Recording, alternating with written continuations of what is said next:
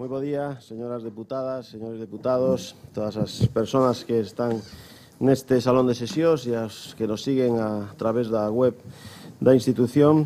Bos días e benvidos a este salón onde vamos a celebrar a sesión ordinaria do Pleno da Corporación Provincial. Hai quórum suficiente para o inicio e desenvolvemento desta sesión, que conta cunha orde do día con 13 puntos, 11 deles no apartado resolutivo e os 2 restantes no apartado de control e fiscalización do Goberno provincial. Comenzamos, pois, co punto primeiro, que é a aprobación... Sí. Bo día a todas e a todas. Señor Presidente, unha cuestión previa, se me permite, antes de incetar o pleno, antes do primeiro punto. Simplemente para decir que nós accedemos a cambiar a data do pleno porque nos parece que en política nada debe ser ríxido. E pensábamos que esa flexibilidade tamén significaba que ao acortarse os prazos para a presentación de iniciativas houbera unha certa relaxación. Por iso presentamos, tal como habíamos quedado na Xunta de Portavoces, unha moción o mesmo día en que se celebraban as comisións coa convicción plena de que entraría para o pleno e sería debatida. Sorprendentemente, non se nos aprobou esa urxencia e non foi dictaminada. Co cal terá que esperar para o seguinte pleno e isto para nós abre un precedente. Por iso, xa lles anuncio que de aquí en diante pois non aceptaremos ningún cambio de data no pleno e limitarémonos a dar cumprimento no acordado do pleno da organización. Simplemente quería deixar isto pois aclarado con antelación antes de iniciar este pleno do día de hoxe. Nada máis, moitas gracias. Ten a palabra o señor secretario en relación con este tema e a presentación da súa moción para este pleno. No, bueno, simplemente o que quería era aclarar que o acordados, mal non lembro, na Xunta de Portavoces era que se prorrogaba ata o día 10 o prazo para presentar as mocións correspondentes ás comisións que se convocaba o día 7, venres.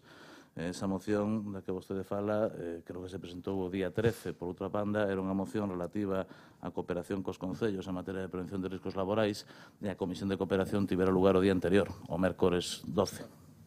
Moitas gracias. Pasamos entonces a aprobar si procede acta da sesión extraordinaria do día 6 de novembro de 2018.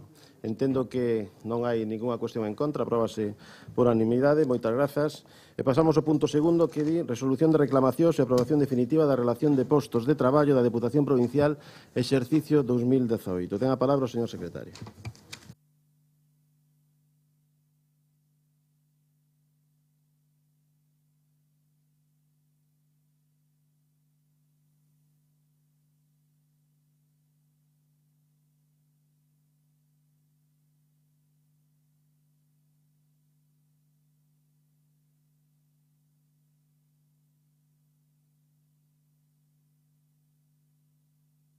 Ben, bo día, señoras deputadas e señores deputados. Procedo a darlle lectura ao ditame da Comisión Informativa de Transparencia da Administración Provincial sobre este asunto.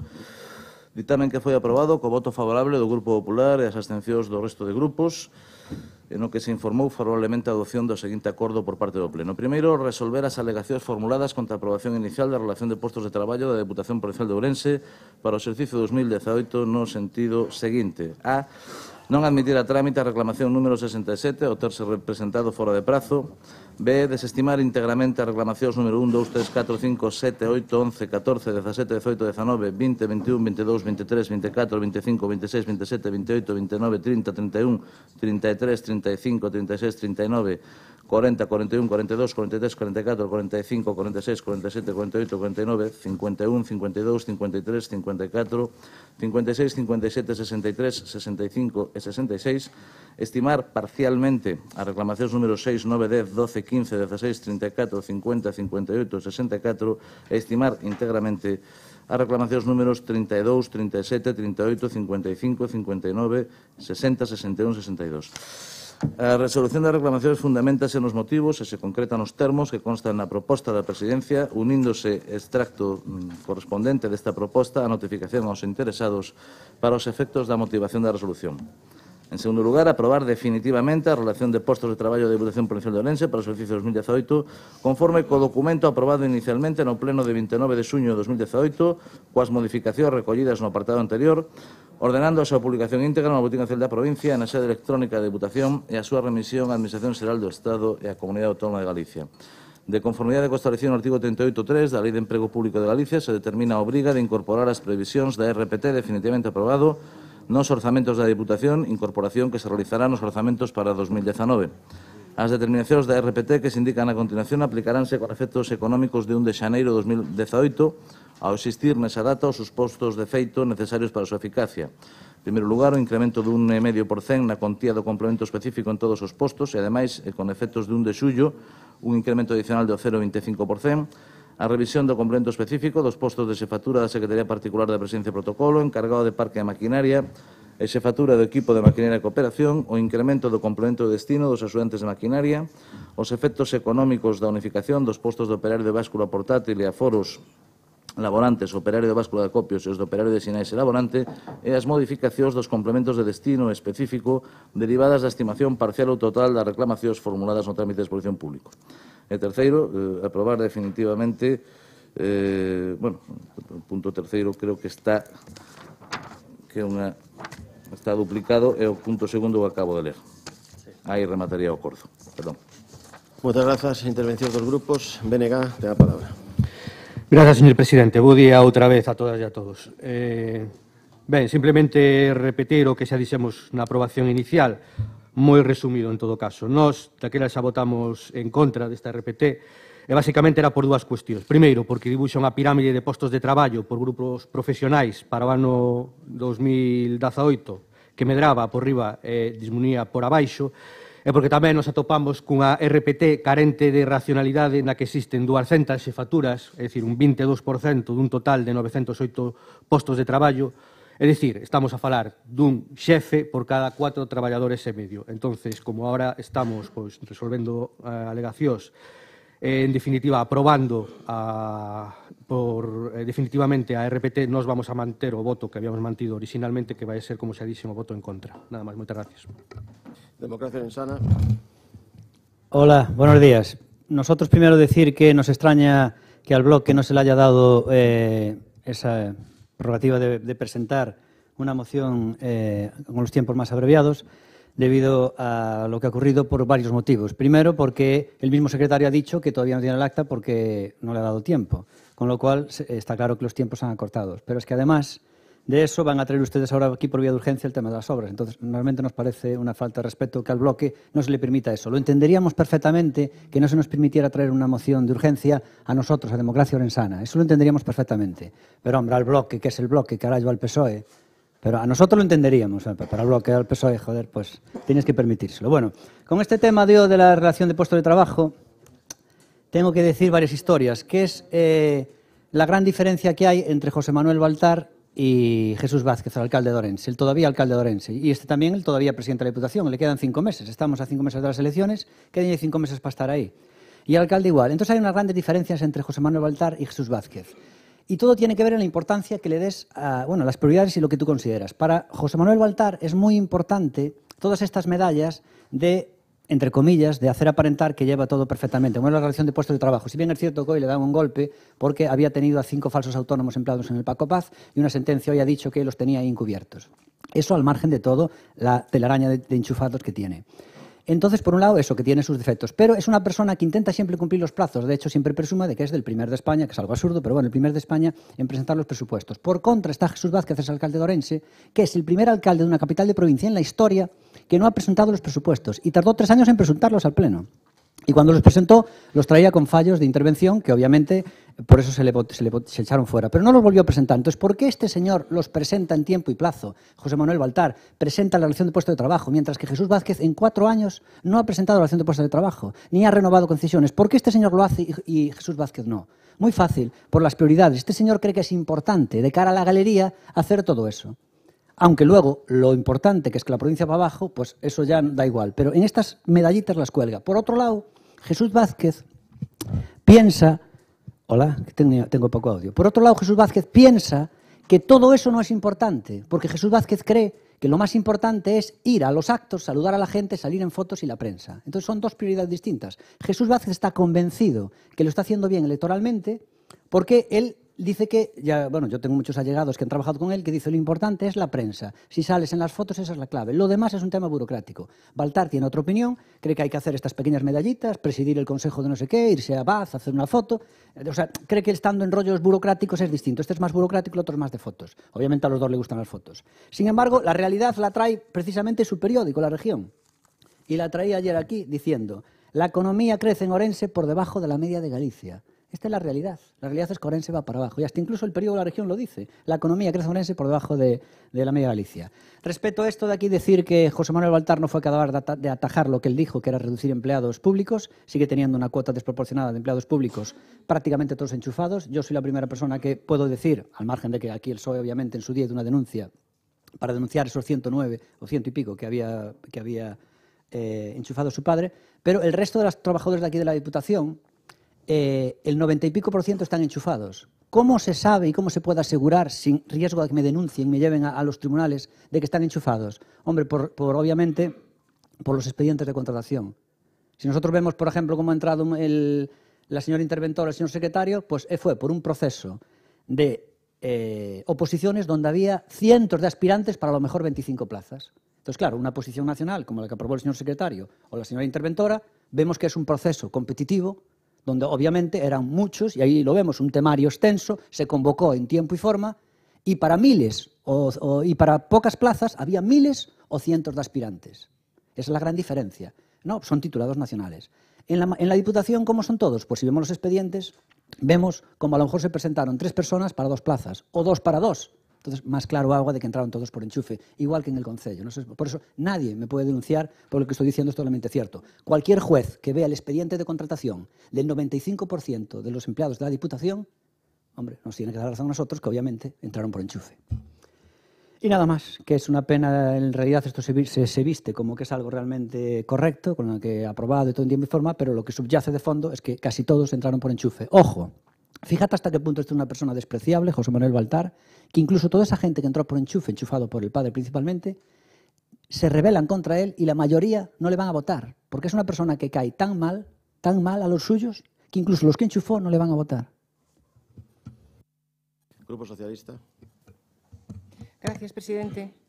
Bos días a todos e a todos os que nos acompañan e as que nos ven por os canales de televisión. Trátase de un documento administrativo de estimación ou non estimación de reclamacións dos traballadores desta casa, nas que, en teoría, non deberíamos entrar a valorar políticamente. En cuanto á aprobación definitiva da RPT desta casa, visto que no pleno de aprobación inicial votamos en contra, non procede que mudemos o voto, pero antes quería facer un par de consideracións.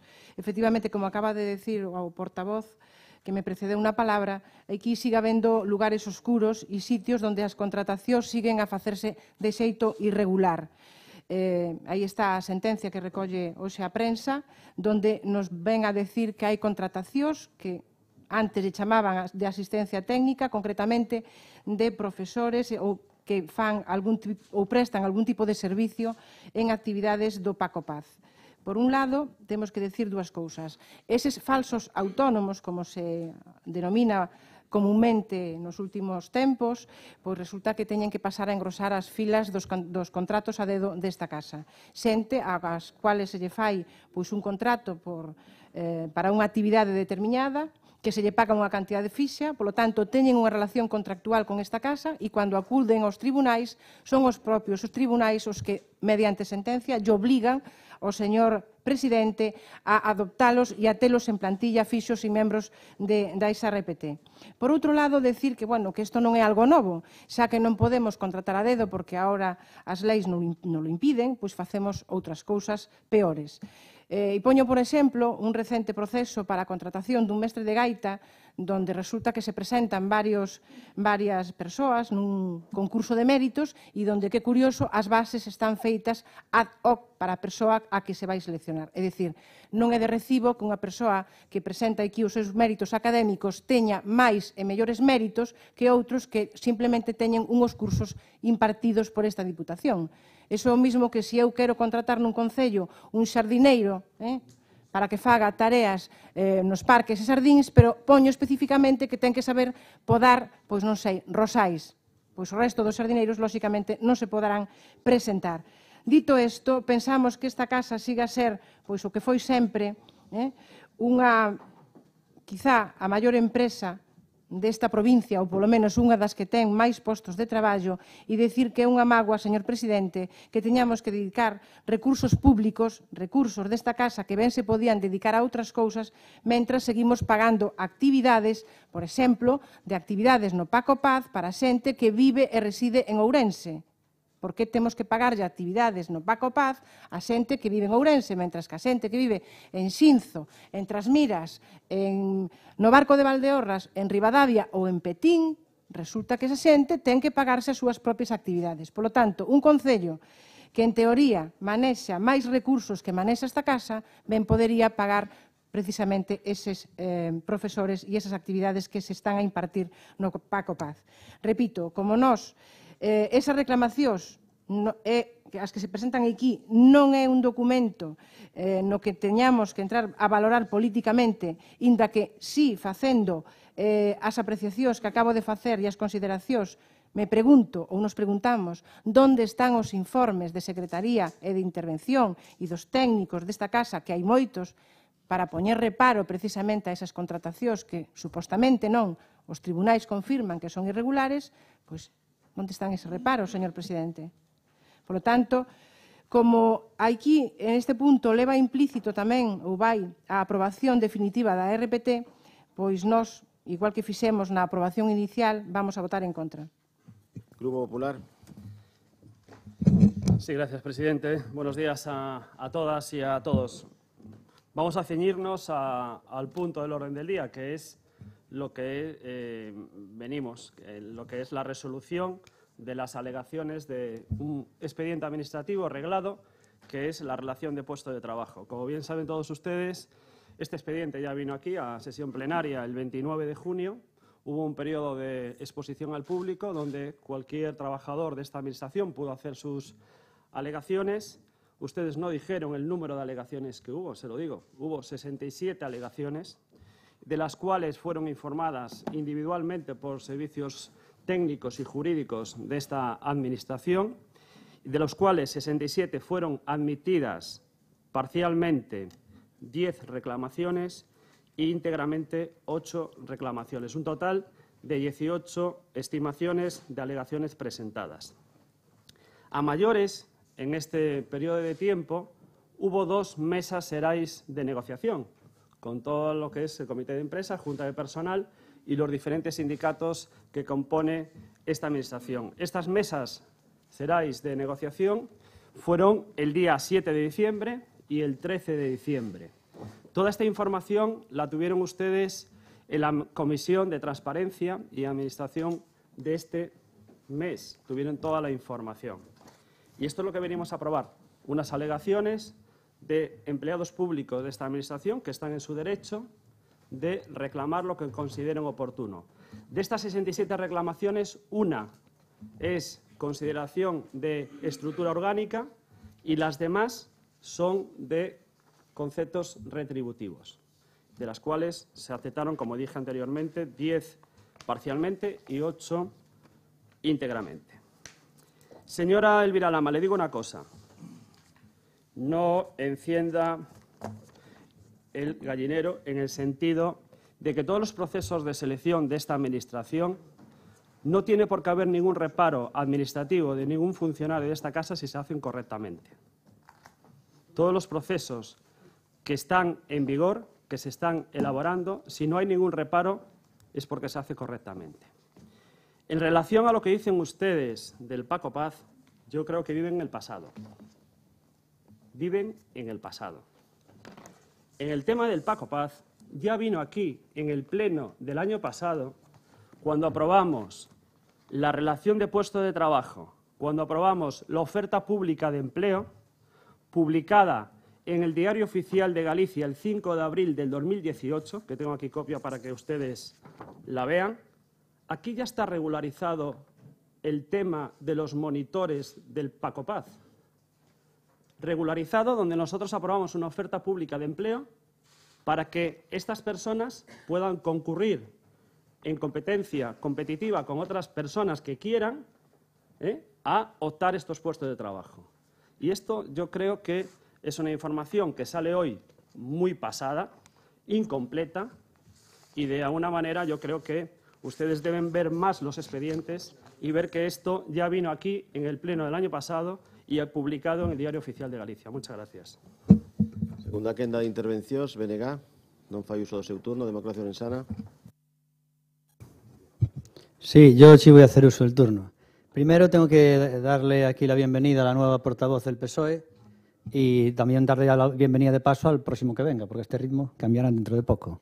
Pero, bueno, no sé si es portavoz o portavoza, porque una vez los del PSOE habían reclamado ese término de portavoz, entonces, bueno, que bienvenida. Me hace gracia porque el señor Pumar empezó diciendo, bueno, vamos a ceñirnos al punto del orden del día, y es verdad, el punto del orden del día es hacer el paripé.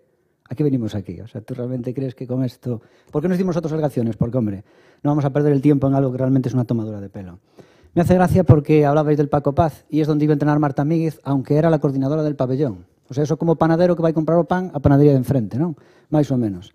Que, por cierto, Marta Míguez es la primera alto cargo que, ¿cómo tendría que ser para que los 2 años la echaran de allí y volviera para aquí? Os 2 anos votaron afora, Y vuelve por supuesto de trabajo. Normalmente lo recolocan por Santiago en buen cargo. Esta vuelve para aquí, de coordinadora para pabellón. Coordinadora que significa durante 1 hora hacer los horarios de toda la semana. 1 hora. El resto de la semana no sabe qué hacer. Y cobra en torno a 2.000 euros al mes. Bueno, decir simplemente por aclarar algunos puntos que se han dicho que no tienen mucho que ver con la relación post-trabajo, pero que sí es importante, que lo ha dicho la portavoz del PSOE. Hablaban del Paco Paz. Y es curioso porque me hace gracia lo poco que entienden muchos de los profesionales que están aquí y algunos de las personas con las que hablaba, abogados, de cómo funciona la Diputación realmente y cuál realmente sería su cometido. Y me hace gracia porque esto tiene que ver con un tópico. El otro día me decía una persona del Partido Popular que estuvo en 20 elecciones, me dijo que en las próximas municipales es un tópico, y me hace gracia que él diga ese tópico, que diga que es muy difícil conseguir un concejal en Orense, porque al conseguir uno ya consigues el segundo. O sea, es muy difícil, ¿no? Porque por la ley DON, al conseguir uno el segundo. Es una auténtica aberración, es una leyenda urbana y me llama la atención que lo sigan diciendo profesionales de la política. Es algo que no tiene sentido.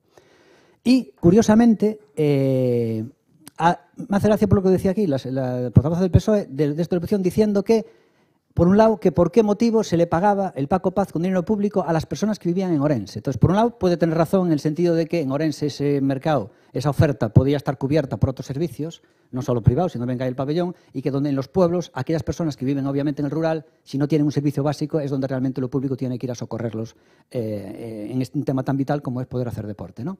Pero por otro lado, era como si diciendo también que los ciudadanos de Orense no tienen derecho a disfrutar, los ciudadanos de la ciudad de Orense, del dinero que invierte la Diputación, porque el dinero de la Diputación está principalmente para el rural. Y esto es totalmente falso. Lo otro decía un abogado, es que se debería incluso prohibir que el dinero de la Diputación se invirtiera en la ciudad de Orense.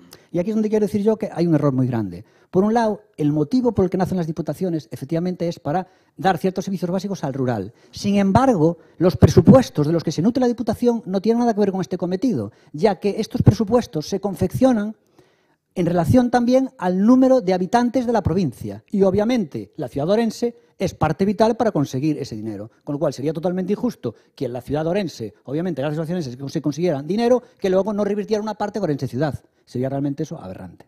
Nada más en esta última intervención. Grupo Socialista. Sí, gracias, presidente. Sería bo que xa que estamos nun pleno, e o pleno do mes de decembro de Nadal, que non nos enredáramos moito, pero bueno, señor Pumar, non é a miña intención para nada alterar o galiñeiro, pero simplemente o que é certo é que a vostedes as verdades alteranlle un pouco a sangre. Entonces, voulle a decir 2 cousas. Me fala de que as reclamacións son legais, faltaría máis.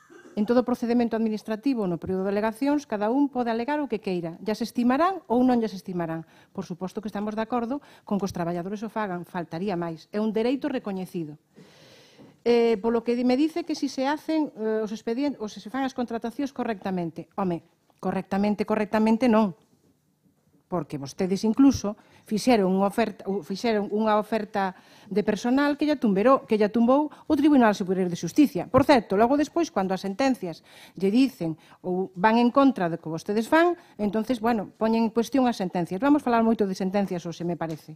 Mire, Tamén me dice, e me contesta, de que vivimos en el pasado, porque esa xente que traballaba, pois, xa que nomeadamente fixemos mención a eles no Paco Paz, eses monitores, pois xa se lle regularizou o seu posto de traballo en abril do ano 18 para que podan concurrir a eses postos de traballo que me está dicindo. Que logo despois facemos unhas bases nas cales, como lle mencionei antes, no caso do mestre de gaita, se pon nesas bases que como mérito preferente será haber tido traballado ou haber tido impartido non sei cantas horas de actividade para esta casa. É dicir, mire, señor Pumar, hai un dito que moitas veces se di que el que hace la lei hace la trampa. Entonces, pensamos que moitas veces eso sigue sendo un coladeiro para contratar a persoas afíns a vostedes. De momento, nada máis e reiteramos que vamos a votar en contra. Grupo Popular. Sí, simplemente, presidente, por lo que acaba de comentar la portavoz del Grupo Socialista y que como consta en acta eso, me parece bastante grave lo que acaba de decir usted porque, le repito, lea la publicación de la oferta ordinaria de la oferta de empleo del año pasado, año 2017, y como va a poder comprobar usted, son acceso libre. Acceso libre. Eso es sinónimo de igualdad, mérito y capacidad, no promoción interna, como dijo usted anteriormente. Y que conste en acta lo que acaba de decir. Gracias. Rematado o debate, sométese a votación esta resolución de reclamacións e aprobación definitiva da relación de postos de traballo da Deputación de Ourense para o exercicio 2018. Votos a favor? Votos en contra? Abstencións? Queda aprobada. Grazas, pasamos ao punto 3, que di a aprobación inicial do orzamento para o exercicio 2019 do Consorcio Provincial de Ourense para a prestación do servizo contra incendios e salvamento. Ten a palabra o señor secretario.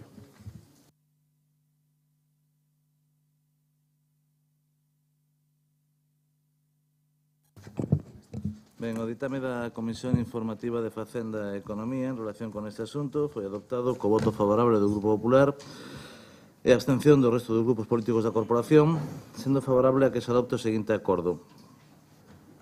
Aprobar inicialmente o orzamento do Consorcio Provincial de Ourense para o Servizo contra Incendios e de Salvamento para o exercicio 2019, conforme co proxecto aprobado polo Pleno do Consorcio o 4 de decembro de 2018 por importe de 4.302.000 euros. O dito orzamento intégrase no orzamento xeral da Deputación Provincial para todos os efectos.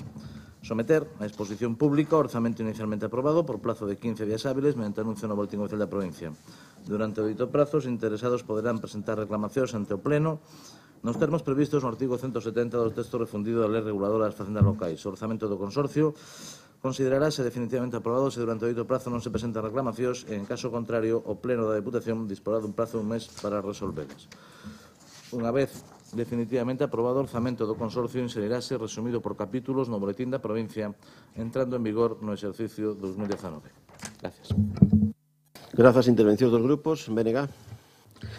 Gracias, señor presidente. Ben, este é outro deses asuntos, pois, lóxicamente, o ser un orzamento que recurrentemente, periódicamente veñen ao pleno, co cual nós xa temos expresado en numerosas ocasións cual é a nosa posición a respecto de funcionamento e a xestión do Consorcio Provincial e, sobre todo, da súa privatización.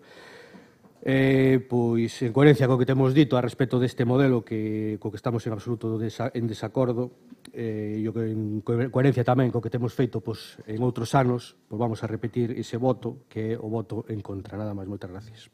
Democracia Ourensana, non fai uso do seu turno. Grupo Socialista. Sí, gracias, presidente. Tal como manifestou o noso representante no consorcio no pleno celebrado o día 4 de decembro do 18, vamos a optar pola abstención. Grupo Popular, non fai uso do seu turno. Abrimos unha segunda quenda. BNG non, Democracia Ourensana non. Entón, sometemos a votación esta aprobación inicial do orzamento. Votos a favor? Votos en contra?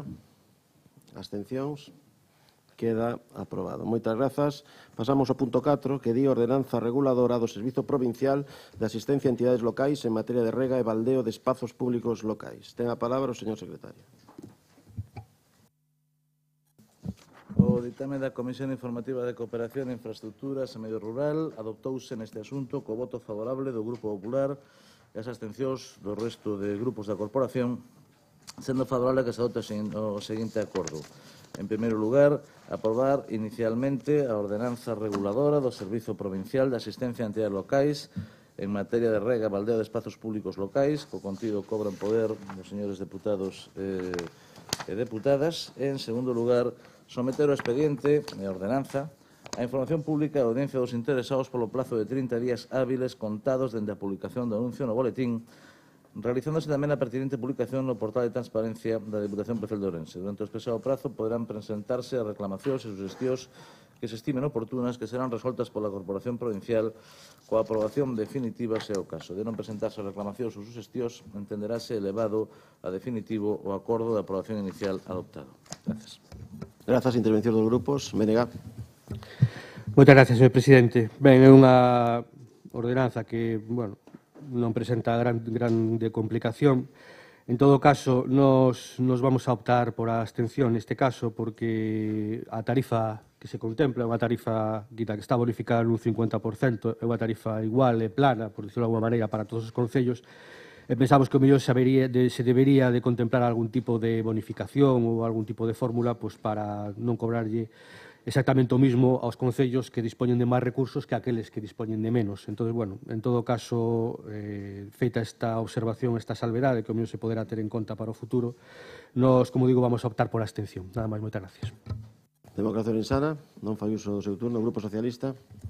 Sí, gracias, presidente. A regulación de un servicio que se vai a prestar aos concellos, polo tanto, nada que obxetar, pois ese é o fin último desta casa, cooperar e prestar axuda aos concellos. Esperamos simplemente que as peticións se atendan por estricta orden de entrada, xa se contempla que teñen que presentar a solicitude, como dixo o secretario, 20 días, con 20 días de antelación, salvo casos de emerxencia ou urxencia. Por lo tanto, neste senso, vamos a votar a favor. Grupo Popular. Moitas gracias, señor presidente. Moi bons días, señores diputadas e señores diputados. Pois, bueno, xe temos aquí unha ordenanza máis dun novo servizo que esta Diputación pon a disposición dos concellos. Fai uns anos, un ano e algo, que mercamos este camión e sin apenas publicitalo xa tivo bastante demanda entre os concellos, incluso entre algúns dos presentes na bancada da oposición. Este servizo é único en comparación coas outras Diputacións de Galicia, igual a cesión de maquinaria, as brigadas de obras, as de regas, servicios moi demandados por todos os concellos. Isto é un plan único dun goberno único nunha Deputación galega, xa que no resto das Diputacións de Galicia non hai nin goberno único. Moitas gracias, señor presidente. Segunda quenda de intervención, se queren facer uso da palabra. Democracia Orensana, non? Entón, sométese a votación esta ordenanza reguladora. Votos a favor da mesma. Votos en contra. Abstencións. Queda aprobada. Grazas. Pasamos ao punto quinto que di aceptación da delegación de competencia formulada polo Concello de Beariz para a tramitación do expediente expropiatorio para a execución da obra construción de cemiterio municipal no municipio de Beariz. Ten a palabra o señor secretario. Sí, o ditame adoptado pola Comisión Informativa de Cooperación, Infraestructuras e Medio Rural recibiu o voto favorable do Grupo Popular e as abstencións do resto de grupos, propoñéndose a adopción do seguinte acordo. Primeiro, aceptar a delegación de competencia formulada polo Concello de Beariz para a tramitación do expediente expropiatorio para a execución da obra de construción do cemiterio municipal. E segundo, comunicarlle ao Concello de Beariz que deberá asumir o custo o pago dos importes de prezo xusto dos bens e dereitos afectados polo expediente expropiatorio. Grazas. Intervención dos grupos. Menega. Gracias, señor presidente. Ben, alegranos que parece que a idea proposta por nós do plan único e do único vai coallando no grupo de goberno. E a respecto deste punto, nos dicir que vamos a optar por a abstención. Nada máis, moitas gracias. Democracia Orensana. Non? Grupo Socialista. Non hai intervencións? Sí. Perdón, presidente. Como é a aceptación da delegación dun concello para expropiar obras que se van a levar a cabo no cementerio, nese espírito de colaboración, vamos a votar a favor. Gracias. Grupo Popular. Non fai segunda quenda, non hai. Entón, sometemos a votación esta aceptación da delegación de competencia. Votos a favor da mesma. Votos en contra. Abstencións. Queda aprobada. Moitas grazas. Pasamos ao punto sexto, que di Programa Ben Ourense de Cooperación Económica coas entidades locais da provincia para o servizo de axuda no fogar básico no exercicio 2019. Ten a palabra o señor secretario. Sí, o ditame da Comisión Informativa de Igualdade, Benestar e Emprego adoptouse co voto favorable do Grupo Popular e as abstencións do resto de grupos, sendo favorable a adopción do seguinte acordo. Primeiro, aprobar inicialmente o programa benourense de cooperación económica coas entidades locais da provincia para o servicio de axuda no fogar básico no exercicio de 2019, conforme coas bases reguladoras que obran en poder dos diputados, integradas por 9 bases e 4 documentos anexos. E, en segundo lugar, someter o programa inicialmente aprobado ao trámite de información pública por plazo de 10 días hábiles mediante anuncio no boletín oficial da provincia de conformidade co establecido no artigo 10 da Ordenanza Xeral de Subvencións da Deputación Provincial de Ourense.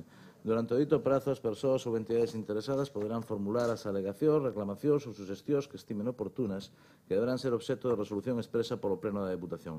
En caso de non formularse alegacións en prazo, se entenderá automáticamente elevado a definitivo o acordo de aprobación inicial. Grazas. Intervención dos grupos. BNG. Gracias, señor presidente. Ben, aquí tamén parece ser que a nosa proposta que iba recollida nese plan único tampouco caeu en saco roto, e como ben nos explicaron na comisión, este ano dividiron os concellos en grupos en función de variables como as que nos propoñíamos precisamente para ese plan único, co cual, volvo a insistir, de algo serviu, polo menos. En todo caso, nós, como vemos dicindo habitualmente, valoramos o esforzo que se fai desde esta casa para complementar este servicio, pero tamén repetimos e insistimos que debería ser unha competencia que exercera e que financiara a propia Xunta de Galicia. Co cal, nos vamos a manter a postura que vemos mantendo habitualmente, que é a de optar por a abstención. Nada máis, moitas gracias. Democracia Orensana, non fai uso do turno. Grupo Socialista.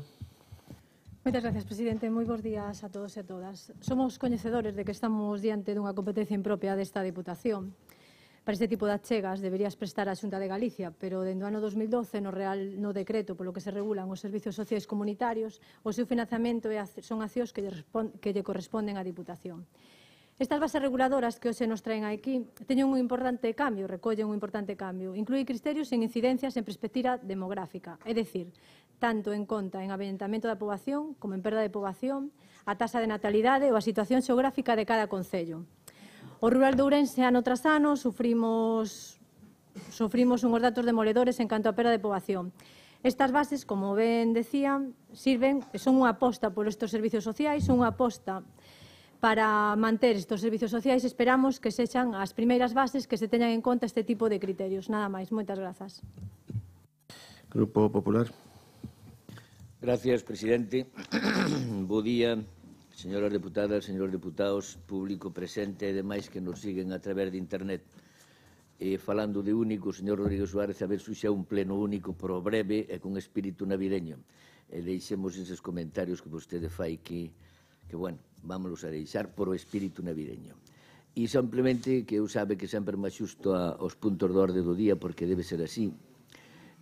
Quero recordarlle que se vostede e máis eu e os demais nos xuntamos en xunta de portavoces, valga a redundancia, e adoptamos acordos, señor Rodríguez Suárez, é para cumplilo, senón que non nos xuntemos máis. E vostede sabe que acordamos na xunta de portavoces con relación á presentación de mocións e usted incumpliu unha. Polo tanto, non pida que se incumpla como vostede mesmo acorda, cos demais. E non entro en máis consideracións. E o que nos ocupa, pois ben, se no pleno do pasado mes de novembro aprobamos o plan Ben Ourense para técnicos de servicios sociais nos concellos, hoxe traemos, como xa se avanzou aquel día, a este pleno, a aprobación do programa Ben Ourense de cooperación económica coas entidades locais para o servicio de axuda de fogar básico de 2019, no marco do que preside toda a nosa actuacións de goberno, que é a cooperación cos concellos. Un programa que presenta unha novidade sustancial, como aquí xa se apuntou, con respecto a outros anos, ao incorporar como criterio de repartición económica a perspectiva do reto demográfico. Isto supón aplicar un novo modelo na distribución de axudas tendo en conta a situación demográfica de cada concello, lamentable, por certo, partindo dos criterios establecidos por o Ministerio de Fomento, pero adaptándoos á realidade do noso territorio como non podía ser de outro xeito. Mais adiante, neste mesmo pleno, o noso compañeiro e vicepresidente desta Deputación, don Rosendo Fernández, falarános detalladamente, estou seguro, deste tema, pero ahora mesmo permítame que me centre na súa aplicación ao Servizo de Axuda do Fogar para o ano 19, que trata de dar resposta á realidade demográfica de cada concello, que aunque en moitas cousas somos moi similares, nalgúnas hai particularidades que debemos ter en conta. Así, as bases reguladoras deste servicio establecen unha clasificación para os concellos en base a 2 criterios moi claros. Un primeiro criterio referido aos concellos sen prioridade demográfica ou grao cero, que son aqueles concellos que cumpren algunha das seguintes condicións. Detallas. Estar incluídos nunha área urbana en aplicación ao Atlas Estatístico das Áreas Urbanas de España do Ministerio de Fomento, como antes xa dixen. Ter máis de 10.000 habitantes ou ben ter entre 5.000 e 10.000 habitantes e gañar poboación na última década. Poucos, desgraciadamente. E un segundo criterio referido aos concellos con prioridade demográfica e serán considerados como tales, aclaro, aqueles non incluídos nalgúna das áreas urbanas ás que me referín anteriormente e nos que concurra tamén algunha das seguintes características. Aqueles que teñen unha poboación menor ou igual a 5.000 habitantes ou ben aqueles que tendo unha poboación entre 5.000 e 10.000 habitantes perderan poboación na última década, que é o habitual. Neste segundo caso, os concellos con prioridade demográfica clasifícanse en 3 graus para os que se teñen en conta, a súa vez, a poboación, a situación xeográfica, a perda de poboación, a densidade demográfica municipal, o índice de envellecemento e a taxa de natalidade. Non vou entrar no detalle de todos estes aspectos, perfectamente recollidos no anexo primeiro das bases reguladoras, así como na clasificación dos concellos da provincia que figura no anexo 2 e que teñen vostedes á súa disposición. No anexo 3 destas bases tamén poden vostedes ver a repartición económica por concellos que agora inclúe un tramo fixo común en función do grao de clasificación. Estes tramos fixos son os seguintes, considero importante detallalos. Grao cero, para os concellos sin prioridade demográfica, 2.000 euros, son 10 concellos únicamente.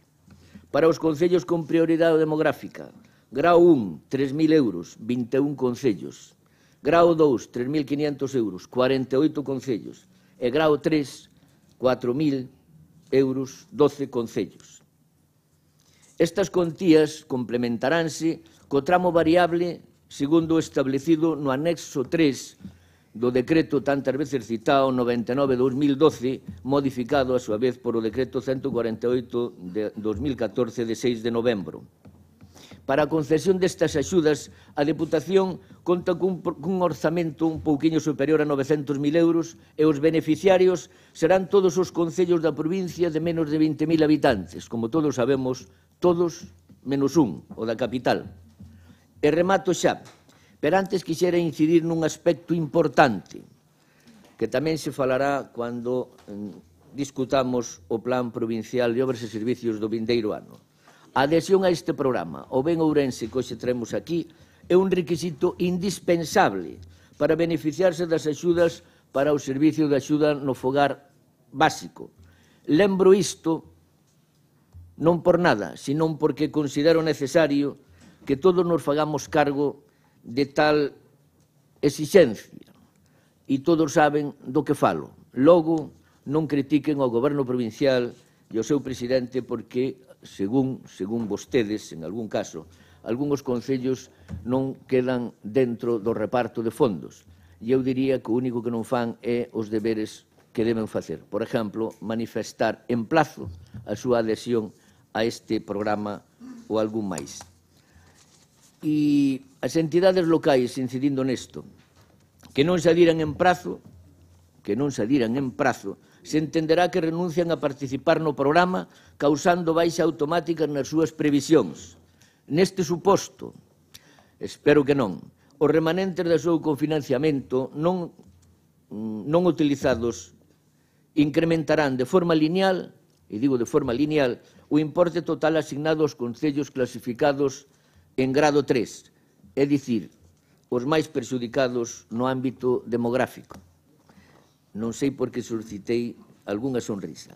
E no ánimo de non facer unha farragosa e técnica intervención, repito que os criterios de clasificación dos concellos e as cuantías previstas para cada un quedan perfectamente reflectidas nos anexos destas bases aos que me referín anteriormente. E nada máis, moitas gracias pola súa atención. Segunda quenda de intervencións. BNG, Democracia, Grupo Socialista. Entón vamos a someter a votación este programa Ben Ourense. Votos a favor do mesmo. Votos en contra. Abstencións. Queda aprobado. Moitas grazas. Pasamos ao punto 7, que di moción do Grupo Popular para a reprobación do presidente da FEGAMP, don Alfredo García Rodríguez. Ten a palabra o Grupo Popular. Moitas gracias, señor presidente. Bueno, na primeira parte, na primeira intervención, leereille a moción, porque creo que algúns de vostedes estiveron esta semana pois bastante perdidos. Ya as probas nos remitimos, uns presentando mocións fora de plazo, do plazo acordado, outros cambiando de portavoces. Bueno, vamos a ler para centrarnos un pouquiño todos. Mire, a Deputación de Ourense ten encomendado ao Goberno e máis a Administración Autónoma da provincia, interioricen ben esta palabra, o de autónoma, segundo establece o artigo 141 da Constitución Española e concordantes, que ao tempo recoñece a esta institución a súa condición de entidade local con personalidade xurídica propia. Baixo estas premisas, o Goberno Provincial de Ourense desenvolve as súas obrigas baixo o respectuoso criterio da autonomía municipal e obxectivo prioritario do servizo aos pequenos concellos, sen entrar a valorar os seus criterios de goberno e distribuindo de xeito igualitario unha partida única habilitada no Plan Anual de Cooperación aos Concellos. A Federación Galega de Municipios e Provincias, FEGAMP, como entidade asociativa constituída por concellos, deputacións e mesmo entidades menores de Galicia, ten, segundo establecen os seus estatutos, a finalidade de promover, representar e defender os intereses dos organismos locais galegos, respectando, fomentando e defendendo a autonomía local de cada un dos seus asociados. O 11 de xullo de 2017, a través dun correo electrónico con orixe no Gabinete da Presidencia da Federación Galega de Municipios, aquí está o correo, porque alguén igual dice que non se convocou esta reunión, o presidente desta federación, don Alfredo Laudelino García Rodríguez, convocou aos alcaldes e alcaldesas da provincia a unha reunión que se celebrou no Centro Cultural Marcos Valcárcel para falar sobre un posible plan de obras e servicios na provincia de Ourense.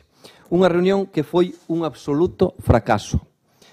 Ao non acudir o 85% dos concellos convocados e xerar malestar incluso entre os presentes pola xénese dese encontro.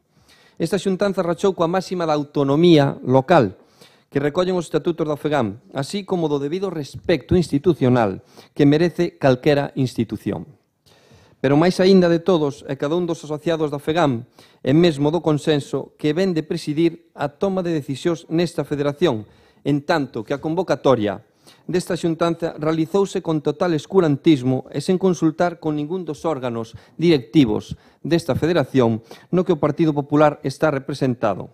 Isto son a Xunta de Voceiros, o Comité Executivo ou o Comité Federal do que eu son membro, do Comité Executivo e do Comité Federal. Convocar unha reunión destas características desde unha entidade que debería ter por bandeira a obxectividade e a independencia só responde a un uso sectario e partidista. Uso sectario e partidista dunha institución. Unha rexeitable mostra de intromisión ilexítima nas competencias dun goberno provincial que cuestiona gravemente a capacidade do seu presidente, don Alfredo Laudelino García Rodríguez, para seguir á fronte da FEGAM, pola súa falta de altura política para representar ao municipalismo en Galicia. Unha actitude totalmente antidemocrática que pretende impoñer criterios de actuación nunha institución autónoma que, ademais, conta co único goberno provincial de Galicia dunha maioría absoluta, froito do respaldo obtido nos concellos da provincia. En virtude do exposto, propoñémoslle ao Pleno da Diputación Provincial reprobar a don Alfredo Laudelino García Rodríguez pola utilización sectaria partidista da FEGAM, organización a que pertence esta Diputación, e dar conta deste acordo aos concellos da provincia de Ourense, aos membros do Consello Federal, á Comisión Executiva e á Xunta de Portavoces da FEGAM, ao presidente da Xunta de Galicia e ao presidente do Parlamento de Galicia. Por agora, nada máis. Moitas gracias. Que na intervención dos grupos, BNG ten a palabra, cando queira. Moitas gracias, señor presidente. O que está a acontecer nesta Diputación en relación con respecto aos procedementos é absolutamente intolerable. Que se filtre o informe do interventor por parte dun deputado nas redes sociais, que se suba á web da Deputación antes de que os grupos solicitantes teñan no seu poder unha copia do mesmo, é revelador do tipo de institución e do uso espurio que se está facendo da mesma. En todo caso, tampouco é nada novo. Hai xa moito tempo que están instalados nunha especie de esquizofrenia que lles fai cometer todo tipo de arbitrariedades porque pensan que este é o seu cortijo e, en todo caso, vamos ir á cuestión que nos ocupa. O xulgado do contencioso administrativo número 2 de Ourense anulou o acordo aprobado por a Deputación o día 9 de agosto de 2017 no que, gracias a un artificio ilegal, reprobaban vostedes o presidente da FEGAM. Nesta sentencia, con data 11 de decembro, o xulgado considera que se tratou de aproveitar a convocatoria do Pleno para sinalar a unha persona como instigadora dun suposto movimento que, en opinión dos deputados que votaron a favor, buscaría perxudicar o grupo mayoritario, o grupo do Partido Popular.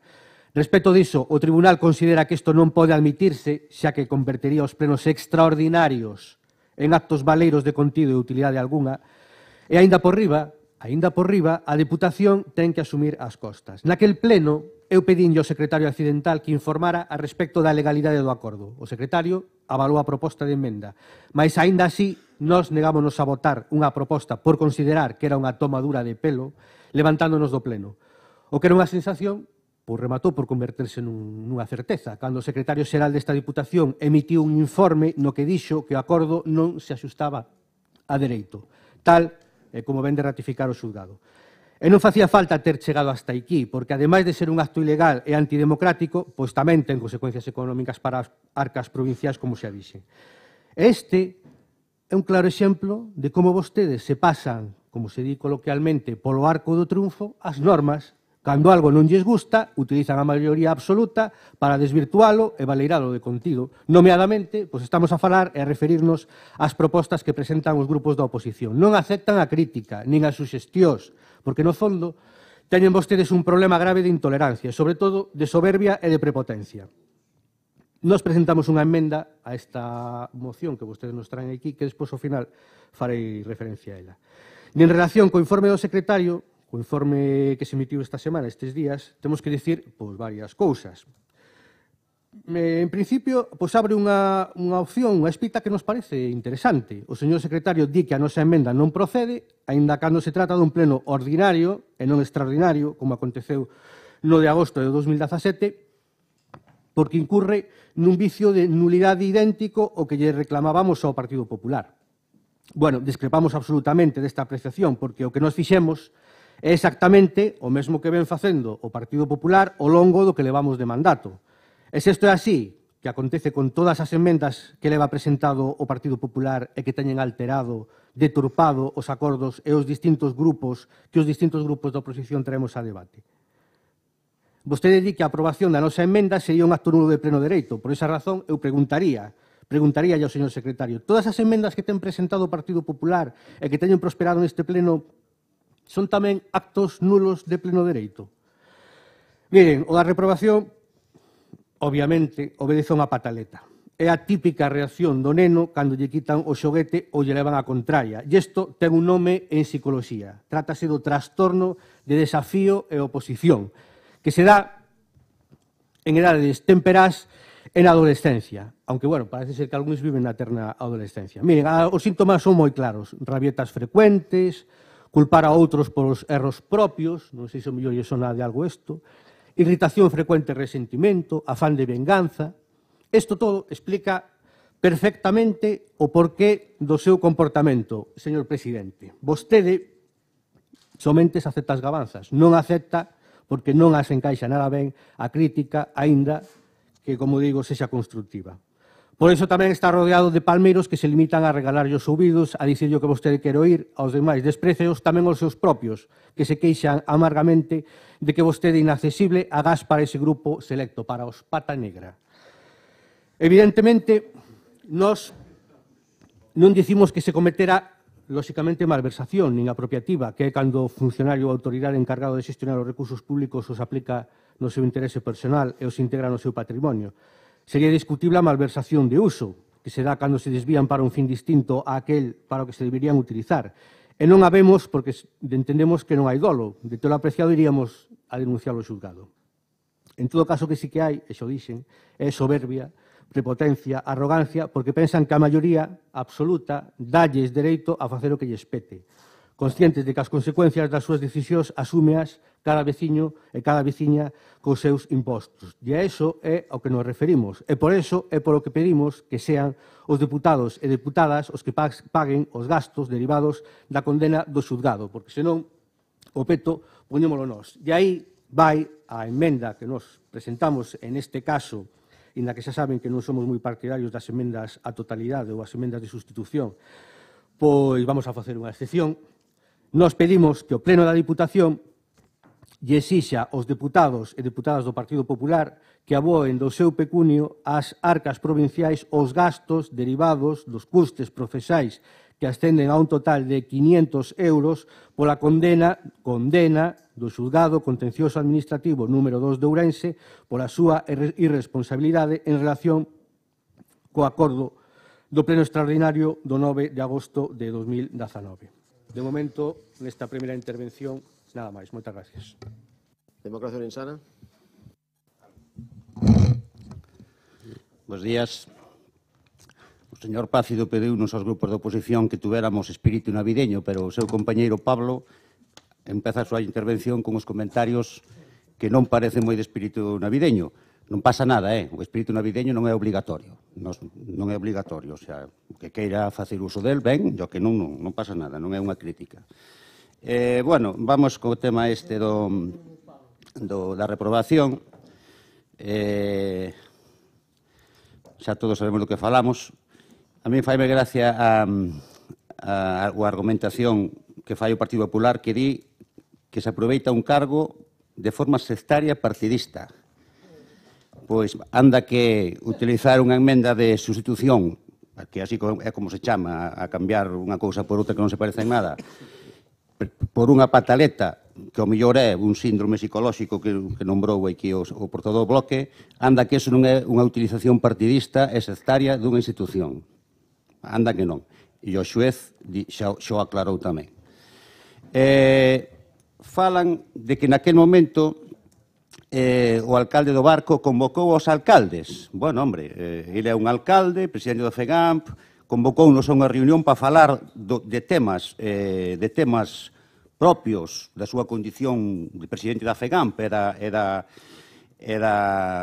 dos propios alcaldes, que non o fixo a mellor polos cauces que debería, que ese correo electrónico a mellor non debería haber provido do gabinete da presidencia, ou que, bueno, a ver, podemos entender que o mellor foi un erro de tipo burocrático, non sei, nós non recibimos ese correo por motivos obvios e non o limos. Tampouco temos maior interés, porque, inda que fora así, un erro destes tipos non nos parece motivo de reprobación dunha persoa. Mais ben parecenos, pois é unha pataleta contra unha persona, ad hominem, non? Nos pedimos a reprobación do alcalde de Ourense no Concello, o sea que nos creemos na figura da reprobación, pero cando haxa causas e motivos obxectivos e suficientes, cousa que non nos parece no caso do alcalde do Barco. A marxen deso, o que criticamos no seu día foi que se utilizase como esa figura da emenda de sustitución para distorsionar por completo un pleno, o sea, o contido dun pleno extraordinario. Por eso levamos ao xulgado naquel momento e tal e como prevíamos, e tamén tal como prevía o informe do secretario, pois foi anulada polo xulgado. Eso sí que ten que pasar unha factura política. Eso sí que é utilizar de forma sectaria partidista a maioría absoluta que teñen. O portavoz do bloque falou, cando se lle preguntou ao secretario naquel momento si procedían enmendas, e ele respondeu que sí. Efectivamente, tal e como se falou no xuicio no que eu estuve presente, pódense presentar enmendas. Nese sentido, a resposta do secretario foi correcta, pero sempre cando garden relación co contido obxectivo da moción, e non que non teñan absolutamente nada que ver. Nese sentido, pois, romper unha lanza a favor do naquel momento da persoa que naquel momento facía as veces de secretario. E el respondeu que se podían facer enmendas, pero faltaba esa aclaración, que teñan relación co tema, cousa que non sucedía. E por eso a sentencia foi como foi. Eu creo que xa dixeran naquel momento que unha moción como esta houbera tido sentido tal e como a presentan agora. Ustedes están no seu dereito de presentar mocións como esta, incluso. O que non tiñan é razón de presentala naquel momento como fixeron. Que agora traen aquí, bueno, pois preséntana, nós votaremos en contra, pero entra dentro dos cauces habituales. O sea, non pensamos que o proceder do señor alcalde do Barco sea motivo de reprobación e votarémosla en contra, non pasa nada. A mí faime tamén algo faime sospeitar que vostedes anunciaron a presentación desta moción antes de que se coñecera a sentencia do xulgado, se non me falla a memoria. Unha de dúas, ou xa sabían vostedes que iban a fallar en contra súa porque xa sabían que la habían pifiado, que non se podía haber feito aquilo, ou non sei, queríanos reprobar, porque que habría a posibilidad teórica de que o xulgado lles dera razón, que había antes de que houbera a sentencia. E ustedes presentaron a moción antes. Que querían, reprobalo outra vez? Ou, bueno, non sei. Ou ao mellor é que teñen información privilexiada que procede dos xulgados antes de que as sentencias sean públicas, non sei. En todo caso, nós votaremos en contra desta moción, porque, xa digo, inda admitindo que o señor alcalde do Barco podera haber cometido un erro de tipo burocrático, non nos parece motivo de reprobación. Os motivos de reprobación deben ser máis serios, como os que nos plantexamos ao alcalde de Ourense, que aquí ali sí que había motivos para ser reprobado, na nosa opinión. En cuanto ás cuestións que planteou o Bloque de que si as costas deberían ser pagadas pola Diputación, o sea, por os diputados, bueno, a sentencia di que as costas deben ser pagadas pola Diputación.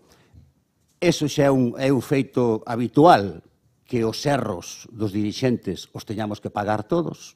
Desgraciadamente, eso é así non solamente neste caso, sino en todos os casos. Os errores que cometen os dirixentes da sociedade, pagámolos todos. Non solamente no que ataña a sentencias, sino na que ataña a decisións políticas, económicas, etc. Así é todo.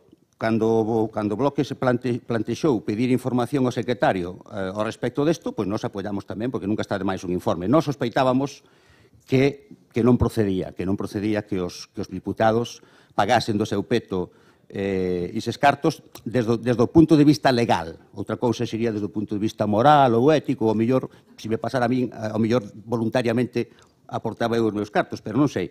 A realidade é que non son así as cousas. A condenada a pagar é a propia institución. Os erros de algúns pagámolos todos. Aí sí que hai que facer unha lectura política. O sea, teñen aquí un presidente que en base aos seus caprichos, fai que despois todos os cidadáns tiñamos que apoquinar dos nosos impostos para pagar os seus caprichos, de alguna maneira, non? Bueno, ainda que queda alguna cousa máis para dicir, deixarina para a segunda intervención. Gracias. Grupo Socialista. Moitas gracias, presidente. En primer lugar, dúas consideracións, señor Pablo Pérez. Fai escasos minutos vostede falaba de que esta casa, plan único, goberno único, e eu engadiríalle diputación única e singular, con pluralidade de peculiaridades. Eu voulle explicar por qué. Gábanse vostedes de que son os mellores, son os primeiros, son os máis singulares, repito. E decía un refrán moi bello, dime de que presumes e te diré de lo que careces.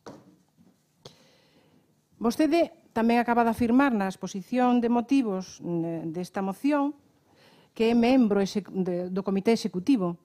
E eu lle pregunto, queixouse vostede nese órgano do que aconteceu naquel pleno? Presentaron os alcaldes desta provincia escritos nese senso? oír nas súas palabras decir que a utilización o presidente da FEGAMP é partidista e sectaria por organizar aquela reunión nos parece, cuando menos, antidemocrática. Mire, non é a primeira vez que o Partido Popular, por capricho do presidente, trae asuntos para debater cuestións que non lle interesan os intereses dos cidadáns desta provincia. A ningún. Neste caso, o que verdadeiramente molesta ao PP é que se puxera en dúbida a arbitrariedade coa que se distribuyen os fondos públicos desta casa. Eso é o que molesta, que lle digamos as verdades. Por elo, o presidente sentiuse afectado en canto se denuncia polos alcaldes de todos os partidos as cantidades mínimas que se dedican nas distintas convocatorias nas que participan os concellos a gran parte dos recursos para subvencionar a algún dos alcaldes do seu círculo persoal. Elo foi reivindicado por os alcaldes de todos os partidos naquela xuntanza, non só do Bloque nin do PSOE, tamén de outros partidos. Por certo, unha xuntanza a que foron convocados todos os alcaldes da provincia. Todos. E viñeron os que quixeron. Lóxicamente, algúns deronlle orden de que non apareceran por ali. Polo tanto, co seu reparto, o que vemos, co seu reparto desta Diputación Única e do seu plan único, o que vemos é que o presidente lle furta a moitos concellos, pois alá por 12 ou 14 millóns de euros que non chegan a eses fondos para que eses concellos podan facer obras para os seus veciños. Miren, señor presidente, a FEGAM, co consenso de todos, e así o veu reclamando dende fai moitos anos, o marxen de quen a presidira e en todas as provincias, ven reclamando ese plan único. Por certo, xa está en marcha nas outras 3 deputacións. Aceptaron os criterios para confeccionar ese plan único, do que lle falarei despois, e se reparten os fondos en base a uns parámetros xustos e cada un dos concellos sabe a primeiro de ano cantos cartos ten para facer obras. Isto é o que reclamamos e seguimos demandando e seguiremos demandando ata que os fondos desta Diputación se utilicen en apoiar os servicios que os concellos teñen que prestar aos cidadáns, en lugar de gastarse en caprichos, operacións de imaxen e, sobre todo, operacións partidistas deste presidente. Por elo, esta medida de atacar ao presidente da FEGAM é injusta, porque se fai por cumplir coa súa función, que non é outra que a de defender os intereses dos concellos asociados, por defender que se pode aplicar nesta provincia tamén o que reclamou e xa se aplica, como xa dixen, nas outras 3 diputacións provinciais desta comunidade autónoma. E se fixo con prepotencia e chulería por parte do señor presidente, saltándose a normativa legal, abusando, outra vez, da súa maioría para incluso ir contra a propia Lei de Bases de Réxime Local, que establece taxativamente no seu articulado que é e como debe tratarse e o que nun pleno extraordinario solicitado pola oposición, no que non cabe incluir outros asuntos a tratar. E así yo tuvo que confirmar despois unha sentencia.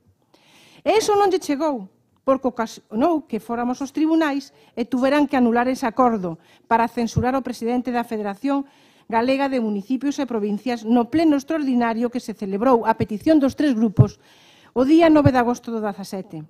E cando o xulgado do contencioso administrativo número 2 de Ourense anula ese acordo, crea desprestixio nesta institución.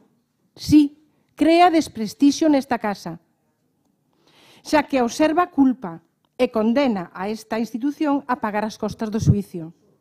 Señor presidente, para a chulería a súa, que no seu desafío aos tribunais e mesmo saír de declarar do xulgado, vostede xa anuncia que vai a traer ao plenario unha nova moción para reprobar o presidente da FEGAM. Entendemos que esta corporación debe cumplir a sentencia do día 11 de decembro pasado e tomar as medidas para anular aquel acordo ilegal.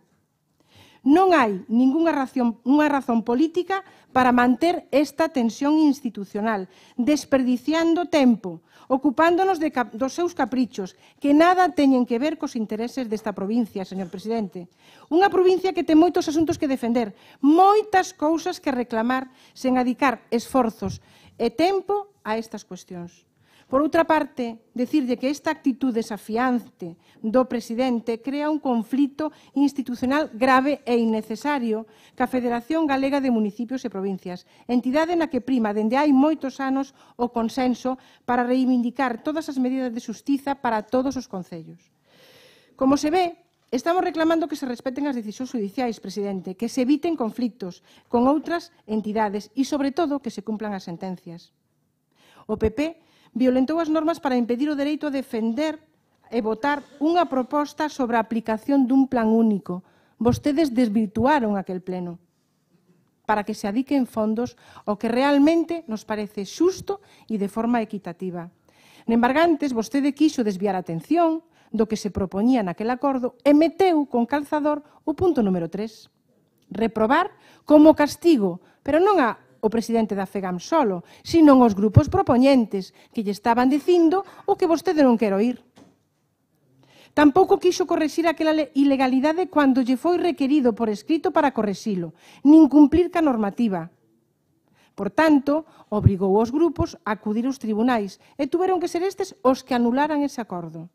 Esta moción, señor presidente, é un acto innecesario, improductivo, que non vai a ter ningún solo efecto legal nin xurídico, solo a satisfacción do seu ego personal, que parece que lle importa máis que os intereses dos cidadáns desta provincia. De momento, nada máis e moitas gracias. Segunda quenda de intervencións, Grupo Popular, cando queira. Moitas gracias, señor presidente. Vamos por orden. Señor Ramiro, único si que é vostede. E a representación do BNG aquí será non única, sino inexistente ao paso que levan. Por certo, señor Ramiro, único é vostede e ainda así cobra as reunións previas ás comisións informativas. Vostede cobra por reunirse consigo mesmo. Vostede sí que é único. Tremendo. Mire, traballen máis e bote máis horas aquí. Céntrense, xa que non están ao que teñen que estar. Falame vostede non sei que das redes sociais. Mire, voulle explicar unha cousa. O informe solicitou no señor presidente. Despois, algún grupo. Primeiro fíxose público de forma institucional. A nota que viron vostedes foi institucional. Despois, calquera grupo pode pronunciarse sobre o mesmo, aínda que, despois das intervencións escoitadas aquí, a doña Elvira encheuselle a boca a falar do informe, e vostede non o nombrou. Igual non lle interesa. Mire, céntrese, señor Ramiro. Acaba de dicir vostede que o acordo anulado é do 9 de agosto do ano 19. Céntrese, válgame Dios. Ano 19, estamos no 18. Céntrese, por favor. Calma. Cando se falou, doña... A ver, vamos. Cando se falou dese tema, fixen constar que se respectara a autonomía. Vostede preguntábame se eu falei deste tema no Comité Executivo da FEGAM, se me queixara. Mire, non me queixei, eu fixen constar que cando se falou dese tema, que se respectara a autonomía desta institución. E, por certo, nese momento, o futuro reprobado, señor presidente da FEGAM, que, por certo, escoitei aquí que se reprobaba o alcalde do Barco. Non se confundan, Aquí vai se reprobar o presidente da FEGAM. O alcalde do Barco, esta institución, respétao. Sí. E, por certo, nese momento, o futuro presidente reprobado da FEGAM non dixo nada da convocatoria desa nefasta e fracasada reunión. Miren, convén neste asunto deixar as cousas moi claras, porque vexo que algún aínda non se centrou. Este grupo reproba Alfredo Laudelino García Rodríguez, nado en Oblanca de Luna, provincia de León, non na súa condición de alcalde do Barco de Valdeorras, senón por tratarse do presidente da FEGAM, da que forma parte esta deputación, que vostedes ás veces pensan que a FEGAM só está composta polos concellos. Non, Federación Galega de Municipios e Provincias. Vale. Da que forma parte esta deputación é eu mesmo como membro do Comité Executivo e do Comité Federal, como xa lle fixen constar. Os feitos que provocan esta moción están debidamente acreditados e constitúen unha auténtica falta de respeto institucional. Por certo, falando de falta de respeto, na última intervención falarei da vulgar, soez e chabacana e ilegal emenda presentada por vostedes. Porque, menudo lenguaje, por favor.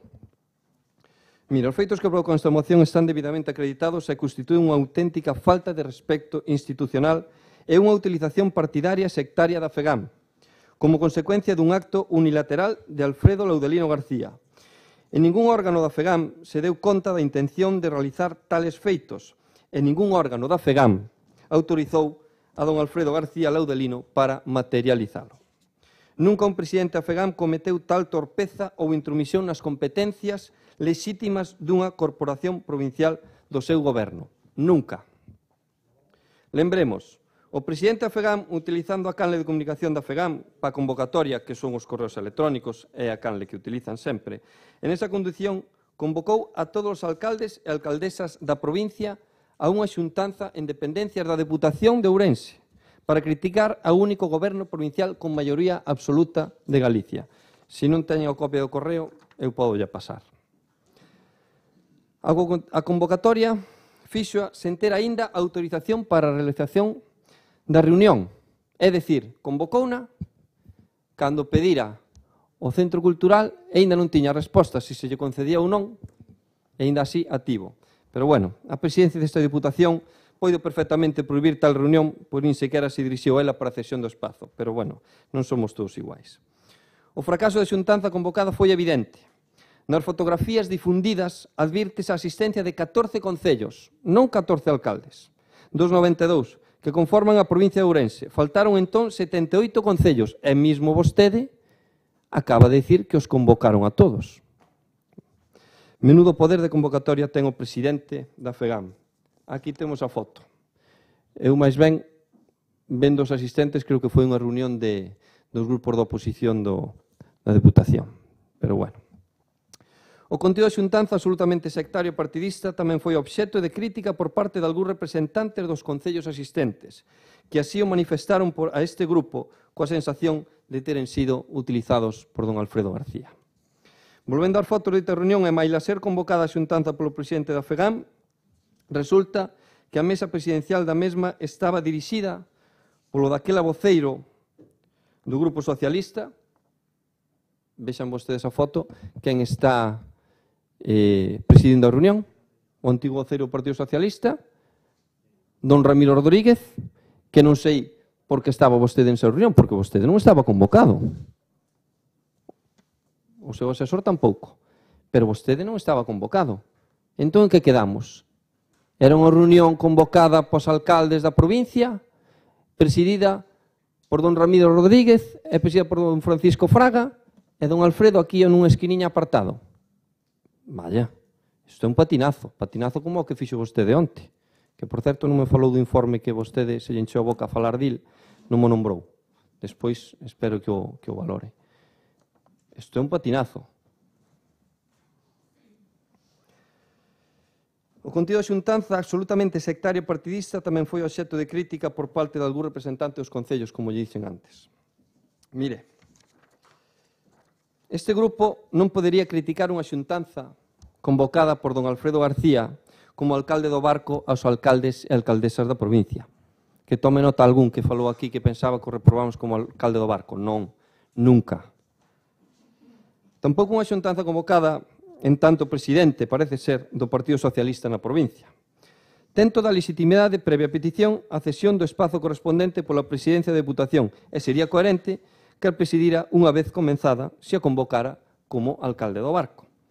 Este grupo non pode tolerar que, utilizando Alfredo García a súa condición de presidente da FEGAM e os medios da FEGAM, convoque aos alcaldes e alcaldesas da provincia a unha xuntanza en dependencias da Deputación, sen espazo concedido para tal fin, para criticar ao goberno provincial e, ainda encima, sen presidir a reunión efectivamente. Cíteme en caso parecido de falta de respeto institucional e de utilización sectaria partidista dun cargo como que ostenta Alfredo García. Imagínense o presidente da Deputación convocando a todos os alcaldes e alcaldesas da provincia a unha xuntanza nas dependencias do Concello de Allariz para criticar ao goberno local que conta con maioría absoluta e que chegan a esa reunión e o presidente da Deputación está nunha esquina da mesa presidencial e preside a reunión a voceira do Partido Popular no Concello de Allariz, acompañada polo voceiro do PSOE, e se poñen a criticar asuntos de extrema autonomía municipal. Pasou algo parecido cos presidentes anteriores da FEGAM. Fixo algo parecido José Manuel Rei, presidente da FEGAM, cando Xosé Ramón Besteiro na Deputación de Lugo gobernaba un bipartito que din marxinaba con absoluto sectarismo e partidismo aos concellos gobernados polo PP. Non. Convocou algunha reunión en dependencia da Deputación de Lugo para criticar ao goberno provincial? Non. Ocurriuselle a don Alfredo Laudelino García convocar unha xuntanza na sede da Deputación de Pontevedra para criticar o sistema posto en marcha polo bipartito que goberna ali. Sistema que non comparten e denuncian marxinación e discriminación aos alcaldes e alcaldesas do Partido Popular. Por que só se disfraza de Don Quixote en Ourense para convocar e na xuntanza aparece como a Sancho Panza? Don Alfredo García sabe que se equivocou. Vostedes saben que se equivocaron. A democracia consiste en respetar os resultados do único goberno provincial con maioría absoluta de Galicia. A democracia consiste tamén en recoñecer como fracaso estrepitoso convocar 92 concellos e ver entrar pola porta a 14, e para iso nin alcaldes. Algúns deles dicen, tras coitar o continuo reunión, que foron totalmente engañados. Manifestaron o uso sectario e partidista da propia convocatoria. Este grupo ten claro que Alfredo García merece ser reprobado e será reprobado. Xa o foi unha vez e agora será a segunda. Se non queres caldo, toma 7 tazas.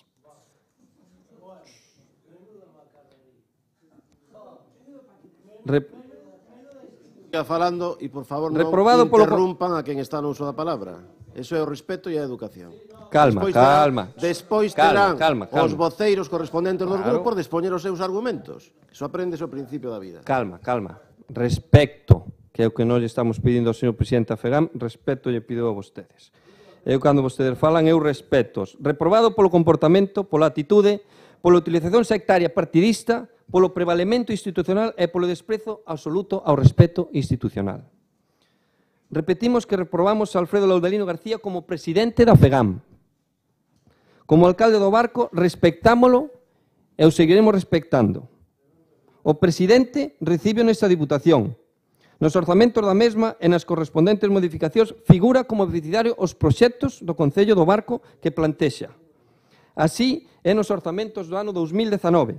Como saben, así foi no Plan de Infraestructuras Deportivas, onde o Barco levou unha gran porcentaxe da cantidade destinada para toda a provincia, máis que ningún outro concello. Velaí que non falou do reparto, nin do sectarismo, nin da discriminación. Esa incoherencia. Tamén é importante que se poña en evidencia. Esta Deputación que puxo en marcha o Consorcio de Aguas de Valdeorras, non sei se vostedes coñecen o Consorcio de Aguas de Valdeorras, eu creo que hai aquí algún alcalde que é membro. Esta Deputación puxo en marcha o Consorcio do Cal de Valdeorras, de Augas, onde figura o Concello do Barco e do que forman parte varios concellos da comarca de Valdeorras. Hai 80 que non teñen ese instrumento. Un instrumento no que a Diputación está aportando máis de 100.000 euros anuais. Por que será? Ben podía sair da súa boca a seguinte expresión: estoy en contra de la discriminación positiva salvo para mí. Mire, vou rematando esta miña segunda intervención. Mire, con relación ao procedimento do xulgado contencioso administrativo, na última intervención falaríalle do patinazo. Dos deputados desta corporación acudiron á vía contencioso administrativa para que se determinase se o acordo de reprobación podería formar parte dunha emenda a unha moción única nun pleno extraordinario. Observación ou advertencia que naquele momento foi plantexada polos seus xurídicos ao grupo emendante e naquele momento nadie nos fixo constar ninguna cuestión, tal e como dixo aquí o señor Ramiro. Dito recurso fallouse con data 11 de decembro, anulando a reprobación. Unha sentencia que non é firme hoxe, é do 11 de decembro. E cabe interpoñer recurso de apelación en 15 días dende a notificación. Poderíamos plantexar aínda hoxe mesmo ese recurso, pero o noso non é enredar e optamos por non deixar dúbida algunha mediante a figura dunha moción específica e tendo en conta a liberdade propositiva que asiste aos grupos da corporación, optamos por reprobar a don Alfredo Laudelino García Rodríguez. Esperemos que quede claro tanto o obxecto da moción como o resultado da votación, a maioría absoluta da corporación provincial. Este grupo entende que obrou correctamente no pleno extraordinario no que vía emenda acordou a reprobación de don Alfredo Laudelino García, porque gardaba relación co tema tratado e porque era un solo dos puntos de emenda de sustitución. Hoxe aprobamos unha moción coa reprobación do presidente da FEGAM, Unha institución a cuxo órgano de dirección pertenzo e que nunca autorizou, repito, nunca autorizou ao seu presidente a utilizar sectaria e partidistamente a FEGAM, desprezando o máis elemental respeto institucional. Con respecto á sentencia ditada, decir que deixa claro que a cuestión a dilucidar é meramente xurídica e que non entra nunca no fondo da reprobación ni no seu fundamento. Nada máis, por agora, moitas gracias. Benega, ten a palabra. Moitas gracias, señor presidente. Bueno, eu estaba aquí anotando para ir contestando, pero despois chegou un momento en que dixen, pa que? Parei e non anotei máis. De todas maneiras, si, bueno, entre o que manteño e de o que anotei, vou intentar contestar, ainda que moi brevemente, algunhas cuestións. En principio, bueno, dúas cousas. Volven facer vostedes o recurso habitual, a referencia ao que cobro, deixo de cobrar, os grupos da oposición. Miren, nos cobramos, en principio, o que acordamos entre todos e o que vostedes decidiron. Se quere que lle demos unha volta ao tema no que queda de mandato, pois ainda nos xuntamos e miramos a ver se pode mellorar ou cambiar. De todas maneiras, independentemente deso, tamén lle digo que nós, cos recursos que temos, o que vostede me fala de único, pois facemos exactamente a mesma labor de oposición e a mesma preparación dos temas que fai cualquera dos outros grupos con máis medios. E, en todo caso, tamén lle digo que eu non teño unha dedicación exclusiva, co cual teño que compatibilizar o feito de estar aquí, o feito de ir ás comisións e o feito de preparar os temas pois, co meu traballo habitual. Como digo, pois isto é dices, cortinas de fume que vostedes utilizan, como que dixo, tamén lamento moito que o feito de que me hubiera engañado, hubiera mellor dito 2019 e 2017, o despistar a vostede, e o mellor tuvera que dedicar aí un par de minutos a volver a situarse no tema.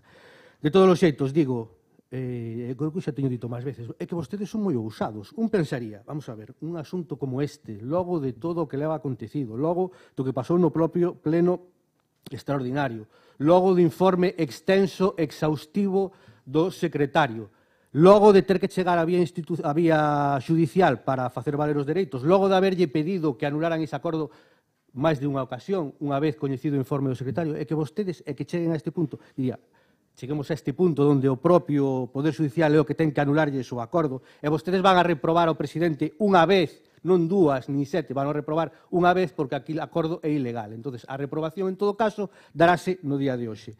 E digo eu, despois de todo isto, un pensaría, como moitos outros temas, e que manterán un perfil baixo, pasarán de puntillas sobre o tema, non farán, non, ao revés, quitan vostedes peito, veñenos ca moción outra vez ao pleno, antes ou despois ou simultaneamente con coñecerse a sentencia, o cual, tamén lle digo, ten vostedes absoluto dereito a facelo.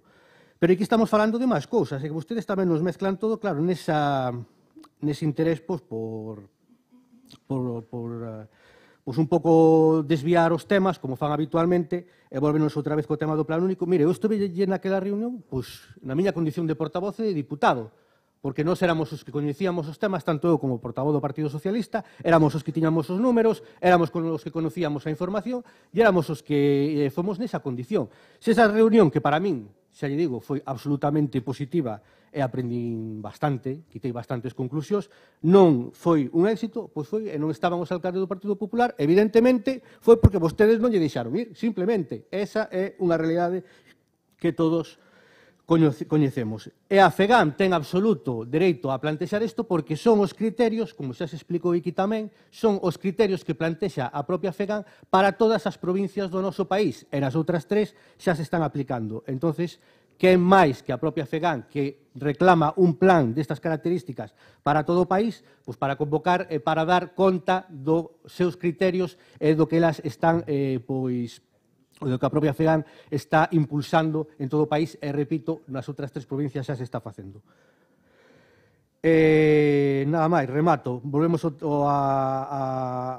eu creo que a cuestión está absolutamente clara. Está absolutamente claro que o que vostedes fixeron no pleno extraordinario do 9 de agosto de 2017 pois foi absolutamente ilegal e estaba fora de lugar. E o problema deso é que vostedes xa o sabían daquelas, porque iso é de primeiro de concelleiro. No manual de concelleiro, o primeiro que explican é como se debe organizar e como se debe afrontar un pleno extraordinario, e non cabe máis debate que a cuestión que ven na orden do día.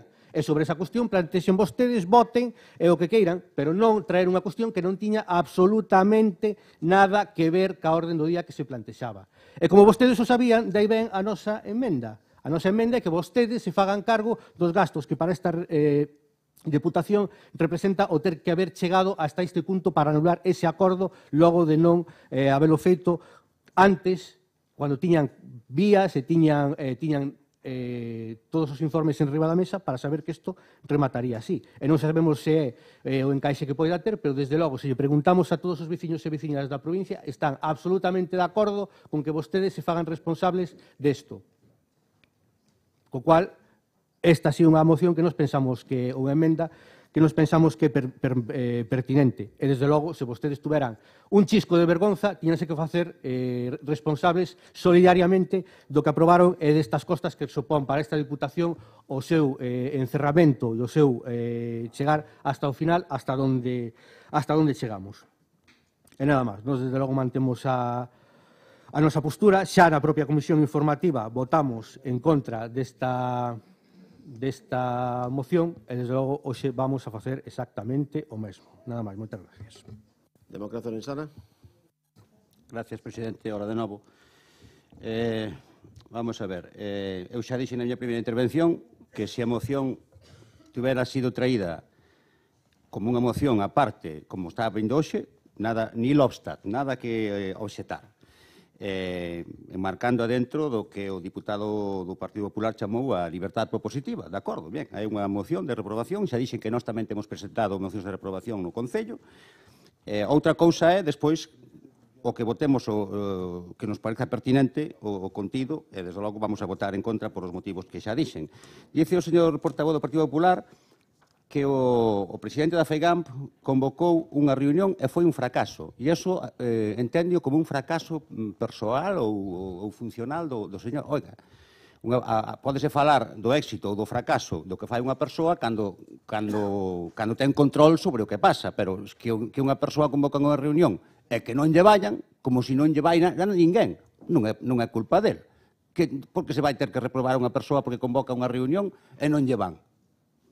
Cada un son moi libres de ir ou de non ir, como se non lle fora nadie, ese non é motivo para reprobalo. Que cometeu ao millor un erro no procedimento de convocatoria que utilizou as instalacións desta Diputación sin seguir os cauces, vale, eso é un erro, ou pode ser un erro, pero desde logo non é motivo, desde o noso punto de vista, nin de lonxe, para reprobalo. Sería moito máis motivo para reprobar, por exemplo, ao Grupo Popular por esa emenda de sustitución que ao final tumbou o xulgado. Ese que sería un motivo de reprobación. E, sin embargo, sería máis motivo de reprobación. E, sin embargo, para nós, nin siquiera sería motivo de reprobación, porque sería un único acto que, a ver, unha persona pode se levantar un día cunha rabieta porque dormiu mal. Por un solo acto non se reproba nada. E outra cousa é errores sistemáticos e permanentes. Pero nós ni siquiera vamos plantexar ou plantexaríamos unha reprobación do Partido Popular ou do presidente da Diputación por haber feito eso que o xulgado dictaminou erróneo. Non é motivo. Un erro errare humanum est, como diría o señor Rosendo. Eso sí que sería máis motivo e, sin embargo, hasta non sería motivo suficiente. O que sí que se entende que é un abuso das prerrogativas, un uso sectario, como lle chamaron ustedes, chulesco, hasta se pode dicir, da estar. Os recursos que poñen a nosa disposición a normativa hai que usalos, non abusar deles, non? E volvendo ao señor Rosendo, utilizaría ese latinismo que dice uti non abuti, uses, non abuse. Usa, pero non abuses. E vostedes abusaron da súa maioría absoluta para facer isto. Bueno, xa dixo o portavoz do bloque que o señor presidente da FEIGAMP previsiblemente será reprobado por a maioría absoluta do Partido Popular, pero unha sola vez, non dúas veces, porque a primeira vez non foi reprobado porque foi anulado por o xulgado. O sea que eso de si non queres caldos e te tazas, nanai de la China. Expresións que, bueno, parecen como dicían aquela canción de Serrat, que realmente a letra era de Benedetti, a ver quen la tiene máis grande, non? Parece, xa entramos nesa dinámica. E nada máis, eu penso que está xa todo claro. Nós sencillamente votaremos en contra porque non vemos, como dixen, motivos para reprobar o presidente da FEGAMP por esa reunión. Non entendemos que haxa motivos ningúns, e, sin embargo, sí que reiteramos a nosa crítica ao que fixo naquel momento, no mes de agosto do ano pasado, que foi o 2017. A ver se non me equivoco agora no ano. Porque parece ser que hai confusión cos números últimamente. E nada máis, gracias. Grupo Socialista. Gracias, presidente. Dice o señor Pablo que uns viñeron poucos, que viñeron 14, que 78 faltaron. Mire, viñeron os que quixeron. Os que quixeron viñeron libremente. Outros, algún despistado apareceu por aí e outros dixeronlle que non viñeran, simplemente. Entonces, o éxito da convocatoria depende. Vale? Con respecto ao patinazo do informe, voulle facer unhas cuantas puntualizacións. Este grupo, con outros grupos desta bancada, solicitou que se informara como correxir esta anomalía. E, de novo, volve a prepotencia e o abuso do presidente. O informe que solicitamos os grupos da oposición antes de someter este acordo ao pleno, resulta que non se lle proporciona aos grupos. Xa o mencionou o compañeiro do BNG, que o solicitan, claro. Senón que se informa antes a algún deputado do Partido Popular. Isto é bastante grave. Informámonos antes por a web da Diputación, onde estaba colgado o informe completo antes de que nos chegara o correo electrónico de cada deputado ou do grupo da Diputación. Polo tanto, señor Pablo, a calidade democrática e o prestixio desta institución non vive neste mes ni nos últimos tempos os seus mellores momentos. Os servicios xurídicos e os órganos de goberno desta casa non están para contraprogramar as comparecencias dos grupos ante os medios de comunicación, para informar a cidadanía do que a vostedes non lles gusta que digamos. Polo tanto, señor Pablo, voulle dicir unha cousa: respeto institucional todo, pero os que non teñen respeto institucional son vostedes, porque a que non respetan vostedes son os cidadáns que os colocan nas institucións, a pesar de gabarse constantemente da súa maioría absoluta, que esperemos que deixe de selo máis pronto que tarde. Mire, voulle dicir unha cousa. Está claro que a opinión, se hai culpa ou neglixencia dos que aprobaron vostedes ese acordo anulado polos tribunais, pode ser unha opinión moi subjetiva, que nós non compartimos.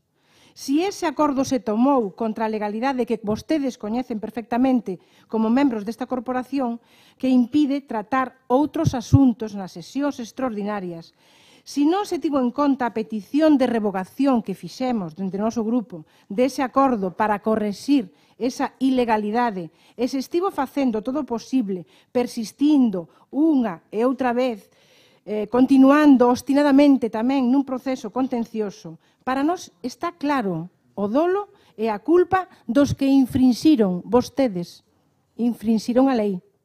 Para nós está clarísimo. Vostedes me parece que ainda lle queda un posible recurso. Outra cousa é o procedimento que indica perfectamente no informe da Secretaría como se debe tramitar. Por elo, sí que expresamos a nosa opinión de que debe tramitarse o correspondiente expediente de responsabilidade patrimonial para executar a sentencia do 11 de decembro de 2018 do Xulgado Contencioso Administrativo de Ourense, e así lle lo faremos chegar. Mire, con respecto a que outros presidentes de outro color político, concretamente do seu, non utilizaron a Federación Española de Municipios e Provincias de forma torticeira, teño que recordarlle a un do seu partido que se chamaba Xosé Crespo, cando alá por o 2006, en plena crisis dos incendios en Galicia, alterou a todos os alcaldes do PP en contra da FEGAMP. Entende? Entón, as hemerotecas están aí para recordar cousas. Dúas consideracións máis. Vámolo reprobar unha e 7 veces se fai falta. A ver quién é máis gallito en el corral. Mire, voulle dicir dúas consideracións. A primeira, poden vostedes reprobar a quen queiran. Poden vostedes reprobar a quen queiran, pero o primeiro reprobado desta legislatura é o señor presidente, e non lle quero recordar por qué. Non lle quero recordar. No ano 2015. Segundo, os efectos legais e xurídicos xa sabe cuáles son. Ningún. Están os informes do secretario e a sentencia dun xuiz. Por moito que queran reprobar o presidente da FEGAM. Polo tanto, efectos xurídicos ningún. A unha pataleta de neno pequeno do señor presidente. Unha pataleta de neno pequeno. Algún trastorno pode ter, como decía o portavoz do BNG, para insistir en temas que un xuiz lle acaba de decir que hai un acordo ilegal. Polo tanto, a moción poden atraer unha e 7 veces. Sí, pode ser. Mire, voulle dicir unha cousa. O que o trata o señor presidente e o que tratan vostedes aquí, nesta pataleta infantil, a que vostedes lle siguen o xogo, non é outra que desviar a atención do que nos trae causa, que é o plan único que se pretende para esta Diputación, que é o reparto xusto, equitativo e en base a unhos parámetros que xa diseñou a propia FEGAM, onde están vostedes, onde están todos os concellos, en función desos parámetros, repartir os cartos e non facelo a dedo, como se fai nesta casa. Eso é o fin último que pretendía ese plan único. E deso é do que vostedes non queren falar, nin que nos falemos, para que a opinión pública non se entere de como se reparten os cartos e os fondos desta casa. Polo tanto, mire, reclamámoslle unha e 1000 veces que vamos a seguir insistindo co tema do plan único, por moito que vostedes maquillen que agora isto xa se parece un pouco ao plan único, e de que aquelo xa se parece un pouco ao plan único, e que somos unha diputación única. Eso é o que somos, unha diputación única e singular. Por lo tanto, nós faremos o que teñamos que facer e, lóxicamente, nos pensaremos moi moito a onde temos que acudir. De momento, nada máis e moitas gracias. Turno de peche, Grupo Popular. Moitas gracias, señor presidente. Mire, doña Olivia, vostede estrenouse cun soberbio patinazo. Eso é unha evidencia, non? Mire, a Secretaría Xeral desta Diputación de Ourense considera válida a moción do Partido Popular sobre a aprobación a don Alfredo Laudelino García. Vostede falaba antes donte do informe que iba a pedir sobre esta moción. Vela aí ten o resultado. Xa, si quere, pode lelo perfectamente. No dictamen do señor secretario da institución, sinalouse tamén que a emenda do BNG non se debía aceptar e que os deputados do Partido Popular non tiñan que pagar as costas. Mire, co señor Ramiro vou despois. Mire, a Secretaría Xeral da Diputación de Ourense emitiu un informe en relación ao tema da reprobación do presidente da FEGAM no que considera válida a moción presentada polo Partido Popular sobre a referida reprobación. O dictamen da Secretaría Xeral desta institución afirma, ademais, que a emenda do bloque non debe aceptarse e que os diputados do Partido Popular non teñen que pagar as costas, como xa lle dixen fai un pouco. Mire, vamos a ler, xa que vostedes non leron nada, vamos a ler un pouquiño do informe, pero moi breve, non? Para non tal. Mire, a vista do exposto, mantendo o criterio do informe precedente, conclúese que a moción proposta polo Grupo Popular axustas en canto a dito contido a legalidade vixente. Así de simple. Patinazo. Patinazo. Está claro. Mire, con respecto á emenda vulgar, chabacana e ilegal do Bloque Nacionalista Galego, direille o seguinte. Mire, enténdese que non procede a súa tramitación e na medida en que dita emenda incurre no mismo vicio de legalidade que a queixaba a emenda planteada polo grupo o día 9 de agosto do 17. Miren, falaba un pouco de centrarse un pouquiño e parece ser que o señor Ramiro Rodríguez non lle gustou o de centrarse. Mire, repito que non lle vou entrar na redacción vulgar, soece a barrio baixeira da súa emenda. Mire, eu só lle pido que se centren. Que se centren porque andan a escribir estes panfletiños e despois son convocados en tempo e forma a unha comisión da que forman parte como a de Razamón de San Trocado,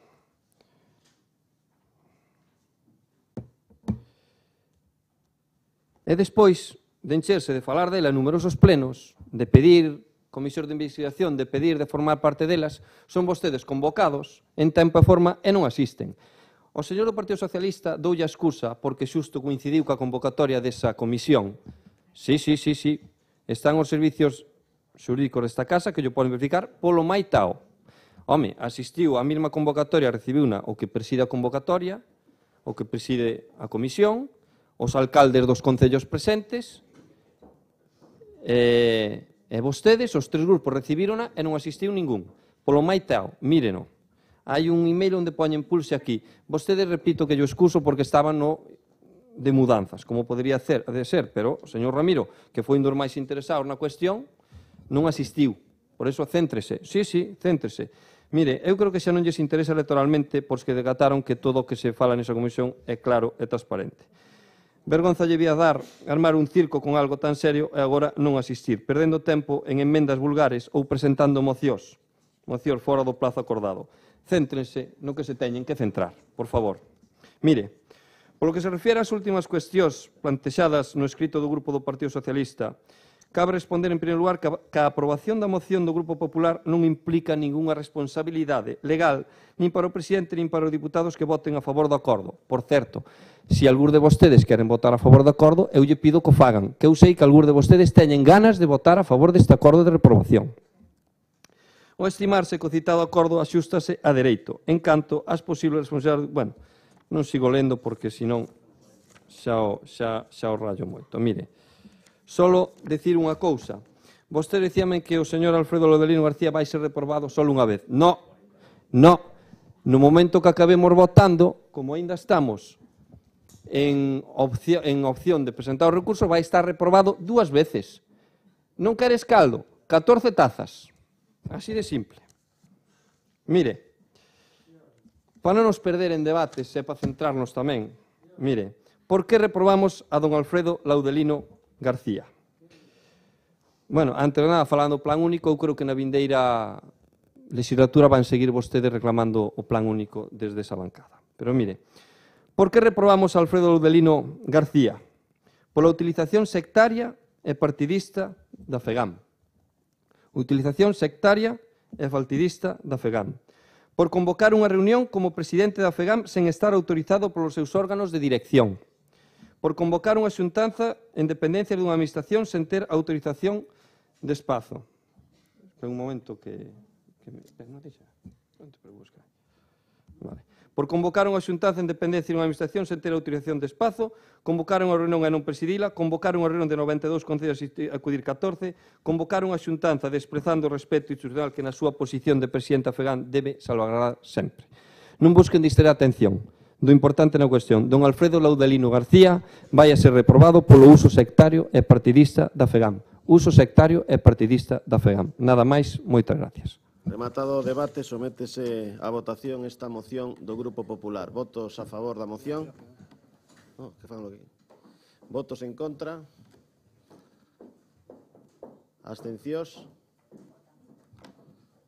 Queda aprobada esta moción, co resultado que figura no vídeo en función dos movimentos que houbo no momento da votación e de quen levantou a man no momento que desde a presidencia se plantexaba a favor, en contra ou abstención. Queda aprobada esta moción e pasamos ao seguinte punto do día, que é unha moción do Grupo Socialista sobre medidas de discriminación positiva na baremación da subvención a prol da loita contra o despoboamento. Gracias, señor presidente.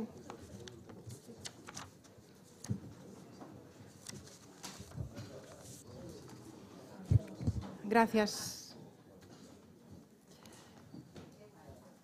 En primeiro lugar, me parece que consta no poder de todos os deputados e deputadas a exposición de motivos desta moción, que a proposta de acordo é a seguinte que paso a leerlles, que nos criterios e baremación de valoración nas bases das convocatorias das subvencións de concurrencia competitiva se introduzcan elementos de discriminación positiva que palíen as eivas derivadas do despoboamento do rural e fomenten o desenvolvemento de actividades culturais, deportivas, etc., no ámbito rural da provincia de Ourense. Decir un par de cousas a respecto desta moción que vou a sinalar. As políticas de discriminación positiva consisten en crear xurídica ou normativamente unhas desigualdades, comillas, que serven para favorecer a igualdade de facto ou de feito. pode parecer unha paradoxa, pero na realidade ten que ver co concepto de dar máis a quen menos ten para alcanzar a igualdade real na medida do posible. Se ven a igualdade de todos os cidadáns e de todos os territorios, neste caso, está consagrada ante a lei as desigualdades das que parten unhos territorios respecto doutros na tradicional dicotomía rural versus urbano ou despoboado versus poboado, fai imprescindible que as administracións públicas fomenten as políticas de accións positivas neste caso para que os habitantes deses núcleos ou os posibles habitantes deses núcleos teñan as mesmas oportunidades que os demais. Son políticas que conducen a resultados positivos en aspectos como pode ser a ordenación do territorio. Como xa vimos en numerosas ocasións neste pleno e sen ir máis lonxe no pleno pasado, Ourense e outros territorios tamén ten un grave problema de despoboamento e de desequilibrio territorial. Temos unha poboación que cada vez máis se concentra no entorno da capitalidade, mentras temos un exterior da provincia, na parte exterior da provincia de Ourense, na parte, digamos, afastada da capital da provincia de Ourense, se está despoboando a pasos axigantados. Se a falta ou escaseza de servicios, como poden ser o benestar ou a conciliación familiar e laboral, lle sumamos tamén os recortes sanitarios dos que falaremos máis adiante, chegamos ao eterno bucle no que estamos metidos e do que non somos capaces de sair. Cuanto menos servicios para a poboación, menos atractivo será para as persoas para que se asenten neses territorios. No caso nomeado das subvencións, temos ante nós unha das ferramentas máis útiles para introducir medidas correctoras destas desigualdades ás que se enfrontan os concellos do rural, así como as entidades que desenvolven a súa tarefa neses municipios e, por suposto, os seus habitantes. Se nas subvencións que se dan desde esta casa se introduciron nalgúnas algún criterio de selección que puntúan o esforzo de autofinanciamento e de interese social, a participación en actividades de determinados colectivos para favorecer, por exemplo, a inclusión da muller, da terceira idade ou de persoas con diversidade funcional, pensamos que chegou o momento de adoptar medidas concretas que incluyan o criterio da territorialidade. Non é o mesmo formar ou procurar financiamento, por exemplo, para unha asociación veciñal nun núcleo pouco poboado, como pode ser, non sei, o Riós ou Gudín no concello de Xinzo ou Lobios de Sober no concello de Muiños, me parece, ou Porqueira, para ter máis afluencia e participación que facelo nun entorno máis poboado. Hai que premiar ou debemos premiar o esforzo de quen non quere que o seu pobo esmoreza e deseña proxectos interesantes, actividades culturais ou deportivas para que a xente, os rapaces, non teñan que desplazarse sempre para disfrutar deste tipo de actividades. Se pudésemos introducir este criterio na área do benestar, tamén podemos facelo no resto das subvencións de concurrencia competitiva desta casa e que se igualen as oportunidades das entidades, dos concellos, das persoas, con independencia do lugar onde se vaya a desenvolver a actividade proposta. De todos os xeitos, estes criterios que propoñemos deben ser observados dende a nosa propia realidade como provincia, posto que non é o mesmo ter núcleos pouco poboados con alta dispersión territorial que ter núcleos máis poblados con pouca dispersión territorial. Deben ser deseñados por e para Ourense, tendo en conta todas as particularidades desta provincia e de todas e cada unha das comarcas que a conforman.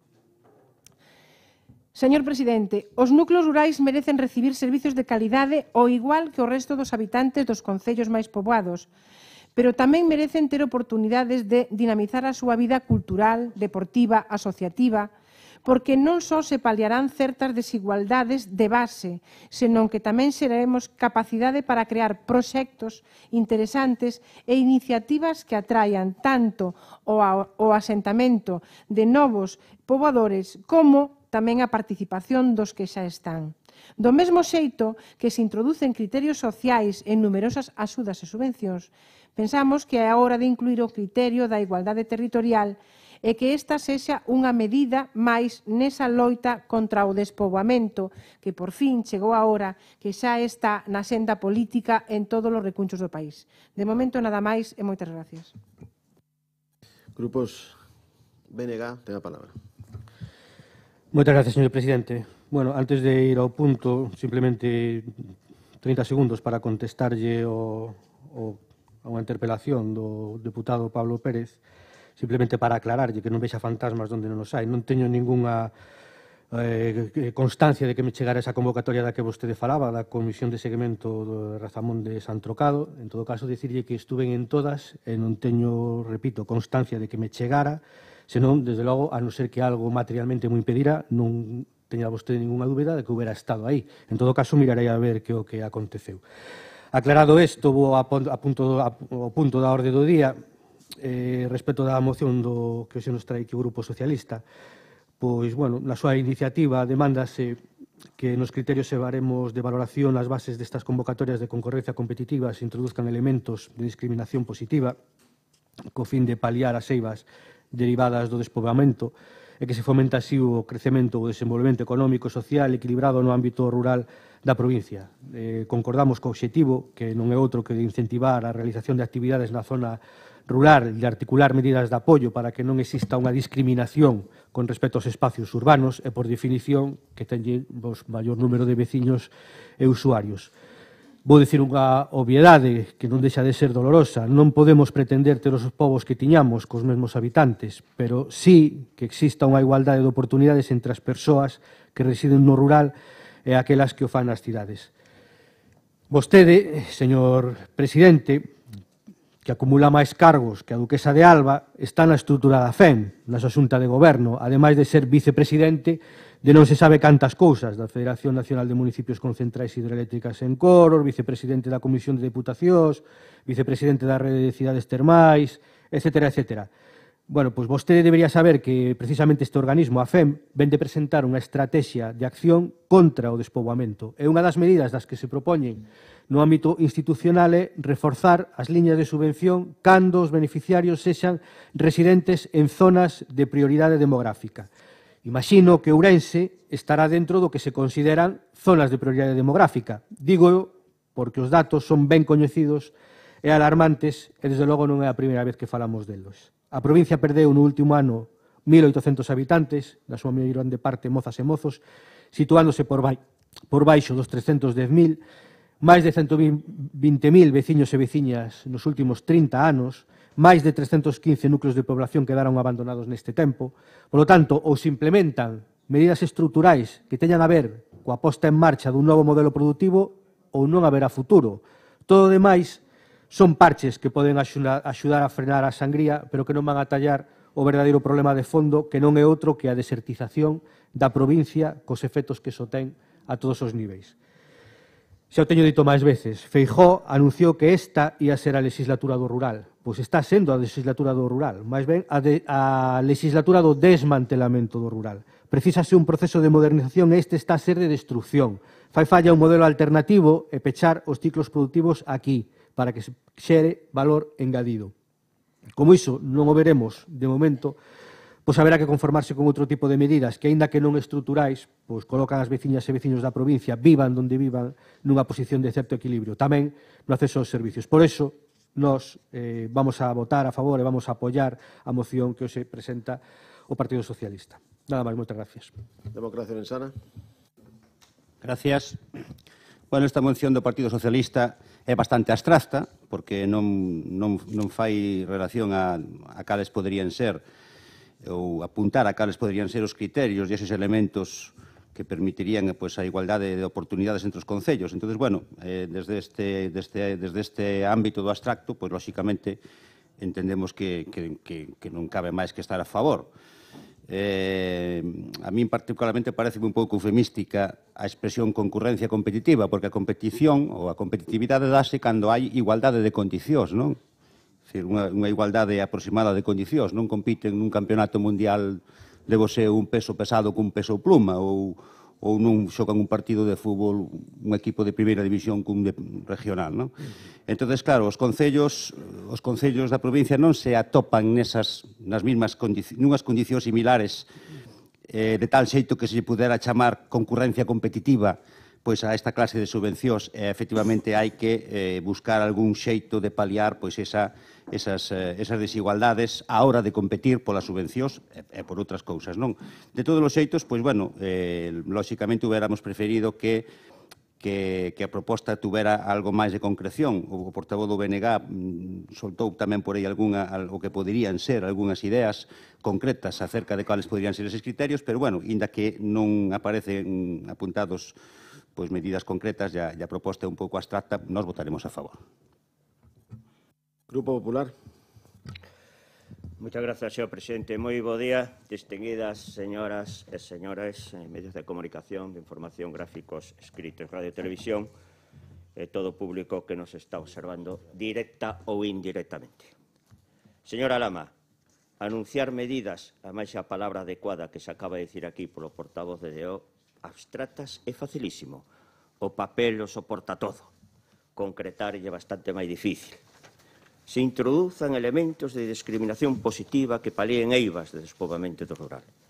Pois sí, eu non sei que impacto levará con elo, pero hai que facelo, seguro. Pero mire, vostedes chegan tarde. Dicía antes o meu compañeiro que viven do pasado. En este caso chegan tarde. Cando nós xa nos vamos, cos deberes cumpridos e as responsabilidades, chegan vostedes argumentando que se fagan medidas. Mire, a nivel global xeral, farelle saber, para as actividades culturais e recreativas da provincia de Ourense, a nivel xeral, estoulle dicindo, despois particularizo, o 70% destas subvencións para actividades culturais e recreativas van para fora da cidade de Ourense, o 70%, o 30% para asociacións da cidade. Creo que hai diferencias. Segundo, subvencións para asociacións veciñais, que puxo vostede tamén, da provincia. Ourense Cidade leva o 28,57% e os restantes concellos da provincia, os 91, 71,43%. Creo que hai diferencia a nivel global. Pero xa particularizando, nas distintas liñas de subvencións desta Diputación. Coñece vostede, por iso digo que descoñecen, eu non creo que sea porque o queiran facer, por decir, vimos nós con estas propostas, e vamos a descubrir algo. Creo que é por desinformación e por descoñecemento, se sí que yo digo, estando en Navidades, con espírito navideño, yo digo, con desinformación. Se vostede lee o Boletín Oficial da Provincia, número 39 do sábado 17 de febreiro de 2018, se vai facer un ano, mire, para a organización de actividades físico-deportivas, punto 4, a cantía das subvencións obxecto desta convocatoria consistirá nunha porcentaxe do orzamento do programa ou actividade presentado, podendo acadar como máximo o 50% do custo total para os concellos de máis de 3.000 habitantes en mancomunidades e ata o 70% para os concellos de menos de 3.000 habitantes. Creo que o descoñecía. Isto é para actividades e eventos deportivos. Segundo, concurso público para a concesión de subvencións a concellos para a organización de actividades culturais e recreativas correspondentes ao exercicio 2018. Xa se fixo durante este exercicio. Base cuarta, a cuantía das subvencións obxecto desta convocatoria, a que acabo de dicir, consistirá nunha porcentaxe do orzamento dos proxectos seleccionados, podendo acadar como máximo o 50% do custo de cada proxecto para os concellos de máis de 5.000 habitantes e ata o 70% de cada proxecto para os concellos de menos de 5.000 habitantes. Non é elemento de discriminación positiva, señora Dama, pero creo que descoñecía as bases do concurso, senón non poñían esa moción. Proposta de área do benestar para a aplicación desde a Diputación de Ourense desde a perspectiva demográfica aos programas sociales del área. O señor Ramiro tampouco coñece este documento, porque este documento xa está presentado. Está en marcha o documento de acción da Comisión de Despoblación da FEN. A FEN lle facemos caso e podolle dicir que vai ser esta a primeira Diputación que aplica a recomendación da Federación Española de Municipios e Provincias. La FEM propone que se incorpore la lucha contra la despoblación como un principio a tener en cuenta en todos los planes y líneas de acción de las administraciones públicas, proponiendo un catálogo de medidas prácticas desde la perspectiva demográfica. Do programa Ben Ourense xa está recollido do documento. E voullo a ler porque deben descoñecer a mellor o documento. A mellor este como é máis reciente e igual pode saber algo del, pero mire se o estamos seguindo ou non, e vai ser a institución provincial de Ourense a primeira en aplicar as recomendacións da FEM que dice dos proxectos de bases reguladoras ao incorporar como criterios coincidencia na repartición económica a perspectiva de reto demográfico, facéndose así partícipe dos acordos da sexta conferencia de presidentes celebrada o 17 de xaneiro de 2017, onde se acordou o impulso de medidas específicas para hacer fronte aos desafíos demográficos. No marco das medidas para ter en conta nesta estrategia nacional, fronte ao rente demográfico, considérase que todo cambio demográfico ten unha gran incidencia sobre o estado de benestar, fundamentalmente en campos como pensión, saúde e servicios sociales. Os cambios agora propostos atopan o seu respaldo no documento de acción elaborado pola Comisión de Despoboamento da FEM. Non vou a pronunciarme moito máis porque o noso portavoz, o señor Plácido, xa incidiu en elo e non vou ser eu o que corrixa nada porque o dixo moi ben e moi taxativamente. Señora Lama, este documento xa vamos a aplicalo, está recollido e aprobado. Por lo tanto, creo que estamos seguindo todos os elementos e criterios para unha discriminación positiva diante do reto demográfico e da segunda intervención llevo a dicir a nivel nacional, a nivel europeo, cales son as medidas que tamén estamos tomando, política macro. En todo caso, se facemos discriminación en benestar, en asociacións veciñais, en culturales e en deportes, señora Elvira, cando ustedes veñen, nos sabamos ou están vostedes anclados do pasado e non coñecen as bases dos documentos sobre o reto demográfico que esta institución provincial, co seu presidente á fronte, xa está aplicando nesta provincia. Nada máis e moitas grazas por o momento. Segunda quenda de intervencións, Grupo Socialista, cando queira. Moitas gracias, presidente. Señor vicepresidente, coñecemos os documentos da FEM, coñecemos as recomendacións dos congresos que se realizan en distintos puntos de España. Coñecemos os resultados de moitos estudios. Coñecemos moitas cousas e coñecemos tamén as bases das convocatorias. Pero mire, o papel aguántalle todo. Esa é a realidade.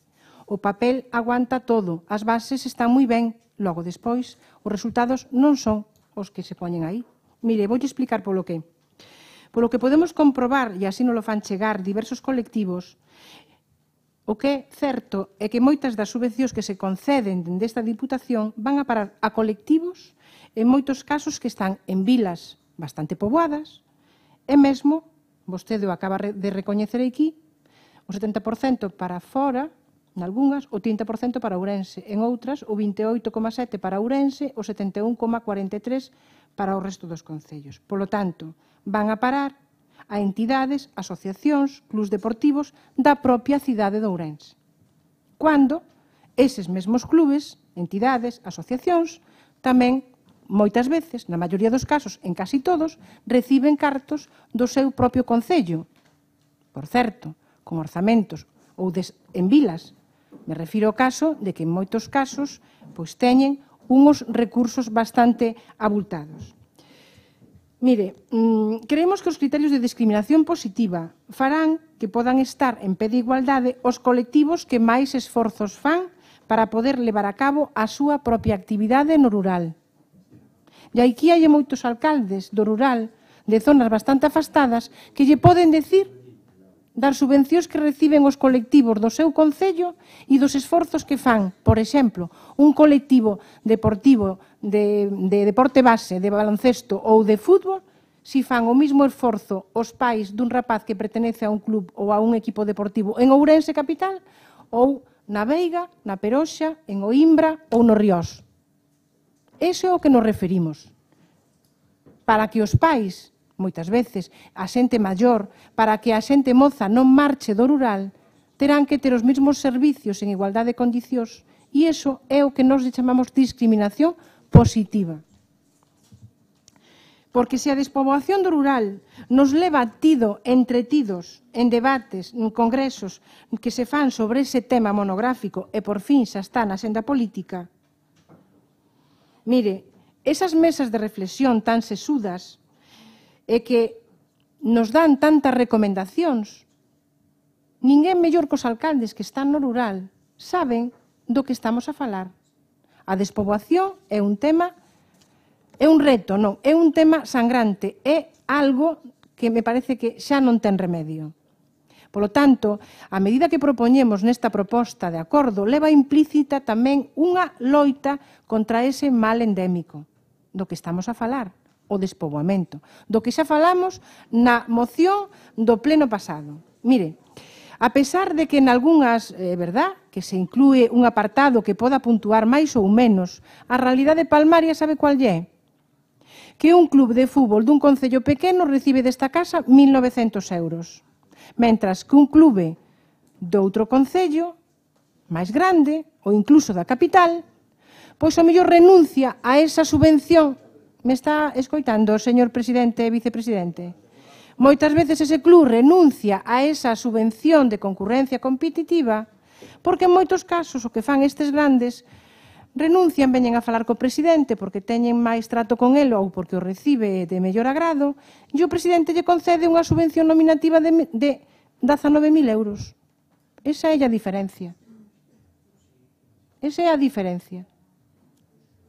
Os esforzos que fan moitos concellos para ter equipos de deporte base resulta en moitos casos titánico, cando incluso puntúa para obter subvencións un determinado número de fichas de un equipo de fútbol ou de baloncesto ou de balonmano, do que seña.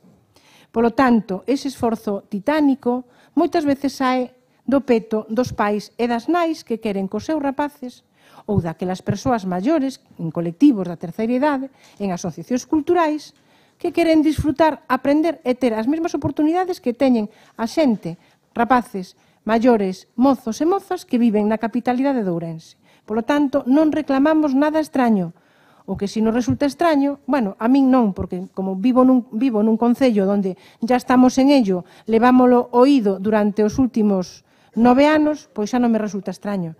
Si é verdade que en algunha subvención das que últimamente se aprobamos, si establecen algún deses criterios de territorialidade. Polo tanto, eu o que lle pido é que no resto das subvencións de concurrencia competitiva fagan o mesmo. De momento, nada máis e moitas gracias. BNG, non fai uso de Macrozor en Sana? Tampouco. Grupo Popular.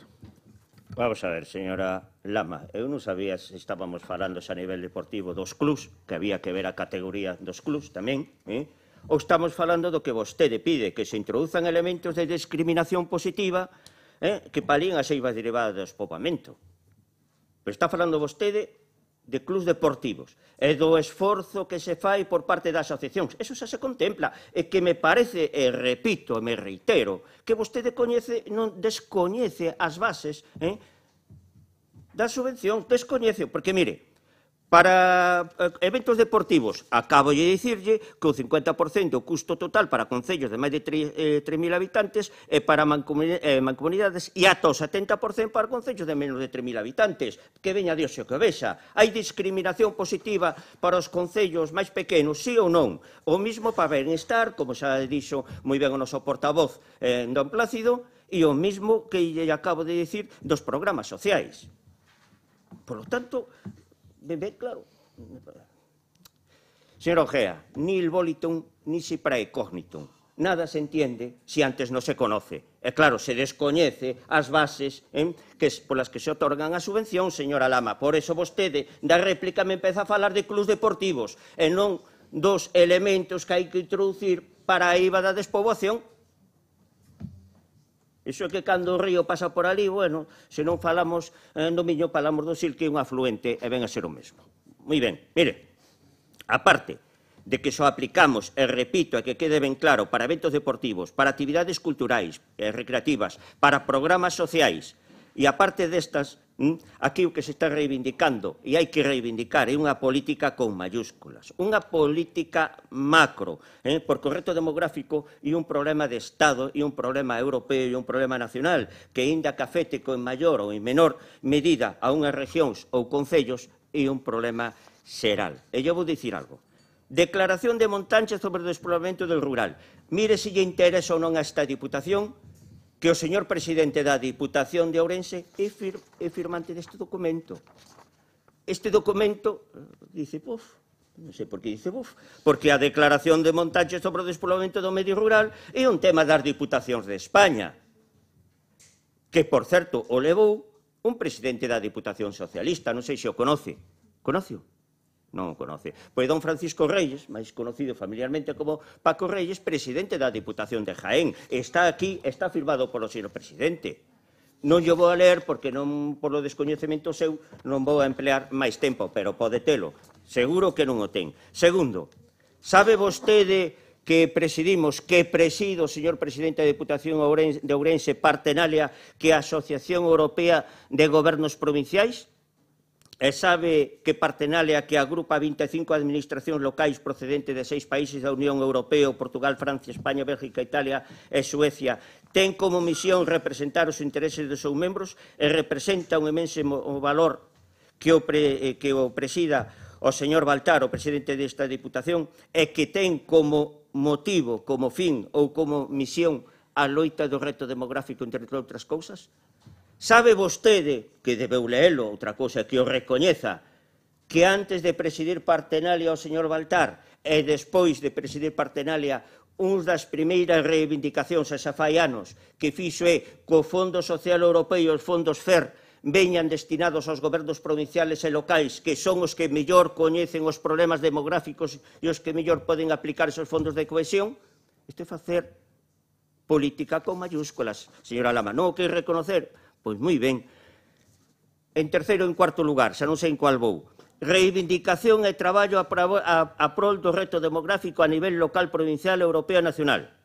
Sabe vostede que o mércores 5 de dezembro se creaba a cátedra do reto demográfico do Centro de Estudios Superiores e Sociedade Civil para o debate que dirixe don Manuel Campo Vidal? Sabe vostede que onte mesmo o presidente da Diputación de Ourense reuniuse con Campo Vidal, o sea, días despois de crearse esta cátedra, está na International Business School, desenvolvan iniciativas en marco do reto demográfico, e aí estamos. Isto é facer políticas ante o reto e o problema demográfico. Vostede ven a pedir que a base e o corazón da iniciativa que se introduzcan elementos discriminatorios a nivel positivo. Oiga, tamén podía dicir cales.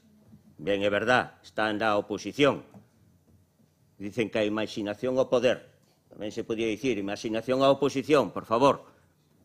Entonces, usted anuncia unhas medidas abstractas, sí, claro, o papel o soporta todo, ten razón, pero non le dice cales. E cando eu lle digo que xa estemos introducidos e que cando vostedes veñen non sabamos, entonces me empeza a falar de clubs deportivos. Señora Elvira, hai que traer un pouquiño máis preparados temas. Nada máis e moitas grazas e vamos a votar en contra, pero non porque votemos en contra, é porque xa o estamos aplicando.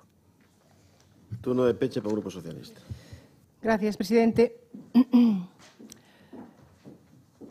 Vou a decir dúas cousas, solo dúas cousas.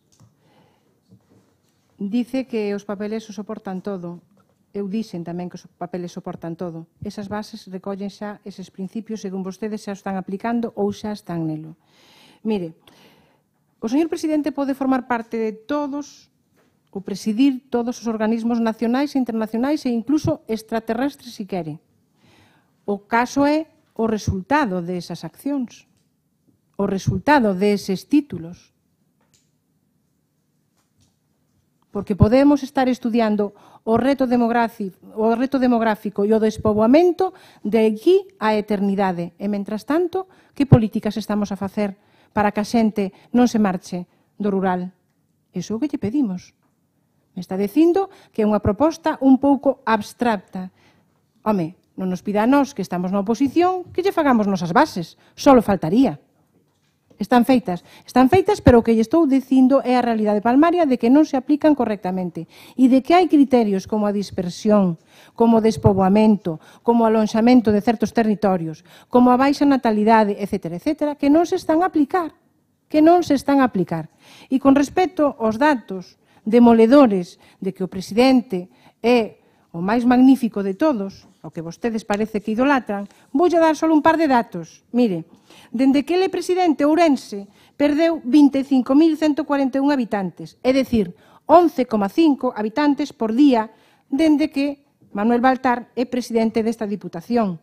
É dicir, voulle dar un dato, para que despois me diga que non veño informada.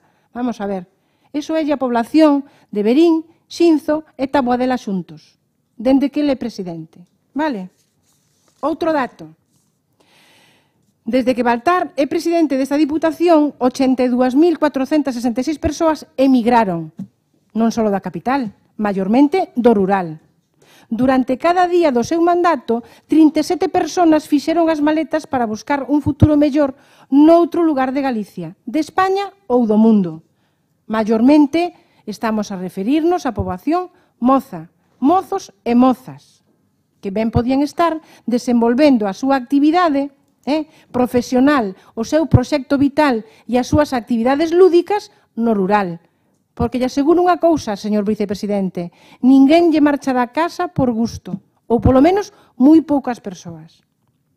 Outro dato máis, a taxa de actividade en Ourense caeu en 6 anos dende o 50,14% ao 48,9%. E hoxe haille 20.000 empregados menos según as cifras que manexan os sindicatos. Mire, esta provincia hoxe ten máis de 5.000 persoas máis pensionistas que cotizantes da Seguridade Social.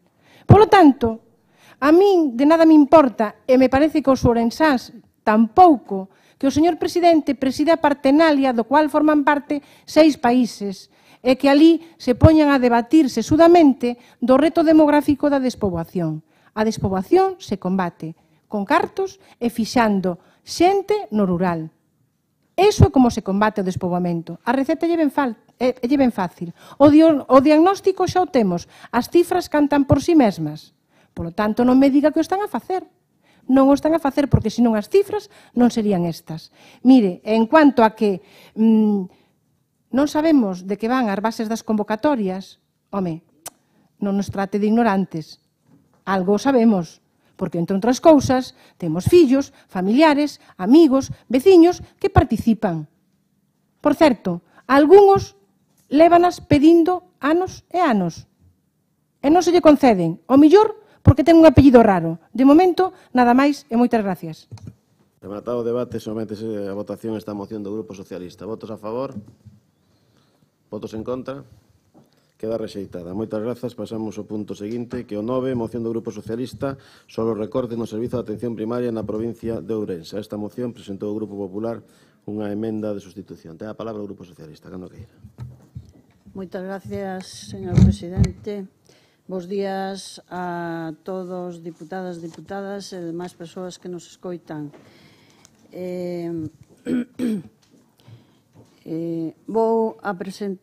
Vamos a falar de 10 puntos sacados dun traballo basado nas carencias da atención primaria. Son 10 puntos que resumen claramente o deterioro ao que chegou a atención primaria.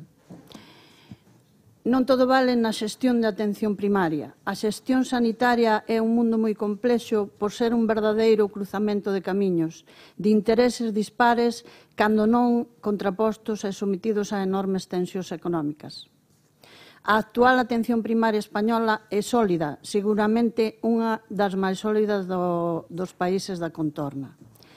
Pero desde o seu deseño durante a transición sufriu unha erosión que creemos que non é achacable ao paso do tempo, senón a un acúmulo de decisións erróneas na xestión do sistema sanitario. Son decisións, na súa maior parte, válidas para todo o territorio nacional, aínda que con particularidades autonómicas. unha xestión basada na evidencia, aínda que somos conscientes da dificultade de atopar datos confiables. Desde as investigacións de Barbara Starfield, sábese que os sistemas baseados nunha atención primaria forte obteñen mellores resultados en saúde para a poboación e a un custe máis reducido. As evidencias acumúlense nesa dirección. Unha atención primaria forte non consiste en repetir o mantra de que é o eixo do sistema, senón en aceptar os seus valores: integralidade, longitudinalidade e a proximidade a aceptar os cuidados cercás. Como centrais no sistema, en colocala co peso suficiente nos núcleos de decisión en toda a de recursos adecuados para o desenvolvemento das súas funcións. Expoñeremos algúns datos relevantes de malas decisións que impuxaron aos equipos de atención primaria a unha perigosa situación de deterioro e agravio. Primeiro punto. Permitir orzamentos raquíticos e minguantes para a atención primaria. A atención primaria é o eixo do sistema. Non debe quedar cargo político adicado á xestión sanitaria no noso país que non pronunciara esta palabra. Con todo, non se obra en consecuencia. Os orzamentos de atención primaria en España sempre estuveron lonxe do recomendado, un 25% dos orzamentos. A crise económica dos últimos anos non fixo máis que agudizar o problema. Os orzamentos fóronse reducindo mentras que os dos hospitais foron aumentando. O aforro da atención primaria derivouse ao seguinte chanzo da asistencia.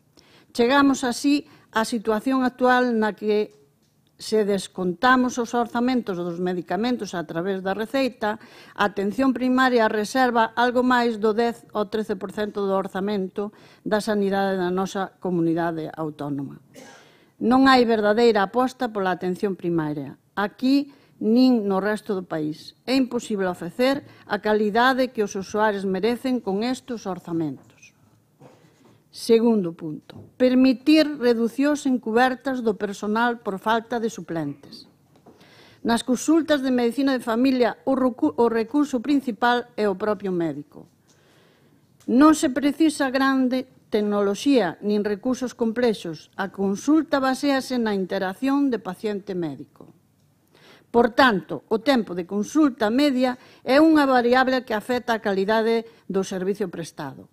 Canto menor é o tempo do que dispón o médico de familia para atender aos seus pacientes, menos probable é a atención que teña a calidade desexable. Non hai suplentes nas consultas de atención primaria ante as ausencias por vacacións ou por enfermedade dos profesionales. Son con demasiada frecuencia o resto dos compañeiros que teñen que atender aos pacientes da consulta baleira. O motivo das ausencias dos suplentes non é único, débese á consistencia de varias circunstancias entre as que sin dúbida están a precariedade dos contratos ofrecidas, días soltos, fines de semana, sin fines de semana, horario nada favorable, a marcha dos compañeiros fora da comunidade ou fora do país en busca de condicións mellores de contrato. Seguramente igual de precarios, pero con algo máis de estabilidade. O que moitos, ante as condicións laborales tan adversas, optan por volver a presentarse ao MIR. Estamos así ante unha reducción encuberta de personal e na detracción dos recursos porque o diñeiro non gastado en suplencias non repercutirá na mellora doutras partidas orzamentarias para a primaria. A repartición continua de consultas, ademais, rompe a continuidade na asistencia aos pacientes que serán atendidos cada día por un profesional distinto mentras dure a ausencia. Isto volvese especialmente grave nas reducións de xornadas e nas non cubertas. Punto 3. Permitir agravios comparativos na remuneración dos profesionales. Unha garda nos días máis complicados das festas de Nadal págase o dobre de hospitais que nos dispositivos de urxencia que dependen da atención primaria e servicios de atención rural. Cando, ante a falta de suplentes, un médico debe quedar a traballar na quenda contraria 17 horas de traballo, nun día debería considerarse un problema de seguridade para os pacientes. A cantidade de diñeiro percibida por unha acumulación é moi inferior á recibida por unha institución. Cuarto punto. Acceso a probas diagnósticas diferentes entre a atención primaria e a atención hospitalaria e sendo a indicación a correcta. Unha atención primaria ben orzamentada e organizada é capaz de dar resposta a máis do 90% das necesidades dos pacientes. Para iso precisase unha capacidade resolutiva que se lle nega a nosa atención primaria. Moitas determinacións analíticas ou probas complementarias son exclusivamente para os hospitais, aínda que estén moi ben indicadas. Ata o punto que un residente de primeiro ano de Medicina de Familia pode pedir no hospital probas que o seu tutor, con moitos anos de experiencia, non poderá solicitar no centro de saúde. É imprescindible abandonar o catálogo de probas e cambiálo polo catálogo de indicacións das mesmas e xeneralizar o uso en todas as áreas. Redundará en maior resolución dos problemas, menos derivación, menos tempo de espera e maior satisfacción do usuario, ademais de reducir as desigualdades no acceso aos medios diagnósticos de moitos pacientes. No remate do absurdo, señalízase a costume de ir a ver ou de mandar a ver os resultados da consulta ao médico de familia de probas pedidas por compañeiros do hospital, dado a habitual importancia das listas de espera hospitalarias. Quinto, permitir cargas de traballo indignas que poñen en risco a seguridade dos pacientes. A saturación das consultas é unha das características da atención primaria española. A análisis das causas da saturación non é sinxelo, pero dispón de moi abundante literatura e datos. O tempo das consultas no noso país e na comunidade resultaría inaceptable en calquer país da nosa contorna. As mal chamadas axendas de calidade teñen como única prestación que todo o que chega sexa atendido, sin importar a calidade da atención nin as condicións laborais de quen atende.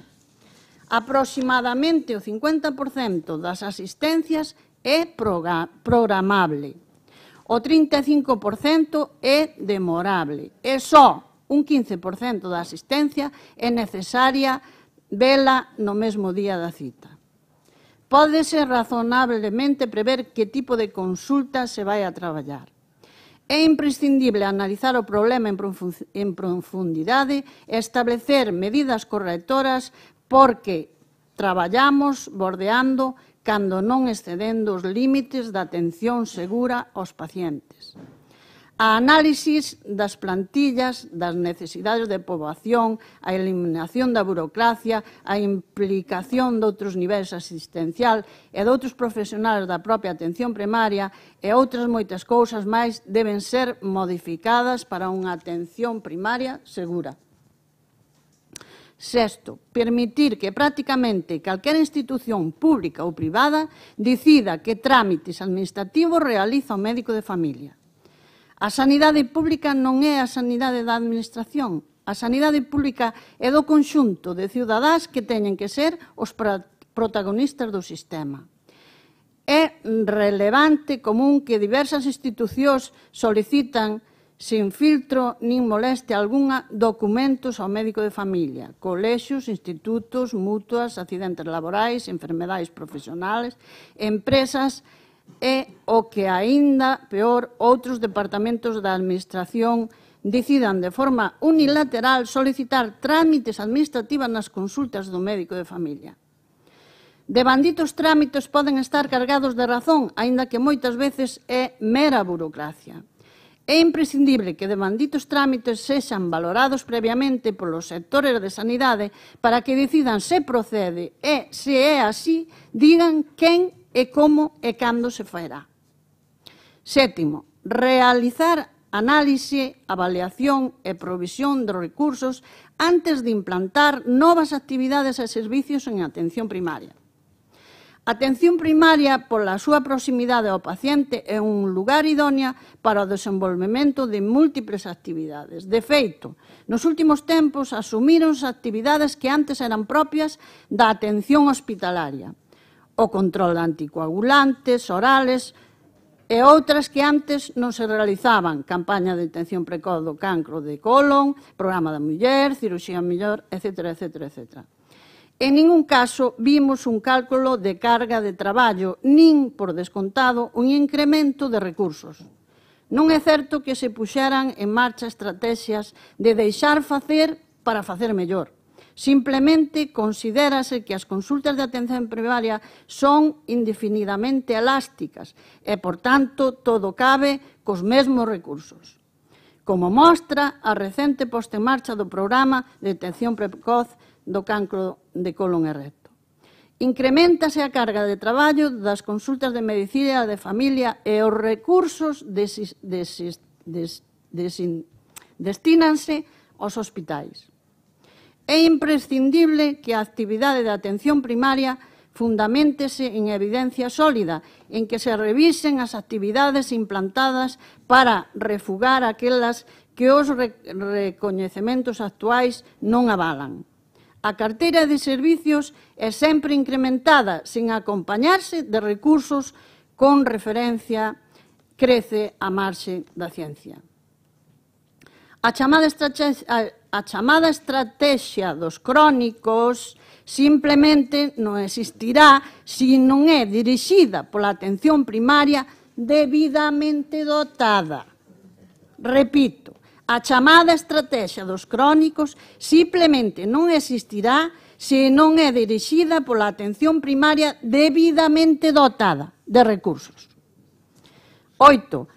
Asegurar que os trámites administrativos das consultas de atención hospitalaria sexan resoltos na consulta a nivel asistencial que os xenera. Toda actividade sanitaria leva a parella de forma inevitable documentos e trámites. Toda a xestión debe orientarse a que estes trámites sean realmente imprescindibles. Cando así o sexan, a normativa vixente deontolóxica médica e o sentido común ditan que debe ser resoltos polo profesional que os orixina. Por tanto, as receitas correspondentes ao comento do tratamento, os partes de interconsulta, a solicitude de transporte sanitario, as citas de revisión, etc., deben ser resoltas como parte da atención ao paciente por quen as xenera. Evites así as molestias aos pacientes e facer recaer por proximidade unha mal entendida accesibilidade de malditos trámites no centro de saúde. 9. Diseñar aplicacións informáticas que fagan perder o tempo aos profesionais en facer clics inútiles sin resolver as necesidades dos pacientes. A historia electrónica para a xestión clínica ten un formato ríxido, responde a un enfoque biologicista,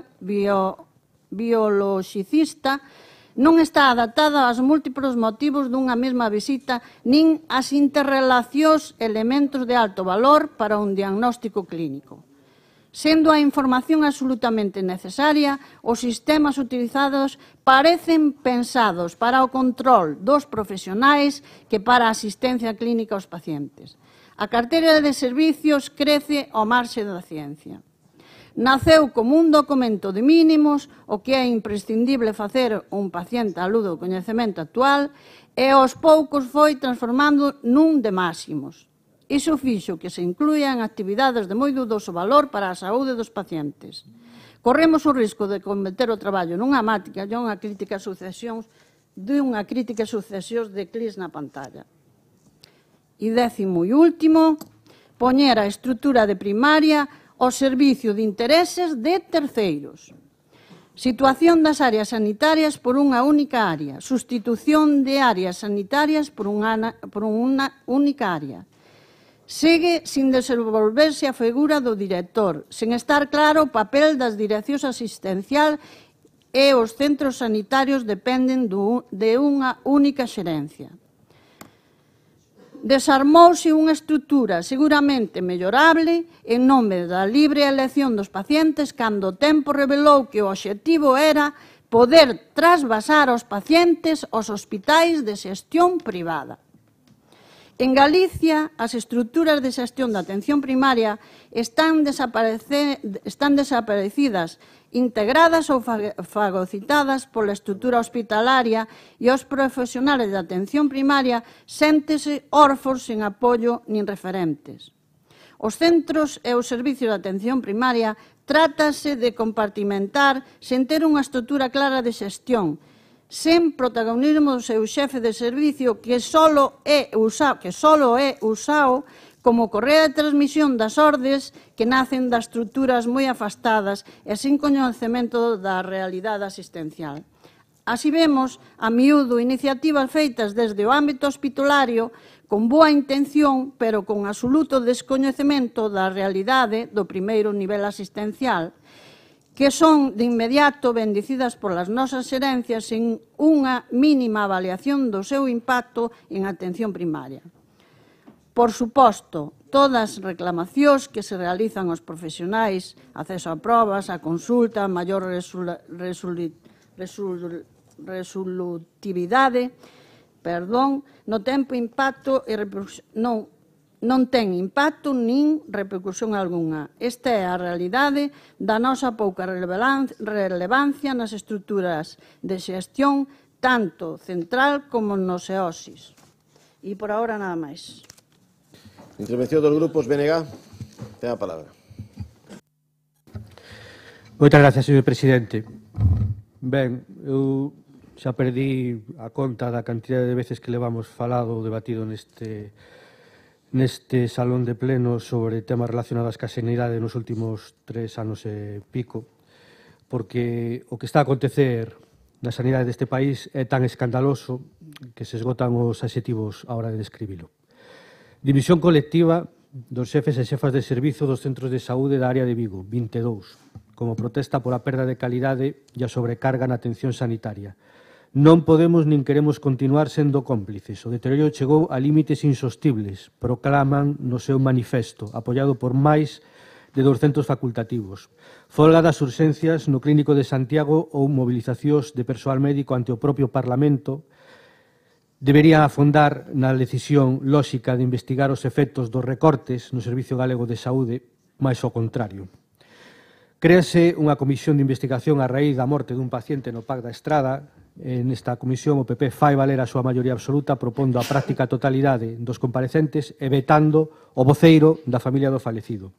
Cada día aumenta a alarma e o Partido Popular segue a facer ouvidos sordos, pese a magnitude das dificultades da sanidade pública e mentras os conflictos non deixan de reproducirse en todo o país. Hai poucos días eran os 10 facultativos de Bueu os que asinaban en apoio dos seus compañeros de Vigo. Tamén 202 profesionais da área sanitaria de Ferrol plasmaron as súas asinaturas nun documento de apoio a esta protesta para seguir denunciando unha situación que aseguran que se repite por toda Galiza. O malestar non é novo. A nula previsión no recambio do persoal en atención primaria, en pediatría, os recortes e as denominadas asendas chicle obligan aos profesionais a multiplicarse.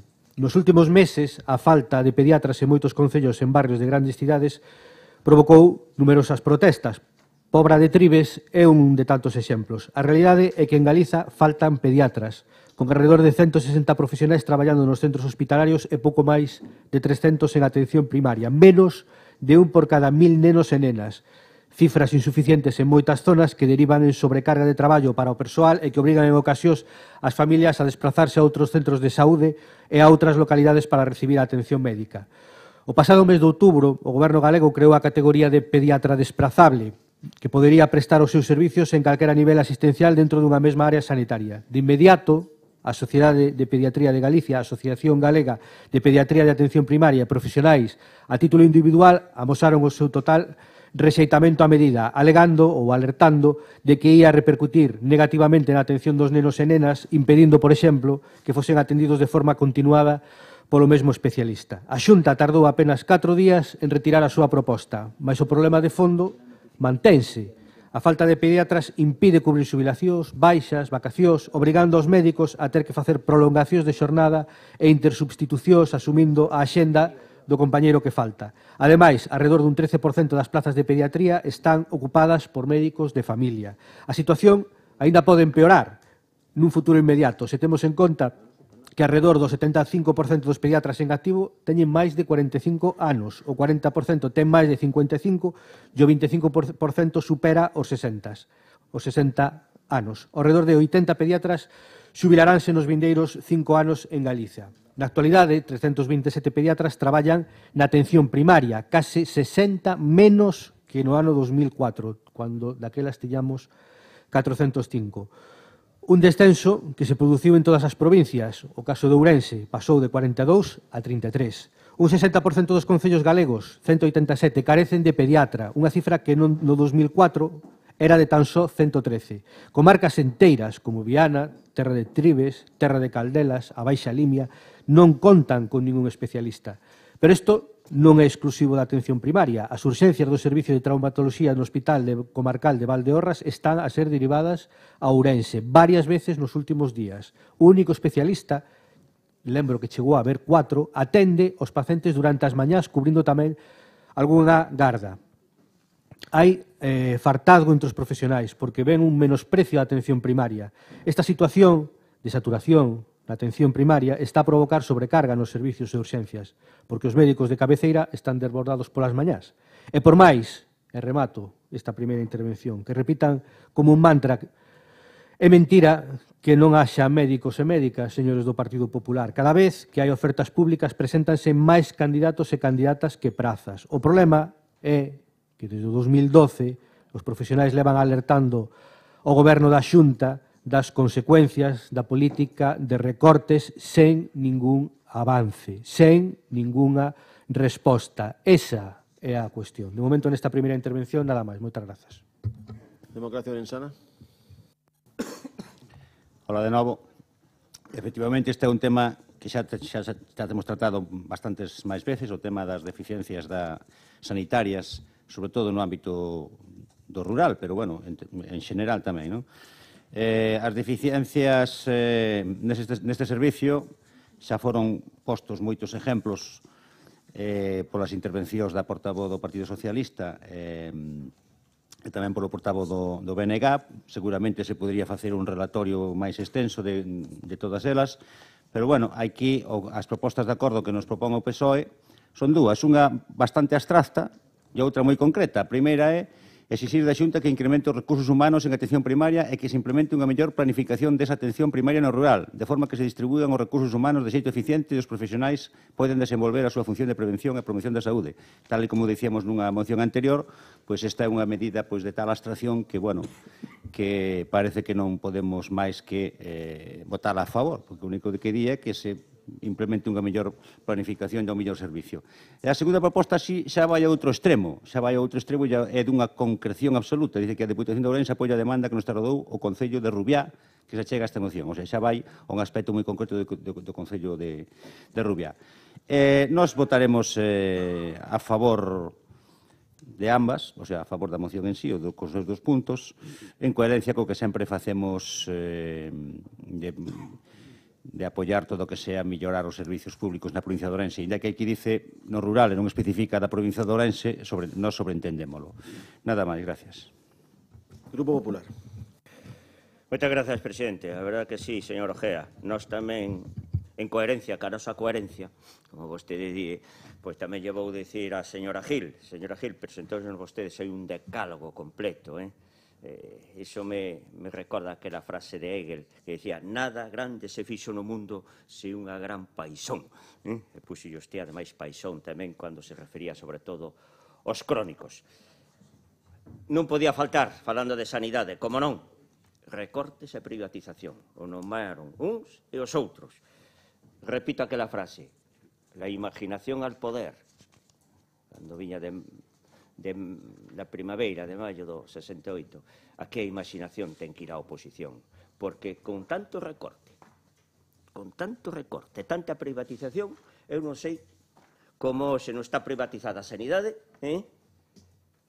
E como en vez de aumentar ano tras ano os orzamentos, vostedes dicen que diminuye, e incluso os recursos humanos. Vamos a ver, está claro, señora Gil, que o orzamento raquítico e menguante, xa lle direi despois, contestarelle, que non hai suplentes para vacacións e para baixas, que a atención primaria ten que ser unha atención primaria potente, estamos de acordo, aforra recursos ao final, sobre todo da hospitalaria. Falarelle da estrategia dos crónicos. Non lle vou dicir que o descoñece, pero non debe estar aplicado usted a consulta. É a figura do director que acaba de anunciar o presidente, pero, bueno, o presidente da Xunta. Mire, os orzamentos para a sanidade pública galega son unha prioridade para este goberno. E mire se son prioridade ou non. O 40,5% do orzamento da Xunta de Galicia, casi 4.000 millóns de euros, son para a sanidade.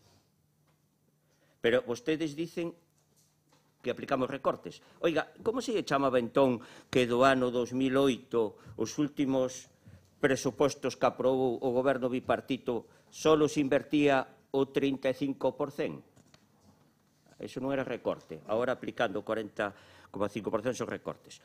Para os orzamentos do 2019, aumenta os presupostos da Xunta un 3,3% con respecto ao 2018. Eso, casi 4.000 millóns, concretamente 3.984 millóns de euros, que son a cifra máis alta da historia para a sanidade.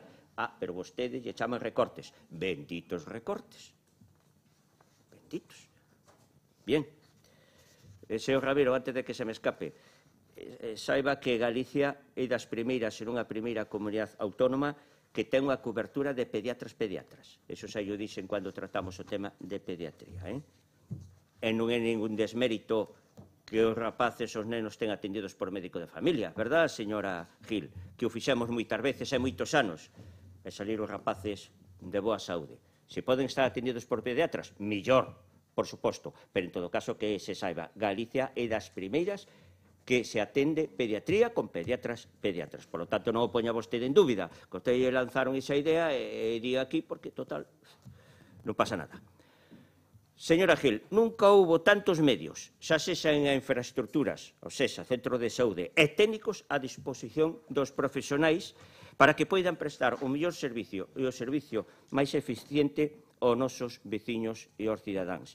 Pero hai un problema, que neste momento non hai profesionais. Mire, cando se tratou o tema de pediatría aquí, eu fixen unha aposta. Está visto que ou non recolleron o guante ou foron incapaces. Dicen, se ustedes en este momento saben de algún pediatra que este en paro, por favor que veña, que se lle fai un contrato xa. Dixeron ou non o dixera aquí? Pois non me fixeron vir ese pediatra. Alguén, un rumor por aquí que dice, vaya oferta pública de empleo que fai o Rosendo. Eu fixen unha oferta pública de empleo, fixen unha OPE porque sabía que non había pediatras, claro, xo era con ventaxa. Pero vostedes puñen en dúbida esa. Lancei eso, non pasou nada do sentido que vostedes non atoparon ningún pediatra. Pero bueno, mércoles 12 de diciembre de 2018, fai 10 días, xerente da área sanitaria de Vigo. Lle están facendo unha entrevista. Este ainda foi peor que eu en ese reto que lancei aquí. Se aparece un médico de familia, paramos la entrevista e o contrato. Aquí, señor presidente, da fe. Yo doy fe. Oiga, entonces, señora Gil, non é tan fácil decir que en vacacións non se contratan médicos cando estamos de baixa. Hombre, non se contratan, de onde non hai, non se pode sacar. Señora Gil, a verdade é que está aquí a folliña, non o digo eu dixen o da OPE que fixen aquí e non apareceu ningún pediatra.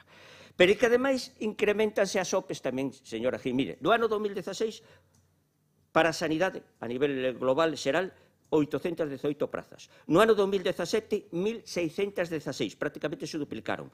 A OPE de 2018, para personal sanitario, 1.400 prazas, agotando a taxa de reposición ao 100%. Benditos recortes. Señoras e señores, número de pacientes por médico na época do goberno bipartito, 1.347 pacientes por cupo médico.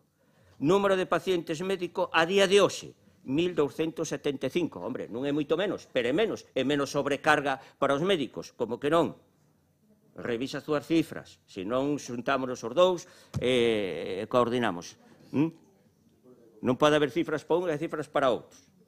En total, no período 2017-2020 teremos unha ofertada posibilidade de estabilizarse a 5.000 personas que traballan do sistema sanitario. Sabe vostede moi ben, porque foi público, que o pasado 25 de novembro celebranos as probas para cubrir 241 prazas de médico de familia. Señor Rodríguez, pero bueno, vostede dice que non se ofertan plazas. En total, no período 2012-2017, ofertáronse en total 1.350 prazas de médico de familia e de enfermería. Benditos recortes. Pero bueno, como a sanidade hai que tachala de recortes e de privatizada, pois sigamos con esa retaíla. Por eso eu digo, imaginación á oposición, hasta rime todo. Estabilidade, que outra das conceptos que vostedes a menudo, hoxe non lle oín, pero xa me vou adiantar eu, di moitas veces como os profesionais sanitarios en Galicia non teñen estabilidade, por eso marchan. Non digo que non marcharan, en outros tempos, non o digo. Pero mire, a estabilidade, considerando que o personal estable e a suma dos propietarios e dos interinos, os interinos e personal estable, porque están da praza hasta que se cubre a través de un concurso de traslados ou da oposición, o Sergas ten carácter estable o 88% da plantilla. Non está nada mal, Non está nada mal. E o 86% do personal facultativo é estable, mentre que solamente o 14% son eventuais vinculados mediante nomeamentos ou acumulacións de tarefas. Señor Rodríguez, sei que non ten por que sabelo, pero sei que ten asesores, e que yo digan. Solicitáronse reiteradas ocasións ao Ministerio de Sanidade e Consumo e Benestar, que é o que forma os profesionales, o que forma Vía Vir. E mire, a última vez que a Xunta de Galicia lle solicitou ao Ministerio que hai que formar máis personal, máis médicos en este caso, foi o 19 de novembro do 18, que yo digan, porque senón non diría vostede que a Xunta non sei, non tal, non forma, non. Formar formas ao Ministerio, aquí dá permiso ao Ministerio. E non digo que sexa este Ministerio do que está ahora do último goberno de don Pedro Sánchez. Non. O outro, anterior, todo hai que dicilo. Pero, en todo caso, que saiba que é o Ministerio. Estamos de acordo? Por tanto, non diga que a Xunta, non sei que dixo aí, que non formaba. Xunta colle os profesionales, unha vez formados, le ponnos ali onde fagan falta. Que hai un problema de tensión, señora Gil, como dixo, que dimitiron jefes de servicio e tal. Pois sí, hai. Non negamos que haxa en estes momentos unha tensión, porque, ademais, lle digo, por qué? Porque non hai suficientes médicos. Como acaba de ver, os señores estaban facendo unha entrevista e dixo, se coñece vostede un médico, contrato, paramos a entrevista, contrato. Non podo ser máis explícito. Mire, a Consellería anunciou xa que ampliará a representación de profesionales no grupo de traballo para diseñar un novo modelo de atención primaria. Efectivamente, a Consellería deuse conta de que hai que facer o Consello Asesor de Pacientes. Este tema non pode saltar á prensa solamente porque os profesionales vexan que está desbordados. Que é verdad que se está desbordado, tamén o debe estar, e sei que vostede está desbordada da consulta por moitos conceptos, porque 300 pacientes en Ourense non son 300 pacientes en Madrid. Efectivamente, porque aquí hai que contar ca dispersión, hai que contar co envellecemento, que son dous criterios que fan que a sobrecarga do profesional sea moito maior. Por lo tanto, acábase, a máis de pôr en marcha, o Consello Asesor dos Pacientes, que tendrá un peso a hora de evaluar e de seguir todo o que se faga con relación á prestación en atención primaria. Xa se leva dito dende a Xunta e fago miña as palabras, que hai un problema en Galicia coa sobrecarga, como digo, polo envellecemento e pola dispersión, e que a Xunta quere contratar máis profesionales, máis médicos de atención primaria, non os encontra. Por lo tanto, a ver, habrá que formar e habrá que quitar carga burocrática para poder atender a todo o tempo posible solamente para o que a atención do paciente. Me fala vostede de estrategia dos crónicos. Oiga, pero non me falou que están en marcha actuación na xestión de patoloxías crónicas e xa está en moitas áreas o Plan Conecta 72. O Plan Conecta 72 atendeu a 101.209 consultas no ano 2017. E coñecerá vostede o programa Telea. Coñecerá, o digo eu. E para crónicos, permite que cerca de 1.000 pacientes crónicos sexan monitorizados polos Sergas sin necesidade de pasar pola consulta. Son programas que ainda non están da súa cúspide, pero que xa entraron en vigor. Non ten pacientes do programa Conecta nin do programa Telea. Bueno, pois habrá que empezar a aplicarse para que despois non veña aquí e diga que non hai estrategia dos crónicos. Hai estrategia dos crónicos e habrá que empezar a aplicala. A todos nos costou cando estamos aplicando a nosa profesión, ou no traballo, cando temos que unha cousa nova incorporar ao noso rutinario traballo. Claro que en principio costa, pero tamén yo digo, e usted vos sabe moi ben, unha vez que un se familiariza co programa, pois todo vai sobre rodas. Hai 48 horas, o presidente da Xunta dixo públicamente medidas ante ese descontento dos profesionais e polo que determinados xefes de servicio dimitiron da área de Vigo. A partir de xaneiro, os médicos cobrarán unha media do 6% máis. Eu digo así porque así o fixo públicamente o presidente da Xunta. Hai unha ampliación da idade de jubilación, hasta os 70. Crearase a figura do director de atención primaria en todas as xerencias de saúde. Efectivamente, vostede, según apuntei aquí, señora Gil, dixo que a figura do director había desaparecido. Incorpórase, moi bendito por a súa parte, incorpórase a figura do director de atención primaria. Ofertarase a todos os médicos de familia e pediatras que se formen en Galicia un contrato estable de 1 a 3 anos e inmediatamente despois de que aproben o MIR. Claro, teñen que aprobar o MIR previamente, hasta que se aprobe a oferta pública de emprego. Esta é a medida máis grande que tivo nunca unha comunidade autónoma, non só a de Galicia. Vai ser Galicia a primeira en aplicar que un médico de familia, unha vez que acabe, remate o seu período de formación, sexa contratado en igualdad de condicións de todo tipo de entre 1 a 3 anos, ou, en todo caso, hasta a oferta pública de emprego seguinte. Esta é a medida base. Señora Gil, que pasa? Que para eso hai que ter médicos formados, señor Suárez. Porque non os forma quen o pon e quen fai as ofertas do MIR non é a Xunta. A Xunta, en todo caso, pide as necesidades. É o Ministerio. Esta é a medida que pode paliar esa sobrecarga asistencial que hai, que é real, e de que vostede moi ben dixo.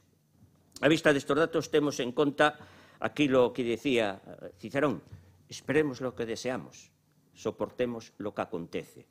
O sea, esperemos o que deseamos, que isto se recupere ca formación de novos profesionales e que haxa do mercado laboral novos profesionales, e, mentras tanto, soportemos o que acontece do mellor posible e aproveitando todos os recursos, entre eles a estrategia dos crónicos que antes lle acabo de dicir. Pero, mire, non debe estar tan mal, aunque é mellorable todo, tamén o teño que dicir, cando o índice de satisfacción recollido polo barómetro sanitario de atención primaria di: do ano 2008, sabe quen gobernaba Galicia o 2008, non o digo para non incomodar, do 2008, dende logo, non gobernaba o Partido Popular. Do 2008, en Galicia, o índice de satisfacción era o 87,70%, do Servicio Nacional de Saúde o 84,92%, era máis satisfactoria Galicia. Do 2017, sabe quen goberna o 2017, tampouco yo vou a dicir para non crear maldades. En Galicia é o 88,50%, di o barómetro sanitario, e o Servicio Nacional de Saúde 87,40%. Orzamentos para a atención primaria, xa llevou directamente a atención primaria. Capítulo 1 e 2, o sea, persoal e aprovisionamento. Do 2008 eran 452 millóns de euros. Do 2018, 477. Benditos recortes, señora Gil, que sigan vindo estes recortes. A mellor faría falta moito máis. E mire, nós non estamos de acordo co que puxeron, pero non estamos de acordo porque vostedes pedirá moito, que cando se está da oposición pedir non costa nada. Presentamos unha emenda porque somos máis ambiciosos. E como comprenderán, se vostede lé a súa proposta de acordo, señor Ojea, que vostede sí que a dixo a proposta de acordo da iniciativa socialista, e, sin embargo, ve a nosa proposta de acordo, a nosa, é moito máis completa e moito máis ambiciosa.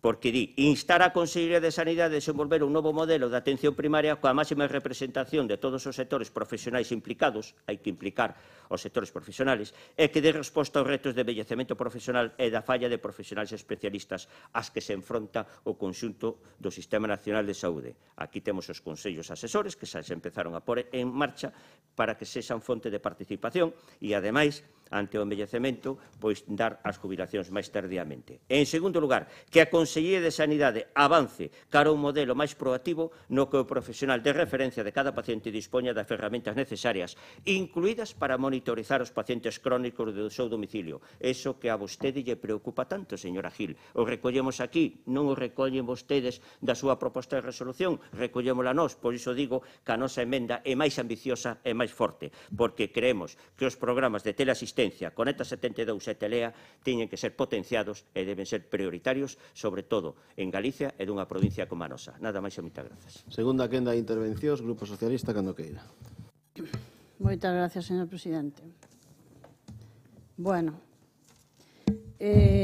señor Rosendo, non sei de que atención primaria me está falando vostede, porque parece que me está falando dunha atención primaria que eu non coñezo, e resulta que traballo nela.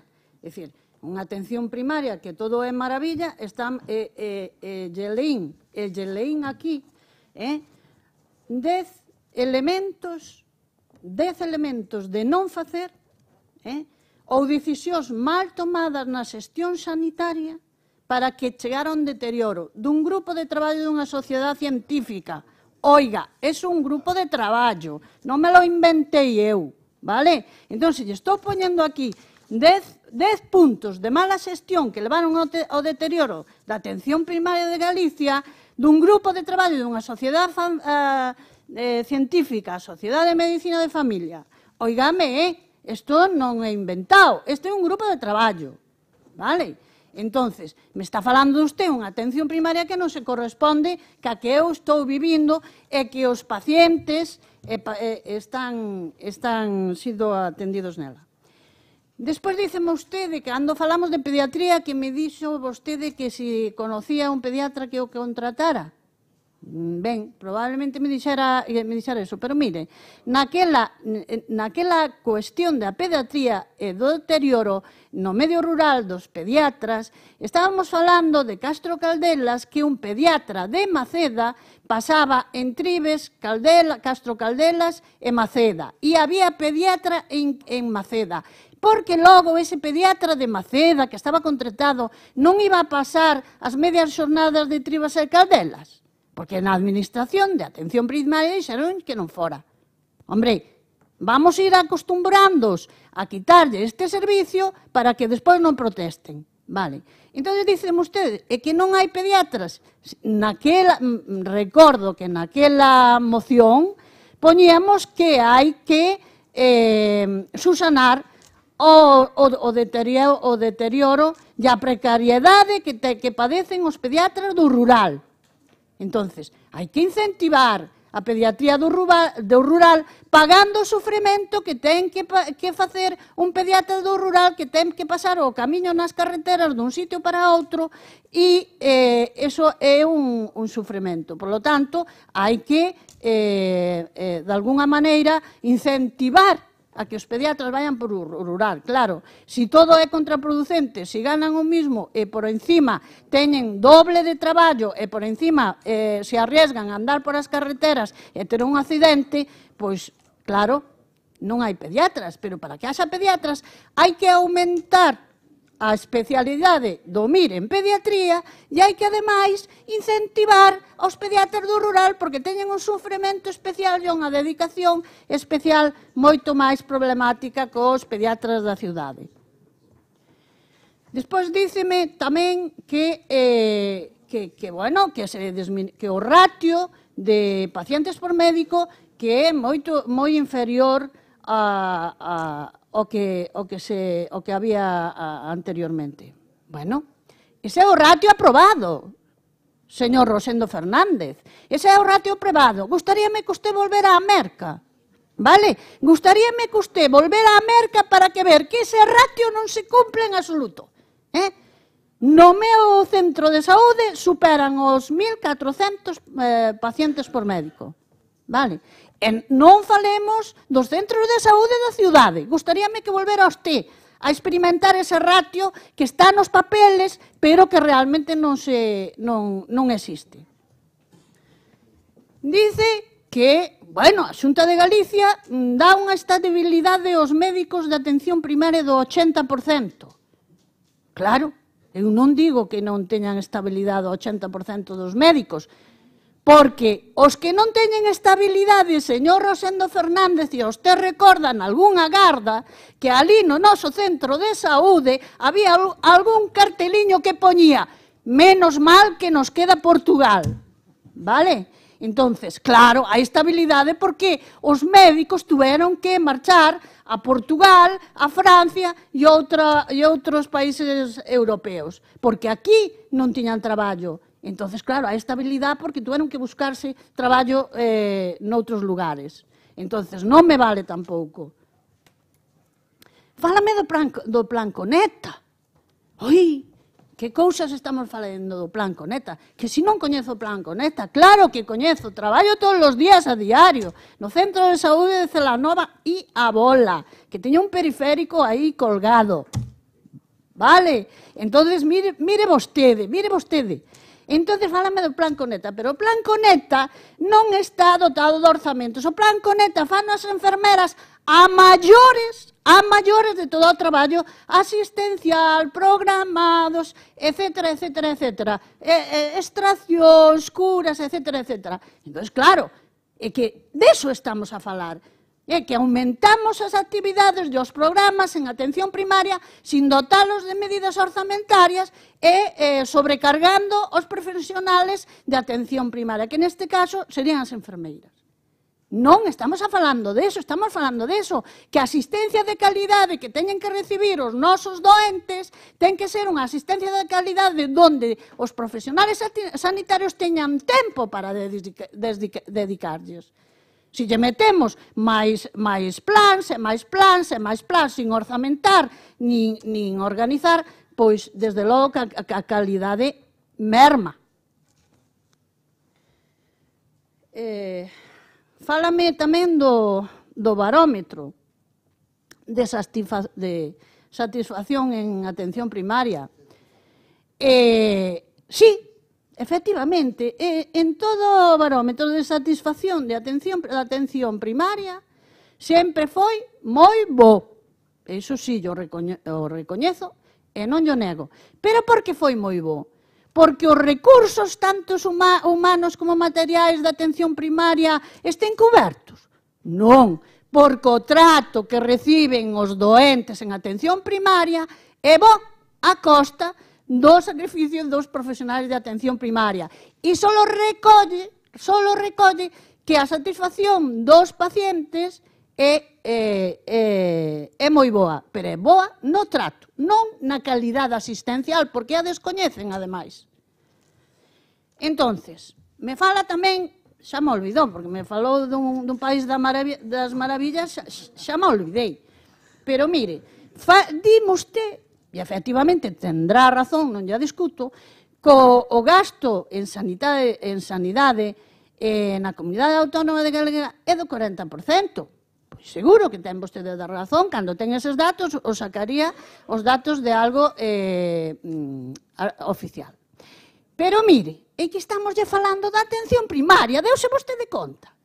Non estamos falando de atención hospitalaria, estamos falando de atención primaria. E miren vostede, a atención primaria, máis ou menos do 25% que se presupón que un 25% da inversión sería para garantir unha atención primaria de calidade, estás invertindo 13%. Evidentemente, a hospitalaria ten o 59%, vale? No total será o 40% para o gasto sanitario na Comunidade Autónoma Galega. Pero quen é o parente pobre destes orzamentos? A atención primaria, que só leva o 13%. Señor Rosendo, estamos falando de atención primaria. Entonces, mire, non vale que me diga usted que se están aplicando programas de crónicos, programas de Planconeta, programas. Sí, moitos programas, pero, como decía aquí, o traballo das carencias da atención primaria, que aparece que a atención primaria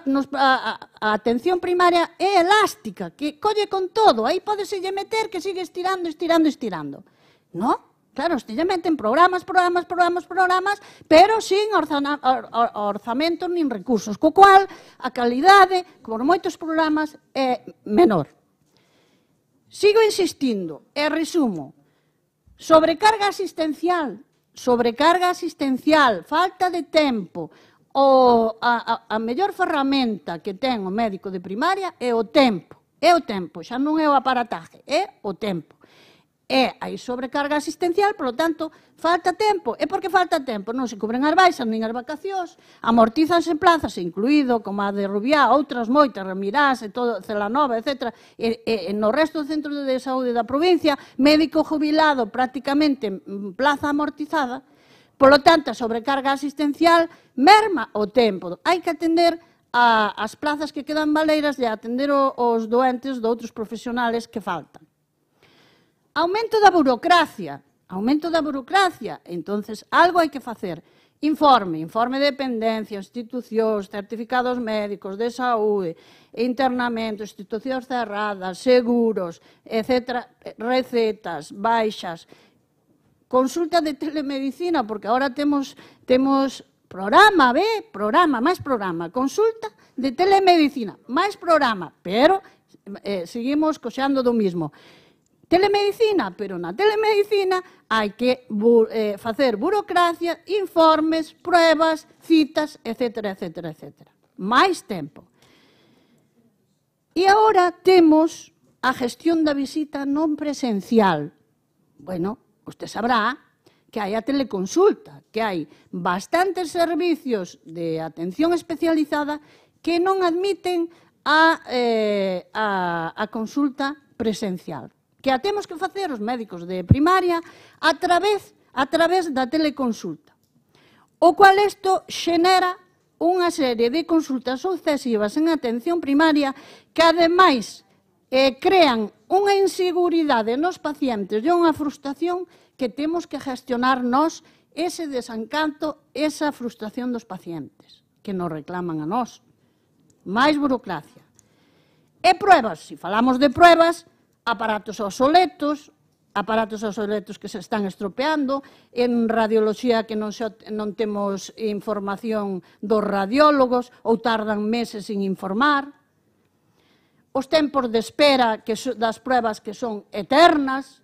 Mire, para a atención primaria, 4 pruebas que podemos facer uso deles, como son as radiografías, ecografías, etc., pois entre os informes do radiólogo ou as pruebas de ecografía tardan aproximadamente 7 meses. Usted cree que con eso se pode facer unha asistencia de calidade? E aparte deso, que hai outras pruebas, como reflexei aquí, nos elementos de deterioro da atención primaria, que non se poden pedir. Polo tanto, todo isto, señor Rosendo Fernández, non é a atención primaria que vostede me describe. Mire, non lle deseo, porque sei que a estas alturas se vai sentar moi mal ter que volver pa Merca, non lle deseo que teña que volver pa Merca con todo isto que ten atención primaria encima, porque non sei si pensaría o mismo que está dicindo aquí.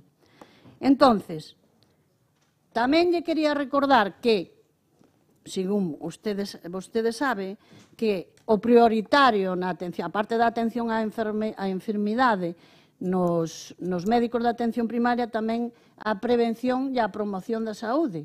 Con isto non temos tempo de facer prevención e promoción da saúde. E xa non digamos os traballos de investigación e docencia, que esos xa quedan pedidos. E por agora nada máis. Moitas gracias. Vénega. Gracias, señor presidente. Ben,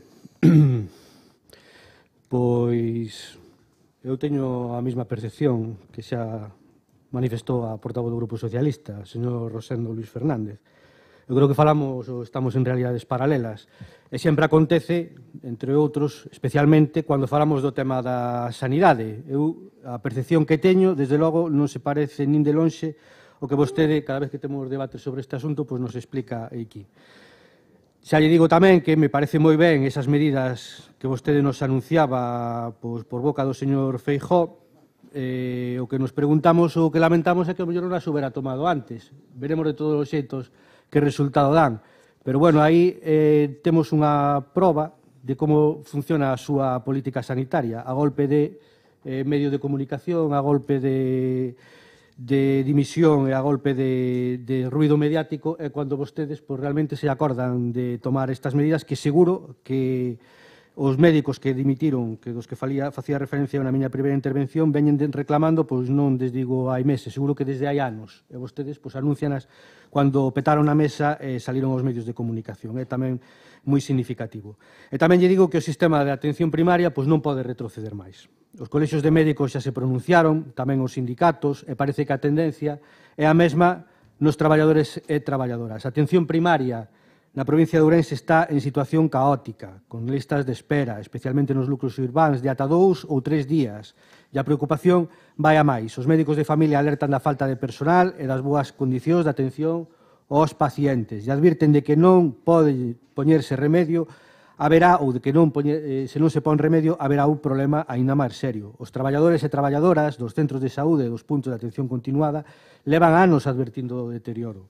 Os 23 xefes de servicio da área sanitaria que presentaron a súa admisión, como xa dixen antes, hai apenas unha semana, destaparon a caixa dos tronos na sanidade galega e xa, desde o principio, o Colexio de Médicos de Ourense e o sindicato CEMS deixaron claro que a sensación de abandono era extrapolable á área sanitaria ourensá, polo que unha crise similar non sería descartable. Os profesionais certifican os problemas. Cada vez se enfrontan unha población máis envellecida e pluripatolóxica. Xa fixo vostede tamén referencia a isto. E isto, polo menos son conscientes vostedes xa, xenera problemas engadidos. E aquí todo é máis complexo, cada vez xente máis maior, máis pacientes crónicos, dos que tamén se falou, e que necesitan tempo para poder pasarlles consulta. Coa sobrecarga, o último que sufre as consecuencias acaba sendo, como non queda máis remedio, o propio paciente. Nós seguimos reivindicando, por moito que a vostedes non lles guste, que é crucial que o señor Feijóo deixe atrás o papel que leva desempeñado de gran privatizador e recortador da sanidade, sobre todo na atención primaria, que soporta un recorte acumulado de 2.000 millóns de euros. Vostede fixome un pouco de trampa ao comparar as datas ou as cifras do ano 2008 cos do ano 2018. Eu doulle outro dato. Levamos un recorte acumulado de 2.000 millóns de euros e iso está na base do que estamos sufrindo a día de hoxe. Hoxe ten 180 millóns de euros menos que cando chegou á presidencia. Volvemos a pedirlle, ou nós pedimos ao xefe do Executivo, o señor Feijóo, que se apee da súa soberbia e que escoite o clamor dos profesionais e das persoas doentes que piden un cambio de rumbo. Desde o BNG xa lle vimos de formular unha doble proposta no Parlamento, na sede que vostedes sempre insisten que debemos facelo, pois no Parlamento, vese de formular unha proposta ao señor Feijóo e ao Partido Popular consistente nun plan de mellora de atención primaria dotado de 200 millóns de euros adicionais e un plan de estabilidade dos profesionais para cubrir as 5.000 prazas vacantes. Nós, pois, como non pode ser de outra maneira, sempre que se fala de sanidade, sempre que se fala de melloras na sanidade, sempre que se fala da provincia de Ourense con respecto á sanidade, vamos a votar desde logo a favor. E con respecto á emenda, pois agardaremos a postura que exprese o grupo propoñente pois para, en todo caso, pois optar por esa mesma postura. Nada máis, moitas grazas. Democracia Orensana. Bueno, o estado da cuestión, o estado da sanidade galega en xeral e concretamente na provincia de Ourense xa ven sendo bastante ben analizada continuamente polo debate crónico entre a señora Gil e o señor Rosendo. Entonces, como resultado destes sesudos análisis e estes coñecementos tan profundos sobre o tema, tras escoitalos con atención, reiterámonos o noso voto a favor porque chegamos ás mesmas conclusións que chegou que me antecede unha palabra, que a atención sanitaria nesta provincia é moi mellorable, por non utilizar calificativos o mellor máis duros, e votaremos a favor da proposta do PSOE. Gracias. Grupo Popular. Grazas, presidente. Vamos a ver. Eu non dixen aquí que nestes momentos a sanidade era Alicia do País das Maravillas. Eu creo que me entenderon mal. Dixen que había certas tensións, claro que as hai. Expliquei derivadas de que. E máis, se leeron a emenda, se lle dixen que era máis completa e ambiciosa que a proposta de acordo que presentaron vostedes. Ou é que non a leeron, pero me parece que instar a Consellería de Sanidade a desenvolver un novo modelo, oiga, algo estamos dicindo, é que a Consellería de Sanidade avance de un modelo máis proactivo na que o profesional de referencia de cada paciente dispoña das ferramentas necesarias. Pois me parece moito máis completo e ambicioso, señora Gil. É verdade, o afán aínda das cousas máis claras debe ser pausado e reposado. Debe ser así. Pero iso non quita que lea a proposta que a facemos nós ca nosa emenda. Mire, me explica a nivel personal que se eu teño agora 1000 tarxetas que dar. Eu atendín durante anos, con 900 cartillas. Pensando que unha cartilla ten unha media entre 2 ou 3 pacientes, atendín bastante máis que 1200 tarxetas sanitarias durante moitos anos. Estamos de acordo? Por lo tanto, non me ven a dicir nada novo da cuestión. Xa aquí fixo unha referencia personal, que eu non quixera, pero a fixo. Pediatras do rural. Me chama poderosamente a atención que usted veña a recoñecer agora o que dixen eu cando debatimos sobre os pediatras, que non podían andar polas carreteras, dixen aquí, e que había que concentralos, eso sí, saber concentralos en puntos estratégicos para poder atender ali os nenos e que non andiveran perdendo tempo polo camiño. Dixen ou non o dixen eu aquí? E agora vostede ven a dicir que os pediatras non poden andar polas carreteras que están sometidos a accidentes, pero iso foi o que dixen eu. Vostede daquela non aceptaba e agora dice que non poden andar pola carretera. Pois eu só dixen que están sometidos a accidentes. O Plan Conecta, non sei que orzamentos pode ter. O Plan Conecta é o seguimento que fai, efectivamente, unha vez dada de alta o paciente, antes das 72 horas, por parte da enfermería. En vez de que o paciente que foi dado de alta que os 2 ou 3 días ou canto antes ou íbamos a velo a domicilio ou o paciente nos iba a ver a consulta, a horas inmediatamente se lle fai unha chamada, porque fará falta ou non lle fará falta, e se ve o seu estado. Tampouco sei cantos recursos hai que ter. Eu creo que aforra recursos. En todo caso, se gasta en teléfono. Bien. Falelle da sobrecarga asistencial, señora Gil. Falelle, machaca, que carga asistencial, que tal. Oxe, dixo que o problema de carga asistencial, pero que non se podía paliar se non había profesionales do mercado. E por eso o presidente da Xunta dixo, tan pronto salga un MIR, garantizo de 1 a 3 anos, en todo caso, hasta que se esa próxima convocatoria, en igualdade de condicións cos demais profesionales, que, repito, unha gran medida. O que pasa que se non hai profesionales ou hasta cando saia, non se pode aplicar. Con isto non estou dicindo que estamos da panacea e da mellor sanidade. Estou dicindo de medidas valentes e potentes para poder aplicar ante a sobrecarga asistencial. Xa lle dixen tamén que un dos problemas do sistema a nivel médico é a grande burocracia que hai, que cada vez hai menos. A receta electrónica, etcétera, pois paliou en gran medida, pero aínda haberá que sacar máis carga burocrática para que ese tempo que se recupera da carga burocrática sea dedicarlla aos pacientes. Por lo tanto, mire, non lle vou a dicir moito máis. Sí, unha cousa, xa que andiveron dicindo de algún concello por aí que se lle quitou o médico. Miren vostedes, no 2006 quen gobernaba? Non o digo eu, pero saben quen gobernaba. Pregúntenlle vostedes en todo caso ao expresidente Touriño ou a María José Rubio, a sazón exconselleira de Sanidade con el, por que se quitaron médicos en Vilar de Vos, Trasmiras e Cartelle? Porque que criterios levarían a cabo para sacarlo? Pero pregúntelle á alcaldesa daquela de Cartelle cando lle quitaron o médico, o alcalde de Vilar de Vos e o de Trasmiras cando o bipartito, porque se non aplicaba recortes, verdad? Non. Os recortes só los aplica o Partido Popular. Pero o recorte dos médicos do 2006 en Vilar de Vos tras Viras e Cartelle quitáronllo. Pero claro, eso non se chama recortes, eso se chama boa gestión. Boa gestión a intencionamos todos, señoras e señores, e en eso estamos. Nada máis e moitas grazas. Turno de peche para a vocera do Grupo Socialista. Moitas gracias. Señor Rosendo, ou me expliquei mal ou me entendeu vostede mal.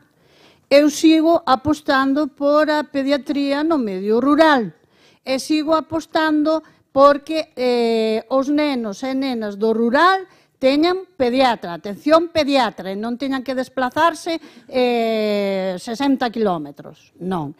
O que dixen é o seguinte, que a pediatría no medio rural ten unha penosidade que hai que incentivar. E hai que incentivar a penosidade para que os pediatras poidan elixir o rural, porque de padecer unha penosidade da que estábamos falando, que non se incentiva e que non se lle paga, evidentemente van coller unha plaza que lle sea máis fácil o traballo e a asistencia aos cativos e cativas. Por lo tanto, estábamos hablando, sí, pediatría no rural, teñen os mesmos dereitos cos das vilas e os das ciudades, os cativos do rural, e máis, é necesario que existan cativos e cativas no rural e que teñan a mesma prestación de pediatría, solo que ya hai que pagar aos pediatras esa laboura que teñen que facer de penosidade. Vale, iso é o que dixen. O plan Conecta, no, que quita que as enfermeras unha vez que dan de alto o paciente que quita unha visita primaria.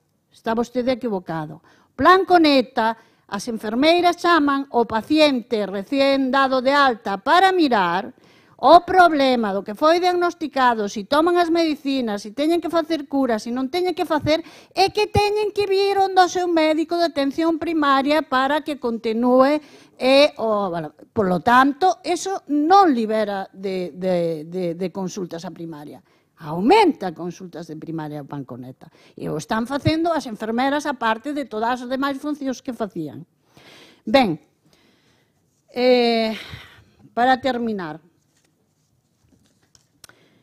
como aquí do que se trata é de gestionar unha mellor atención primaria para Ourense e para Galicia, gestionar unha mellor atención primaria en donde se resolva os problemas dos profesionales e donde se resolva a calidade da atención aos pacientes, vamos a aceptar a súa emenda. Evidentemente, instar a Consellería de Sanidade a desenvolver un novo modelo de atención primaria coa máxima representación de todos os sectores profesionales implicados, evidentemente que xa están reunindo-se, que dé a resposta aos retos do envellecemento profesional e da falla de profesionales especialistas e aos que se enfrenta o conxunto do Sistema Nacional de Saúde. Desto non falamos, das xubilacións futuras.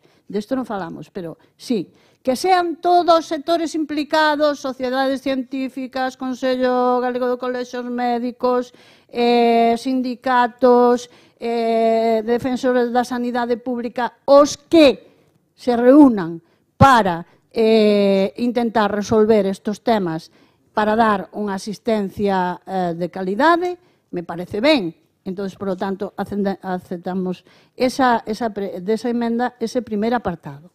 Ahora ben, no segundo apartado, me ten usted que dicir si realmente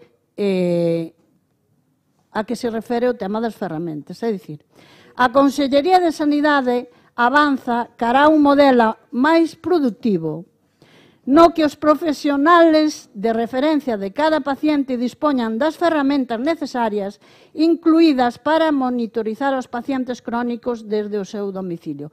É dicir, se estas ferramentas se refiere tamén ás ferramentas orzamentarias, entón tamén admitimos estas, que me imagino que será pues, todas as ferramentas, incluídas as ferramentas económicas.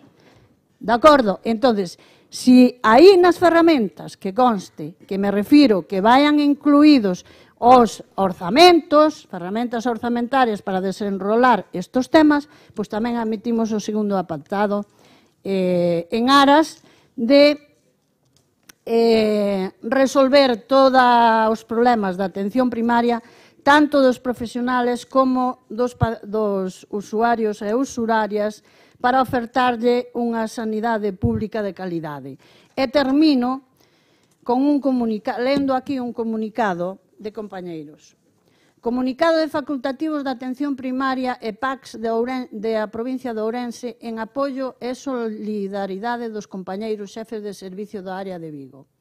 Os profesionais facultativos da atención primaria e puntos de atención continuada, o PAC, da área sanitaria de Ourense, abaixo firmantes, queremos mostrar a nosa solidariedade e apoio aos xefes de servicio da atención primaria da área de Vigo, que presentaron a súa dimisión facendo visible a súa decepción e fartura da situación da precariedade e o abandono que ven sufrindo a atención do primeiro nivel nos últimos anos. Os problemas expostos polos compañeiros de Vigo non adoitan ser diferentes aos do resto das áreas. Falta de cobertura asistencial, ausencia de previsión ante a necesidade de personal médico, aumento de carga asistencial e burocrática en detrimento da calidade asistencial, listas de espera en determinadas especialidades e probas, falta de contratos estables para os novos profesionales na sanidade pública, en definitiva, a falta de investimento, orzamento e proxecto na atención primaria. Chegados a estes límites insostibles, consideramos que é necesario que se tome en serio as denuncias feitas, non se dilaten as decisións que corresponde á Consellería de Sanidade con novos e redundantes grupos de traballo e se implementen coas urxencias e as medidas que xa foron ben definidas polos colexios de médicos, sociedades científicas, sindicatos en materia de contratación estable.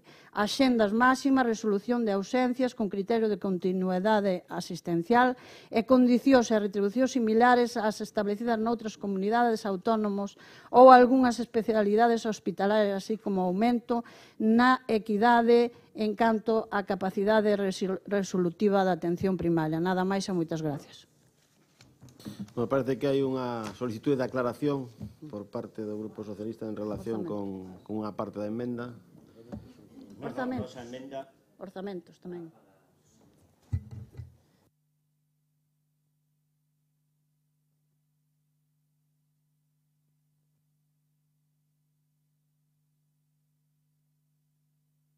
Bueno, todo rematado o debate, sométese a votación. En primeiro lugar, a emenda de sustitución con ese cambio da palabra medios por a inicial ferramentas. Votos a favor da emenda? Votos en contra? Abstencións? Queda aprobada a emenda e votamos a moción originaria do Grupo Socialista. Votos a favor? Votos en contra? Queda rexeitada. Pasamos ao punto 10, que é a moción de Democracia Ourensana para a restitución de estudos de física no campus de Ourense para o trienio 2018-2020. Ten a palabra a Democracia Ourensana. Gracias. A ver si nos centramos, que es difícil cambiar el chip después de una moción de 1 hora y pico de sanidad. Pues nada, simplemente decir que en los temas anteriores el diputado del Partido Popular, Pablo Pérez, acusó a la oposición de que no habíamos acudido a una convocatoria y lo que están aquí mirando es que no fuimos convocados en tiempo y forma. De esto creo que después trascenderá. Creo que el PSOE y el Bloque opinan lo mismo que Democracia Ourensana y creo que van a decir que eso es falso. Los datos aquí nos dan. Yo en esto no soy un experto y es lo que nos han dicho. Esta moción tendría que leerla Armando Gea, que es el físico, pero ya saben el refrán, casa de herrero, cuchillo de palo. Así que la leo yo, la defiendo yo. Bueno, básicamente lo que nosotros pedimos aquí, y muy rápido voy a intentar sintetizar, lo que pedimos aquí es que desde la Diputación Provincial se proceda a instar a la Universidad de Vigo y a la Xunta de Galicia que se haga efectiva la restitución de los estudios de física en el campus de Ourense para el trienio 2018-2020, enmarcándolo en el plan de mejora de las titulaciones de grado gallegas. Básicamente nosotros pedimos aquí que se inste, porque como es algo propio de Ourense, procede instar en este sentido. Aunque no tenemos competencia y realmente lo que vamos a hacer aquí no va a valer de mucho, sirve por lo menos para levantar la voz e instar a algo que es particular de Ourense para esta provincia que es para lo que el pueblo nos eligió, por lo menos para pedir para el tema de Orense.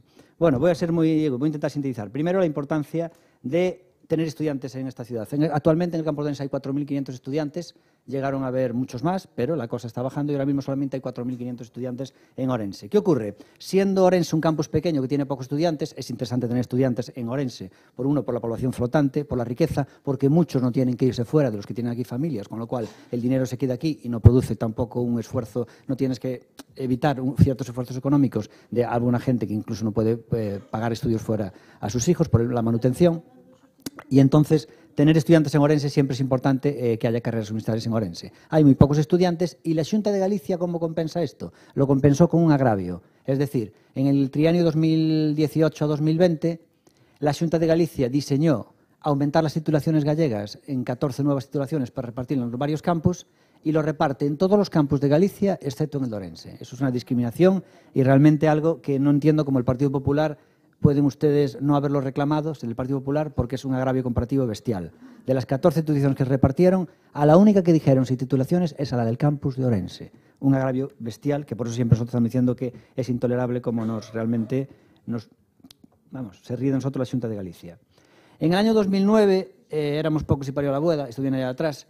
Uno de los motivos también es que tenemos pocas titulaciones, es que en el año 2009 Feijóo, en la colaboración con el alcalde de Orense, que es el alcalde de Orense, Jesús Vázquez, cuando era consejero, cerraron la titulación de físicas, que fue realmente un auténtico daño para la ciudad de Orense.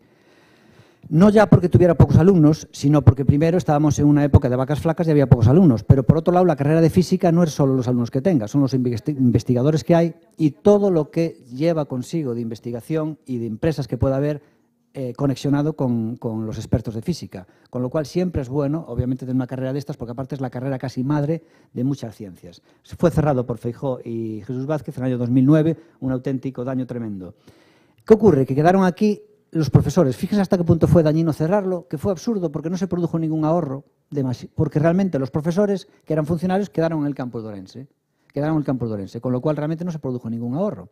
Pero sí es verdad que hay una pérdida de actividad porque no es lo mismo tener el campus activo dando clases que no. Decía Feynman, un premio Nobel, uno de los grandes físicos de la historia, que él, cuando realmente se volvió a ser bueno en creatividad y descubriendo, fue cuando volvió a dar clases. Decía que era fundamental dar clases porque eso le ayudaba a ser mejor investigador. Entonces, estos investigadores que ahora mismo están ahí en el campus, realmente, primero, estamos desperdiciando unos recursos que tenemos, que es absurdo, porque son funcionarios con el sueldo pagado de funcionarios de física, profesores, pero por otro lado estamos también desperdiciando su potencial, que se podía aplicar a los terceros y además en ellos mismos, porque realmente siempre es estimulante dar clases.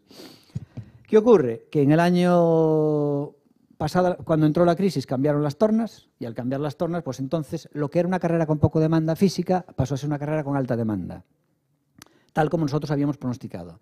¿Qué ocurrió? Que en el campus de Santiago solo se admiten a 90, este año solo se admitieron a 90 alumnos de física y quedaron fuera, hay cifras ahí dispares, pero en torno a 200 por un lado y creo que hay una decana que dice que son incluso 500. Estamos hablando de varios centenares de estudiantes gallegos que quedaron fuera de física en Santiago. Esos estudiantes, 50 o 90, podrían venir por Orense.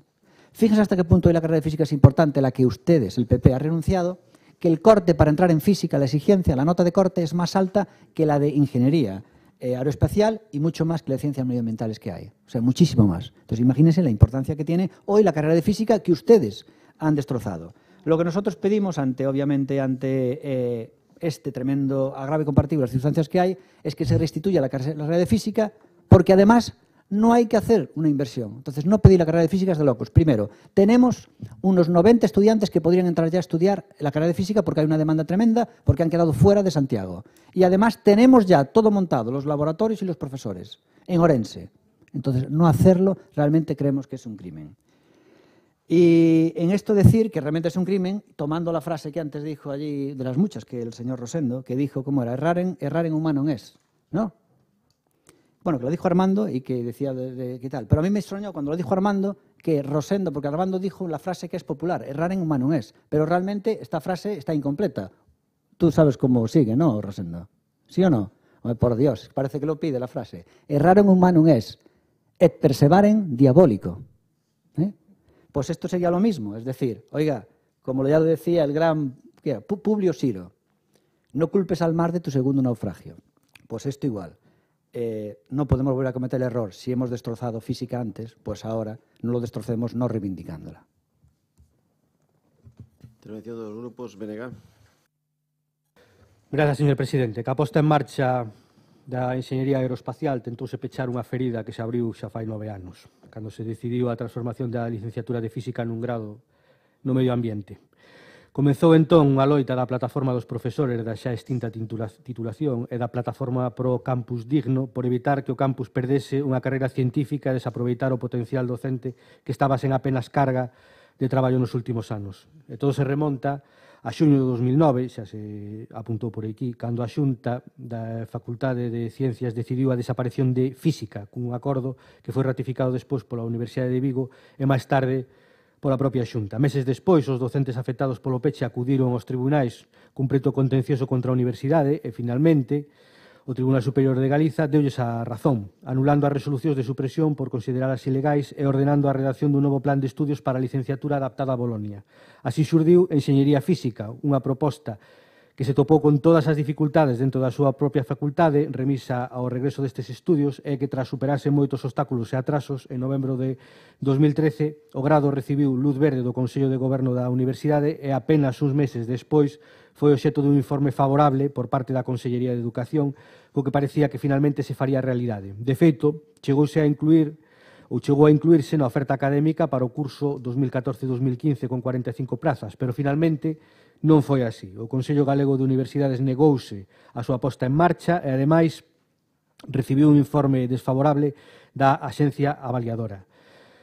Esta corporación, nun pleno extraordinario celebrado o 11 de xuño, aprobaba por unanimidade un pronunciamento sobre a implantación do grado de Enxeñería Física no campus de Ourense no curso 14-15. Daquelas, pois, pedíase rexeitar o acordo do Consello Galego de Universidades, que aprazou a implantación do grado, e instar a convocatoria do Consello Galego de Universidades con carácter urxente para que os estudios do grado de Enxeñería Física para Ourense comezaran en setembro do 2014 no noso campus. Desde aquela ata hoxe pasaron moitas cousas, pero, por desgracia, todas elas negativas para os nosos intereses. O campus de Ourense precisa duns estudos con contidos amplos en física e matemáticas que actualmente non ten.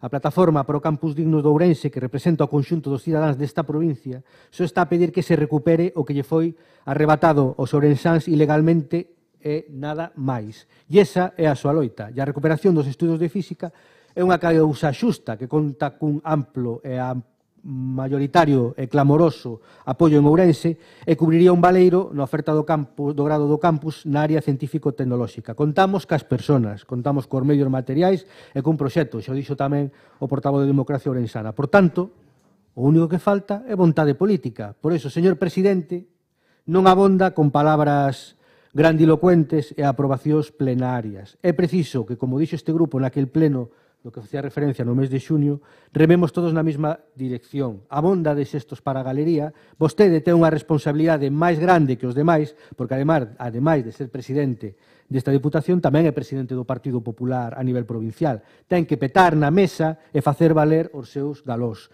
De non ser así, sería o enésimo fiasco para esta provincia e un fracaso de vostede. Agardemos que o tempo non nos quita razón, porque, ao fin e ao cabo, sería a mellor noticia para todos nós. Nós, por todo explicado, desde logo, vamos a votar a favor desta moción que nos presenta a Democracia Ourensana. Nada máis, moitas grazas.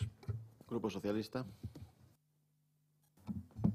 Sí, gracias, señor presidente. Bo día a todas e a todos.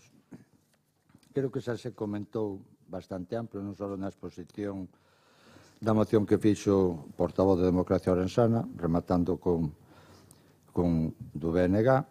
Nos o que añadiríamos isto, que, respetando a autonomía das universidades galegas e na Universidade de Vigo, e en particular o do Consello do Campus de Ourense, coidamos que esta institución ten a obriga de demandar tanto da Administración universitaria como da autonómica que se teña en conta e se valore a hora de configurar o mapa de titulacións, restablecer graos ou implantar novas titulacións a demanda do propio campus de Ourense, así como a capacidade para acoller demanda externa. Do mesmo xeito, coidamos que o Consello do Campus de Ourense debería ter en conta tanto as propias características desta provincia como o seu desenvolvemento a hora de desempeñar ese mapa de titulacións para o trienio 18-20. De momento nada máis. Gracias. Grupo Popular. Moi bons días. O goberno que preside Manuel Baltar, como non pode ser de outro xeito, ten amosado o forte compromiso coas universidades de Vigo e tamén, como non, coa Universidade da Distancia, que está facendo un gran servizo á cidadanía de toda a nosa provincia. E, como non, tamén, co ensino en xeral. A educación é a ferramenta imprescindible para transformar a sociedade, tamén un dereito das persoas durante o seu ciclo vital. Vostedes refiro aos autores da moción, non creen neste dereito. Por iso, téñense referido soamente á etapa da educación obligatoria, en máis dunha ocasión. Din somente educación obligatoria e despois cada un que se busca a vida. Esas son expresións que eu lle rebatín a algúns. A implantación da titulación do grado de Enxeñaría Aeroespacial ten sido un logro importante para o noso campus. E teño que decir que, evidentemente, esa demanda foi da cidadanía e de toda a comunidade educativa, como non podía ser de outro xeito, de toda a cidadanía de Ourense. E aí está, cunha grande resposta, tanto formativa como para os alumnos que cursan eses estudos. Baixo o noso punto de vista, desde logo, a demagoxia non ten cabida en ningún escenario, e moito menos no da educación. O que traen hoxe non é unha demanda da comunidade educativa, nin tampouco da sociedade ourensán. De momento nada máis e moitas gracias. Segunda quenda de intervención, señor profesor Ourensana. Sí, que breve, señor Doval. Pues vamos a ver, primero usted ha hecho lo que se llama técnicamente falacia del hombre de paja, que es poner en nuestra boca palabras que nosotros no dijimos. Nosotros nunca dijimos, eso que dice usted, que cada uno, la educación obligatoria y luego se busque la vida. Está usted haciendo eso, falacia del hombre de paja o falacia de extensión de línea. Es decir, una frase que se dice para una cosa, extenderla para todo. Nosotros decimos que en aquello que no es obligatorio, no puede ser obligatorio. Es decir, esta frase es buena, lo que no es obligatorio no puede ser obligatorio. Por ejemplo, si en educación, en los estudios, un alumno, o sea, la Xunta de Galicia, el Estado español obliga a la escolarización hasta los 16 años. Bueno, pues eso es una etapa obligatoria. Bueno, pues lo que no tiene sentido es que si a una persona en la etapa obligatoria no se le obliga a por ejemplo, estudiar o ¿cómo se dice?, auditar, o sea, presenciar ciertas obras de teatro o de música, no tiene sentido luego que la Diputación, con dinero público, pues utilice ese dinero para dar espectáculos de forma obligatoria, porque realmente se paga con dinero público, no lo puedes evitar, y entonces nos está dando lo que nosotros no pedimos ni es obligatorio. Eso no tiene nada que ver, no sé si me expliqué muy bien, pero eso no tiene nada que ver con que el Estado, nosotros sí que creemos en que el Estado, obviamente, proporcione centros superiores de estudios y que sean incluso gratuitos. Es más, a mí me parece absurdo, yo no puedo entender cómo una matrícula universitaria cuesta 1.000 euros. O sea, lo puedo entender, en Estados Unidos una matrícula universitaria de una universidad pública anda por los 6.000 euros. Una privada, pues anda por los 30.000. Ojo, cuando se dice privada se cree que es para lucro. Las grandes universidades privadas de Estados Unidos realmente son fundaciones sin ánimo de lucro. Son carísimas, pero realmente no es para hacer reparto de dividendos. Es más, no llega el dinero que pagan los alumnos y tienen que recibir donaciones. Bueno, pues en Estados Unidos una universidad pública anda por los 6.000, en España 1.000. Bueno, pues podemos discutir si en España es muy barato o es muy caro. Yo creo que es carísimo, 1.000 euros al año, carísimo, porque si lo comparamos con otras acciones que son gratis. No tiene sentido que el teatro sea gratis, que el festival de cine sea prácticamente gratis, y luego si voy a estudiar una carrera universitaria de física, que es fundamental en ingeniería, tenga que pagar 1.000 euros. Oiga, perdón usted, póngame la carrera gratis y lo otro de pago. Pero que me ponga usted 1.000 euros para estudiar y luego usted me dé actuaciones musicales gratis, es algo absurdo. Si esto lo contamos en Estados Unidos, que las carreras hay que pagarlas, pero que luego los superfluos, las actuaciones musicales las tenemos gratis, dicen, vosotros sois tontos, porque no es normal. Pero bueno, ese es otro tema, ya eso es a lo que me refería, de que a una persona que una vez que ha sido formada, no se le tiene que dar lo superfluo gratis. Esto sí, la carrera de física, una carrera de ingeniería, no es superfluo. ¿Por qué? Necesitamos científicos. ¿Por qué? Porque afecta a nuestra vida. Es fundamental. Si no los hubiera, el Estado tendría que formarlos. Si la iniciativa privada no cubriera ese aspecto, tendríamos que formarlos, porque lo necesitamos. Necesitamos médicos, ingenieros. Necesitamos eso en cualquier sociedad que hoy en día pueda desarrollarse. Bueno, pues entonces, ¿qué ocurre? Ustedes siempre están hablando del I+D, y ahora resulta que ustedes no van a reivindicar física. Entonces, explíquenme cómo hacen eso. Siempre están hablando del I+D, una provincia de dirigencia y no reivindica física. El problema de aeroespacial es que aquí simplemente son 50 alumnos de aeroespaciales, pero la mayoría de los profesores vienen de Vigo. Entonces, ese plus que hay repercute en Vigo. porque son personas que están ganando un dinero, un sueldo, y que la mayoría no son de aquí. Además, no hay, en el tema de ingeniería aeroespacial, no está conexo con lo que son investigaciones que hacen aquí, porque son profesores universitarios que principalmente no están aquí, sino que están fuera de Orense. Entonces, realmente aquí no nos estamos beneficiando de eso. Pero aparte, le he dicho, yo creo que usted no me atendió, que efectivamente hay 50 alumnos aeroespaciales, pero es que hoy física tendría muchísimo más éxito que aeroespaciales, porque le acabo de decir los datos, lo que es medible no es opinable. Hoy en día hay más alumnos demandando física que aeroespaciales, y el corte, que es como es tal el nivel, el corte que piden la nota de media es más alta en física que en aeroespaciales. Hoy en día tiene más demanda física que aeroespaciales. Le he dicho que se han quedado fuera en torno a varios centenares, mínimo 200, pero hay una decana creo que dice que el otro día en la prensa que eran 500. Entonces, hombre, explícame cómo podemos defender eso. El siguiente tema que nos entendemos aquí es por qué motivo ustedes ahora, todo lo que sea democracia lorenzana, como si fueran ustedes realmente unos enfermos, siguiendo aquí a este señor, una actitud enfermiza, votan que no a todo lo que pide DO. Nosotros pedimos aquí que había que revitalizar la estación de Manzaneda y ustedes votaron que no. Y al año siguiente anuncian que compran unos cañones de nieve artificial. Pero se habían votado que no, simplemente porque venía democracia lorenzana. Bien, nosotros hemos pedido aquí lo de física y ustedes votan que no. Pero es que escuche, es que en las últimas 4 veces ustedes votaron que sí. Entonces, si ustedes votaron que sí a físicas, ¿por qué ahora votan que no? Aquí se trajo ya esta moción a la Diputación y ustedes votaron todos que sí. Claro, no lo traía democracia lorenzana porque no estábamos aquí. Pero si en el Concello de Ourense estaba Rosendo de concelleiro, llevamos varias veces democracia lorenzana en Concello de Ourense esta moción y ustedes todos votaron que sí, a favor. Entonces, ¿por qué ahora usted toma el sentido contrario? ¿Por qué se contradice, señor Doval? Explíqueme esa contradicción. El Partido Socialista también se contradice, demostrando que están totalmente rotos, parecen ya los de En Marea. Cualquier día van a empezar a hostias, no como los de Nova que en aquel congreso. Bueno, porque resulta que en el Concello de Ourense hicieron una enmienda cambiando totalmente el sentido de esta moción, que decían que no, que lo decidan los de los campus, los técnicos. Y ahora van a votar a favor, lo cual es de agradecer. Pero ¿por qué entonces en el Concello de Ourense quisieron hacer esa maniobra trilera de realmente no, que sean los técnicos, que nosotros no, esto no deberíamos decidir nosotros, que esto es un tema técnico? Entonces, ¿por qué esto es un tema técnico? Y entonces, si esto es un tema técnico, no era lo de la UME. El PSOE pidió aquí que viniera una unidad del Ejército de Emergencias a Ourense. Ese es un tema técnico. ¿Por qué reivindicamos ante la sanidad? Si es un tema técnico, también podemos utilizar ese argumento. No, este es lo que decidan los técnicos de sanidad, si realmente en Ourense hay recortes o no. Pues acabamos de debatir una moción de sanidad diciendo que Ourense estaba discriminado y el PSOE, obviamente, es quien reivindicaba eso. Pues entonces no entendemos cómo en Ourense realmente hicieron lo contrario. Pero bueno, ustedes tampoco son responsables de lo que pasa en el Concello de Ourense, que así lleva a Luciro Pelo Barquero nas siguientes eleccións. Elecciones en las que no se sabéis que va a salir alcalde. Bueno, pues ¿qué más podemos decir aquí? Que no tiene sentido como realmente lo peor no es ya que nos den poco la Xunta de Galicia. El motivo por que somos pobres, obviamente, uno de los grandes motivos por que Ourense. Ayer veníamos de Vigo y es curioso porque es la primera vez, ya en los últimos años fue ocurriendo así, pero es la primera vez que cuando vienes de Vigo más te das cuenta la diferencia de que estás entrando en un pueblo en Ourense. Ayer veníamos de Vigo y entrábamos en Ourense y al margen de las diferencias de las luces, que eso ya es abismal, ¿no? O sea, que parece que entras aquí a oscuras cuando entramos en Ourense, viendo las luces de Vigo. Las últimas veces que fui a Vigo y volví a Ourense, cada vez tienes más la sensación de que estás entrando en un pueblo que es Ourense. Fíjese cómo realmente está este alcalde y este señor destrozando lo que es nuestra tierra. Porque la divergencia es cada vez mayor entre Vigo y Ourense. Cada vez hay más vida en Vigo y en Ourense realmente es que se está quedando muerto.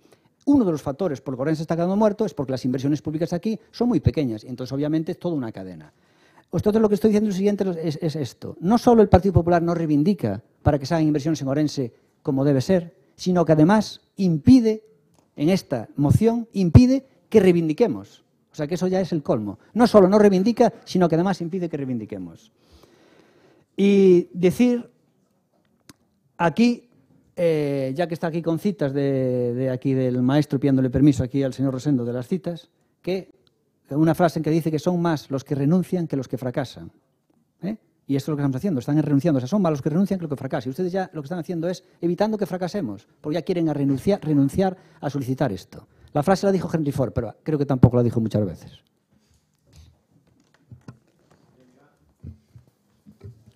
Sí, moi brevemente, solo un detalle, ou afondar nun detalle, ou reiterar, que xa o dixo o portador de Democracia Orensana, pero que nos pensamos que non vamos a teorizar nos motivos, pero sí que merecería unha explicación, desde logo, bastante convincente, porque, por o que se deduce, van a votar vostedes en contra desto, cando, como ele xa dixo moi ben, pois hasta ahora mantiña unha postura totalmente reivindicativa e eu fixen referencia ao pleno extraordinario no que se aprobou por unanimidade, reiterei ao dinlle énfasis o de unanimidade, e daquelas vostedes defendían ou pedían que se implantara un grado de Enxeñería Física en Ourense. Entonces, insisto, eu creo que merece a pena que vostedes nos expliquen ese cambio de criterio se ao final se concreta.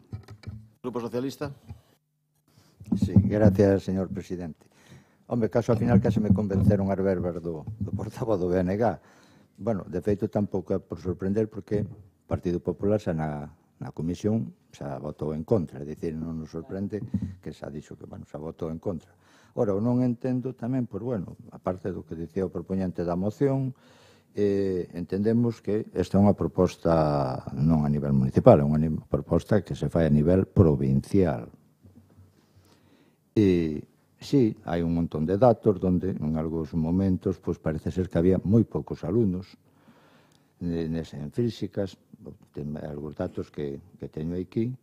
Evidentemente, hai unha cousa a favor, que se hai parece ser que un plantel moi amplio de profesores aquí no campo, son profesores titulados, laboratorios, pois, bueno, eu creo que non estaría de máis seguir facendo fincapé nesto e poder ter cuantos máis graus podemos ter no campus de Ourense, pois mellor que mellor. Eu non penso onde está o inconvinte. Despois, cada un, dentro do ámbito das súas familias, pois escollerá, pero, bueno, xa digo, esa é a opinión que mostramos aquí. Eu non sou voto se vai ser a favor. Gracias. Grupo Popular. É moi sinxelo a nosa postura. Nós somos respetuosos ca autonomía da universidade, como non pode ser de outro xeito. E, desde logo, non actuaremos de altavoz de alguén que trae aquí para convertilo nun circo mediático. Nada máis e moitas gracias. Turno de peche, Democracia Orensana. Sí, muchas gracias. A ver, lo de círculo mediático lo dice usted. Nosotros estamos avalados por 13.600 votantes en la ciudad de Ourense, incluso también en Pereiro de Aguiar más votantes, y en Barbadás ahora seremos muchos más. Y entonces nosotros estamos aquí representados para hacer una labor política, y circo mediático lo hará ese señor con toda la propaganda y el periódico comprado que tiene de la región. Pero nosotros, aparte de emitir esto, gracias a Dios, menos mal que lo emitimos por los plenos, que esto se emite en televisión, si no, pues esto no se enteraría nadie de lo que está realmente pasando aquí. En cualquier caso, es un argumento que es un juicio de valor que no tiene nada que ver con lo que hemos dicho. Fíjate, yo estaba realmente esperando, me hace gracia porque si ustedes ven los últimos plenos que hemos tenido el señor Doval y un servidor, pues es un debate, ustedes verán cómo realmente se argumentaba mucho en un bando y otro, y esta muestra de que realmente hoy no ha argumentado prácticamente nada y ha sido tremendamente breve es porque realmente ha quedado escaldado de las otras argumentaciones. Y entonces digo, esta vez no me voy a meter. Claro, porque cuantas más argumentaciones haces, más se le machaca, porque esta versión es hiperbreve. Es más, está siguiendo ya la táctica de Pablo Pérez. Como ustedes vieron que nosotros le ganamos siempre en los debates, dicen lo que hay que hacer es decir solo una frase dos y cambiar, porque acaba de adoptar la misma técnica que Pablo Pérez antes. Que, por cierto, decía lo del espíritu navideño, pero cuando hubo que, es lo que decía Armando Gea, pero al final hiciste lo que decía Shakespeare aquello en Julio César. Es la guerra suelta a los perros. Fue lo que hicisteis aquí. Bueno, pues básicamente eso, que hacéis una táctica en la que es ya la de no argumentar, porque sabéis que en la argumentación perdéis. Mira, acaba de decir que respetáis la autonomía. Primero, eso es falso porque vosotros en otras mociones aquí habéis pedido reivindicar físicas. Es falso por lo siguiente, porque acabas de decir que la ciudadanía consiguió antes aeroespaciales. Entonces, si lo consiguió la ciudadanía, no estaba respetando la autonomía. Claro. Hombre, porque entonces nosotros somos representantes ciudadanos y estamos pidiendo venga física. Y acaba de decir el señor Doval, no, es que la ciudadanía consiguió aeroespaciales. Coño, pues que la ciudadanía también consiga físicas. Acaba de decir que la ciudadanía y los técnicos consiguieron espaciales. Coño, pues también la ciudadanía consiga esto. Pero hay otro tema aquí interesante. Entonces, si nosotros no debemos reivindicar y debemos respetar que lo decidan los técnicos y respetar la autonomía, ¿por qué ese señor y ahora ciertos movimientos están diciendo que hay que pedir más FP para Ourense? El campus este de FP que queréis pedir. ¿Por qué? Si hay que respetar la autonomía. ¿Por qué pedís el campus de FP? ¿Por qué lo reclamáis? Si hay que respetar la autonomía. Siguiente tema. ¿Por qué aquí a veces se dice que estamos solicitando que, por ejemplo, en mejoras en sanidad, si hay que respetar la autonomía médica, que lo decidan los técnicos? ¿Por qué si reivindicáis ciertos temas? Ahora, cuando se hizo la reforma del hospital, os colgáis la medalla. ¿Por qué os colgáis la medalla si debería ser algo técnico? O sea, es un argumento totalmente que utilizáis para lo que queréis. Mira, la cosa aquí está clara. En las últimas mociones habéis votado en contra de pedir un centro de inteligencia artificial para Orense. Que fuera en Orense, que no hay aquí nada del CSIC en Orense. Bueno, pues lo hemos pedido en Democracia Orensana y habéis votado en contra. Habéis votado en contra de que se hiciera un circuito de automovilismo. Votáis en contra de prácticamente todo lo que trae Democracia Orensana demandando a la Xunta. Entonces la pregunta es, ¿vosotros aquí para qué estáis? O sea, ¿realmente vosotros parecéis un parlamento de Coruña, Lugo o Pontevedra? Vosotros no defendéis a Orense, defendéis a los demás sitios. Porque si estamos pidiendo dinero para Orense a la Xunta y desde aquí se frena que nosotros pidamos, realmente no representáis a los orensanos. Es realmente impresionante. Bueno, pues nada más. Simplemente decir que me llama la atención además también por el tema de cómo os contradicís. Fíjate hasta qué punto es enfermizo lo de votar que no a todo lo que dio, que os estáis contradiciendo con lo que hacíais antes, que era, habíais reclamado física.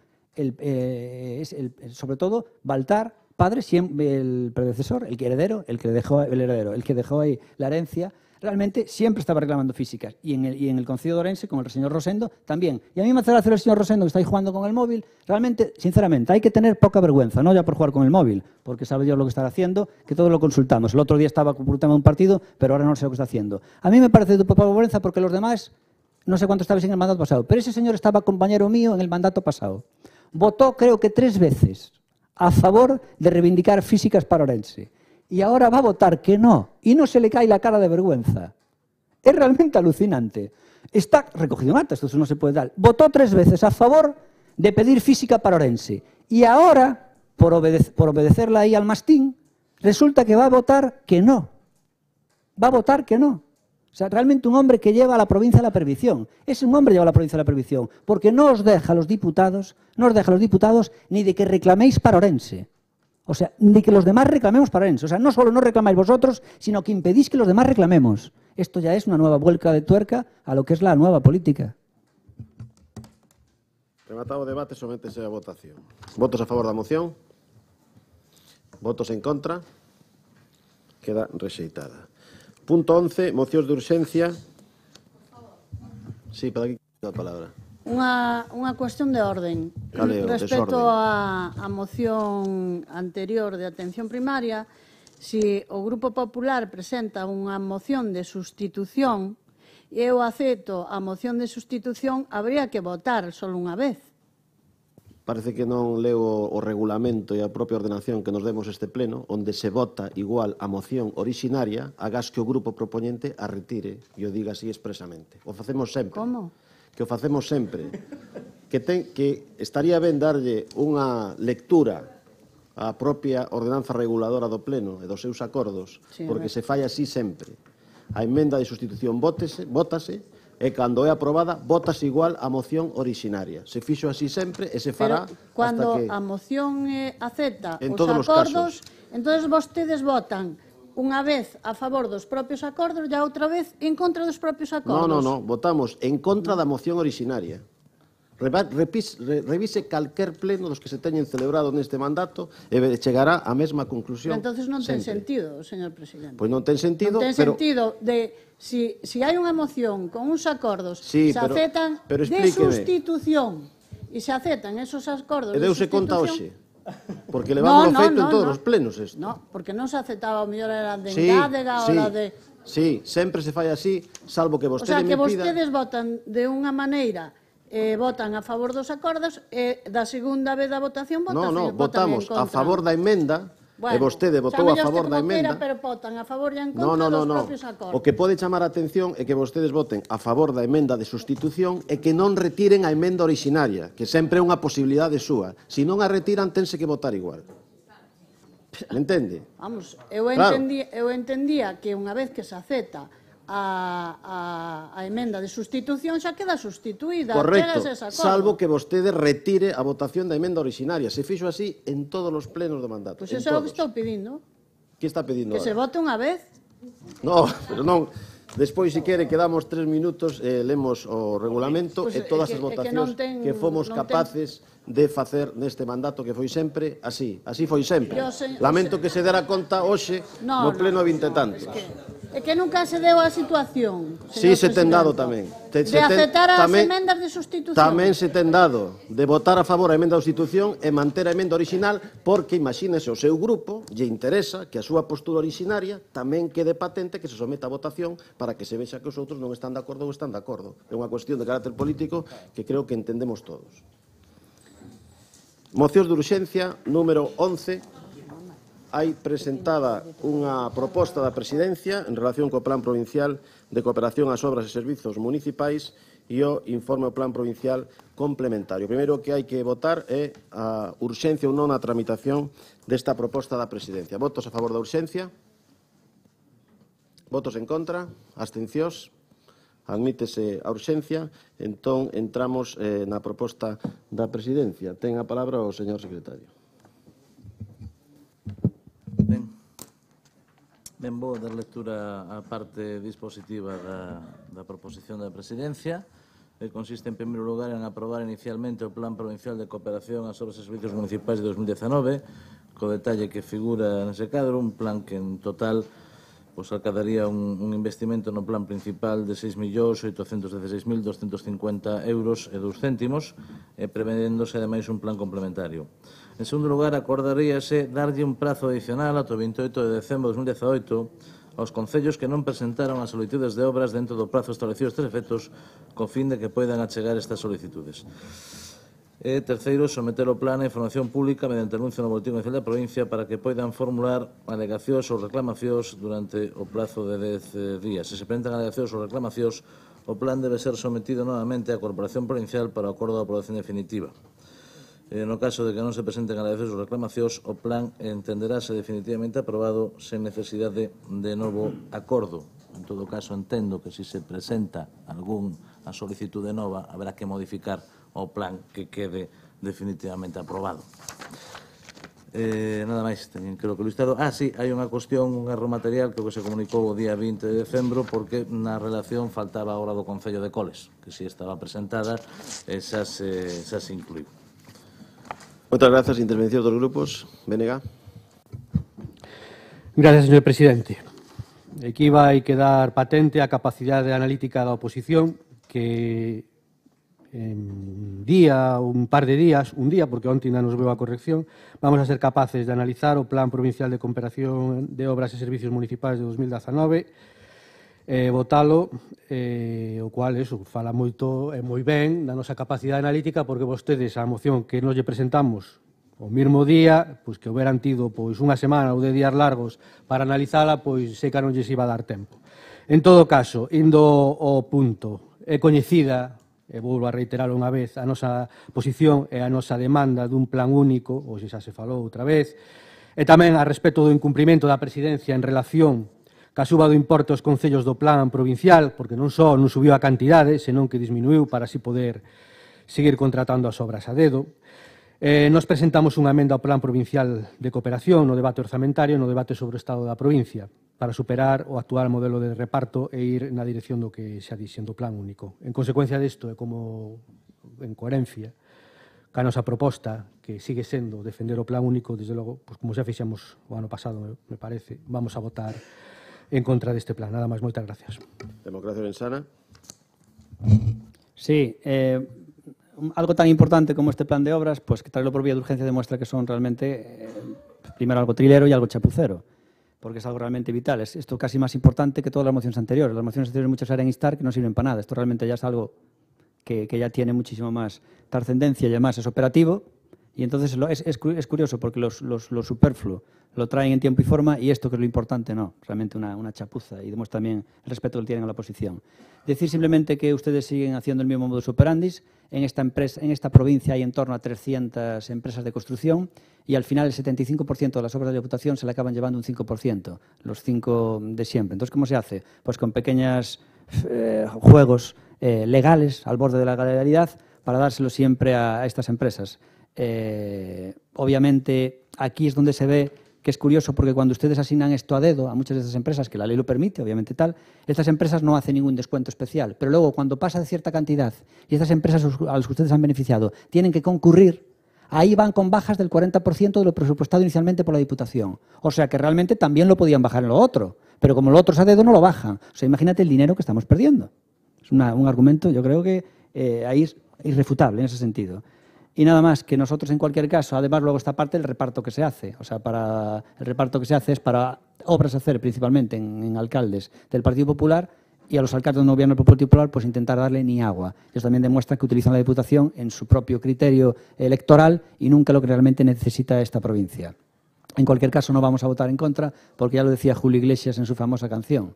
¿Cómo era? Las obras quedan, las gentes se van. Otros que vienen las continuarán. La vida sigue igual, pues eso, que a ver si es verdad que las obras quedan y las gentes se vayan por ustedes en las próximas elecciones municipales. Grupo Socialista. Gracias, presidente. Como vimos defendendo últimamente o plan quedase pequeno, cada ano máis raquítico, sobre todo porque cada ano os concellos necesitan facer máis obras. E deste ano vemos como o plan merma nada menos que nun 1.000.000 de euros. A rede viaria, por outra parte, da Diputación Provincial en moitos concellos deixa moito que desexar, sobre todo para aqueles que fan uso diario desas estradas. 48.000 euros por concello tampouco é unha grande aportación. Sobre todo, si como dicían, e indo dicían, señor Plácido, o ano pasado, creo recordar, repasando as actas, que no 2019 iban a chegar ao 60%, aos 60.000 euros, de aportación para este plan para cada concello. Isto o que plantexa é que están vostedes moi lonxe dos datos que manexan e das inversións que manexan outras diputacións, e non me quero poñer, nin quero comparar, porque a veces as comparacións son odiosas, con outras diputacións de Galicia, pero sí podemos facelo ca Diputación de Lugo, por exemplo, donde, como citaba o compañeiro, ese plan único pois lle dá 21 millóns de euros para os concellos, co cual máis ou menos veñen a tocar entre 150 e 200.000 euros, incluso os máis grandes hasta 500.000 euros por concello, que xa algún dos que están sentados nesa bancada, os nosos tamén, lles gustaría, e 15 millóns de euros para a mellora de estradas, é dicir, para a rede viaria. Polo tanto, moi lonxe desa inversión que nada menos acada a cifra de 36 millóns de euros de reparto por parte da Diputación de Lugo, xa pode vostede copiar o modelo e facer un reparto máis ou menos similar. Polo tanto, nós, seguindo o que facíamos en plenos anteriores, imos a optar pola abstención. Grupo Popular. Gracias, presidente. Moi brevemente, porque aunque o pleno teña 11 puntos, 14 ou 21, temos que estar aquí 5 horas, parece que nos puxamos todos esa meta, entón vamos a ver se podemos estar un pouco menos das 5. E moi brevemente, como digo, pero quixera destacar que a presentación deste plan, me parece mentira a xente veterana nesta casa que non o entenda así, como moción de urxencia, ben dada por a necesidade de que os concellos poidan iniciar a principios do ano 19 coa previsión exacta do que poden invertir en que obra e como. E non sei que examen queren facer vostedes, será que non son alcaldes e non tuveron responsabilidades de goberno, non sei que examen queren facer vostedes sobre a autonomía municipal, porque o plan provincial é o reflexo da autonomía municipal. Cada concello, de acordo cas bases que aprobamos aquí, pide as obras que pide e nós ya respetamos a rajatabla. Non sei que vostedes, señor Rodríguez Suárez, que usted que xa é veterano de guerra como a min, non sei que lle querería examinar vostede o plan, non o sei. Pero hai que dicir algo, sea o que sea, hai que dicir algo. Pois ben, como xa dixemos no pleno de setembro, non presenta grandes cambios o plan, non nos presenta. E, de paso, recordarlle a señora Lama, algo lle direi despois tamén, pero recordarlle que, efectivamente, se rebaixou o Plan Provincial de Obras e Servicios, non importe, pero non olvide vostede que incrementamos o de empregabilidade. E non foi un capricho do presidente nin do grupo de goberno, foi escoitando as demandas dos alcaldes desta provincia. Algúns igual están aí sentados. E convén deixar ben claro que este plan comprende, repito, comprende, e deixeno claro, as obras solicitadas por os concellos. Non hai ningún capricho, nin da presidencia, nin do equipo de goberno, para nada. E como figura na proposta da presidencia, o plan de cooperación e de estradas ten unha cuantía total que supera os 6,8 millóns de euros. Polo que respecta ás obras municipais, o orzamento é de máis de 5,1, dos que máis de 4,2 millóns son aportados pola Diputación e o resto, en torno a 900.000, polos concellos. Tamén se mantén o réxime especial, que non debemos olvidalo, para concellos en situación de insuficiencia financeira manifesta, para que poidan destinar á achega do plan provincial, e dou o dato, un total de 192.000 euros, a amortización de débeda ou financiar gasto corrente de servicios mínimos obrigatorios, como así consta nas bases. Os concellos que xustificaron estes supostos, e contan co informe favorable da intervención desta Diputación son os de Blancos, A Bola, Lobeira e Tribes, os que dentro da súa autonomía municipal e respectando estas condicións que din as bases, así o decidiron. Autonomía municipal. Ademais, a mellora e conservación da rede viaria provincial terá un orzamento de 1,5 millóns de euros, sen deixar, señora Lama, de citar a cifra de outros 376.000 que, como aquí tamén se dixo en algún outro momento, se destinarán ao acondicionamento e mellora integral da estrada OU-1006 que une Vilar de Bos coa localidade de Vilarello da Cota. E lle anuncio tamén, porque así o dixo o presidente e o recordo, no primeiro expediente de modificación de créditos que traemos este pleno, habrá un incremento nestas obras, non o dubide. E na proposta que estamos a presentar tamén se inclúe un plan complementario que ten como finalidade dispoñer de proxectos técnicos que se executarían na medida na que haxa crédito suficiente ben por anulación das obras, de algunhas, ou baixas na licitación. Este plan complementario ten outra finalidade, que é obter a declaración de utilidade pública para aquelas obras que requiran a expropiación forzosa de terreos. De aí que algúns ayuntamientos solicitemos a inclusión no plan desas obras para avanzar nos trámites da expropiación. Téñano en consideración tamén. O plan complementario está dotado con máis de 3 millóns de euros, dos que a práctica totalidade serán aportados pola Diputación. E tan solo 82.000 euros, xa estaría ben que foran 82 millóns, 82.000 euros restantes corresponderán aos concellos. No tocante á rede viaria provincial, o plan complementario disporá case de 9,4 millóns de euros, cantidade importante e aínda insuficiente. A ver que esforzo podemos facer para aproximarnos esa cantidade. Outro dato importante é ter en conta o dos prazos. E xa o dixen no Ben Ourense anteriormente, o volvo a dicir. Dado que o dixo tamén o señor secretario na lectura do dictamen, dado que algúns dos concellos non presentaron as súas solicitudes no tempo fixado, e para non tratar dun proceso, por non tratarse dun proceso de concurrencia competitiva, a proposta da Presidencia formula unha ampliación de 10 días naturais para que as presenten, a ver se é o último ano que pasa isto. Todo isto, señoras e señores deputados, no plano do Goberno. No ámbito político, e a sabendas das críticas que nos fan vostedes unha e outra vez, nós, como non podía ser de outro xeito, defendemos este plan cos mesmos criterios que vimos utilizando no presente mandato. É dicir, o diñeiro asignado a cada concello basease nun plan e nunhas bases. Non hai caprichos, como aquí se insinuou.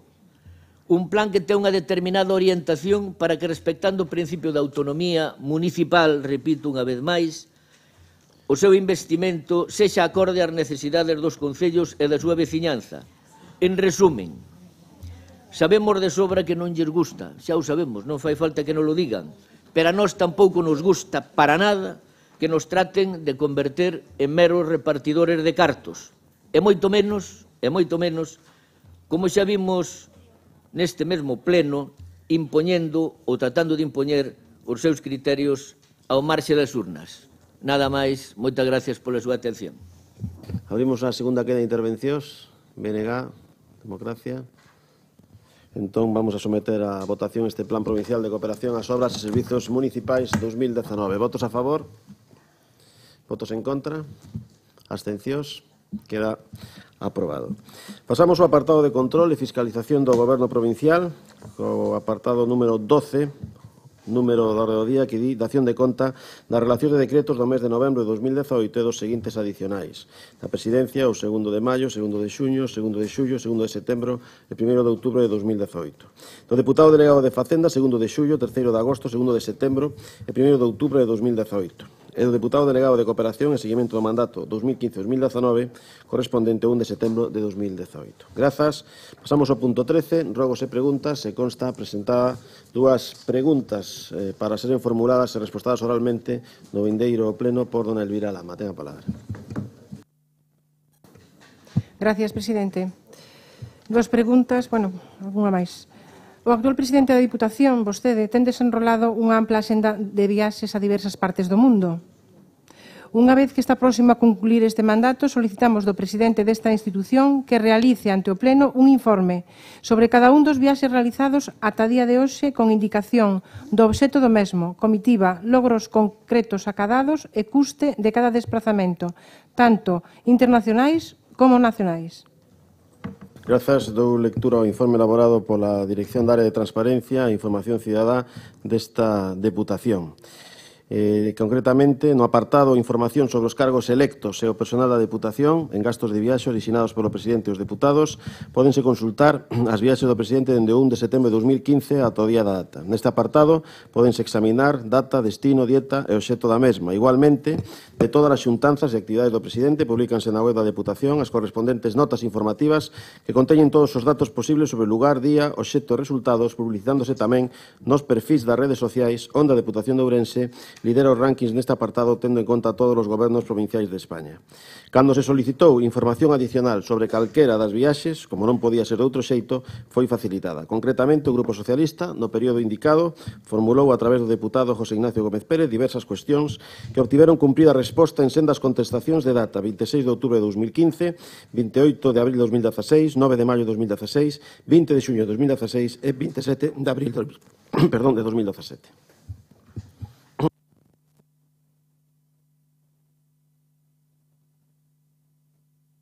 Non creemos que as notas informativas conteñan todos os extremos que lle acabamos de pedir aquí, pero, bueno, de todas maneiras, xa o faremos por escrito.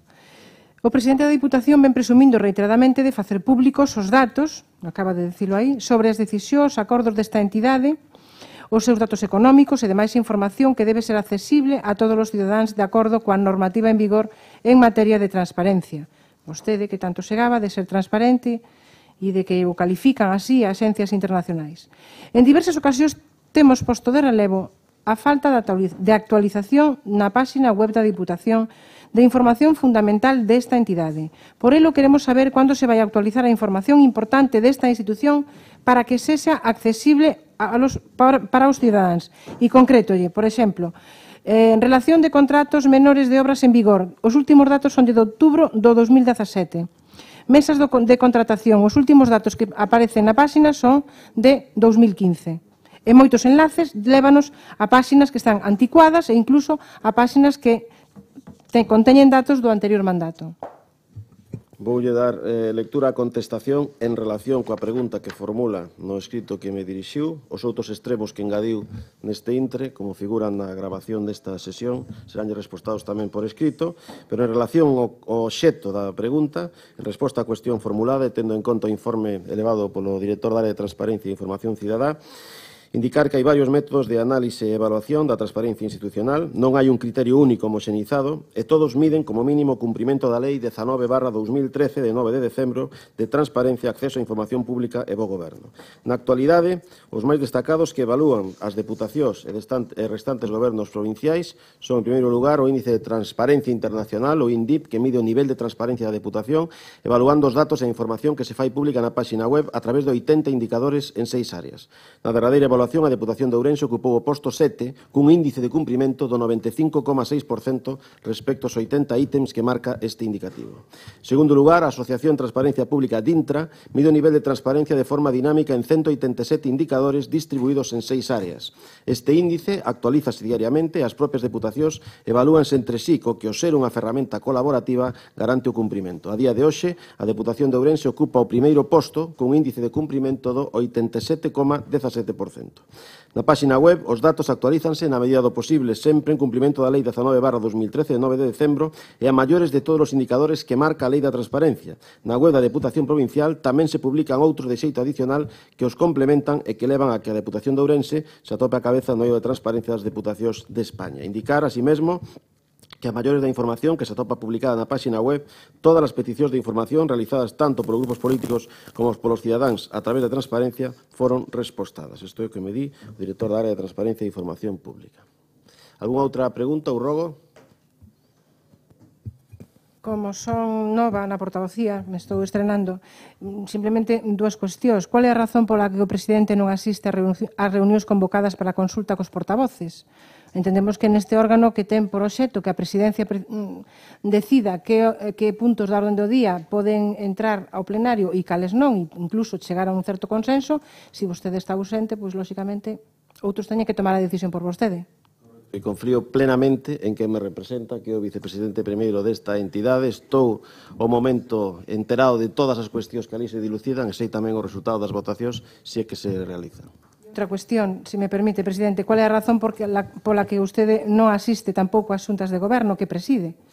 Pois é a mesma razón que lle acabo de decir en relación coa xunta de portavoces. Somos un equipo perfectamente integrados, con 14 membros, e o vicepresidente primeiro lle corresponden esas funcións. Alguna outra cuestión? Vénega, vamos por orden. Sí. Gracias, señor presidente. Eu teño dúas cuestións. A primeira é que recentemente vostede vén de pronunciarse nos medios de comunicación a respecto do debate xurdido en torno a 76.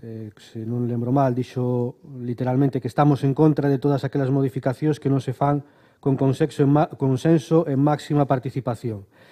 Vostede parece falar en nome da Deputación, como se a Deputación fora só vostede. En todo caso, podería dicirnos cal é a alternativa que defende en canto á comunicación con Ponferrada?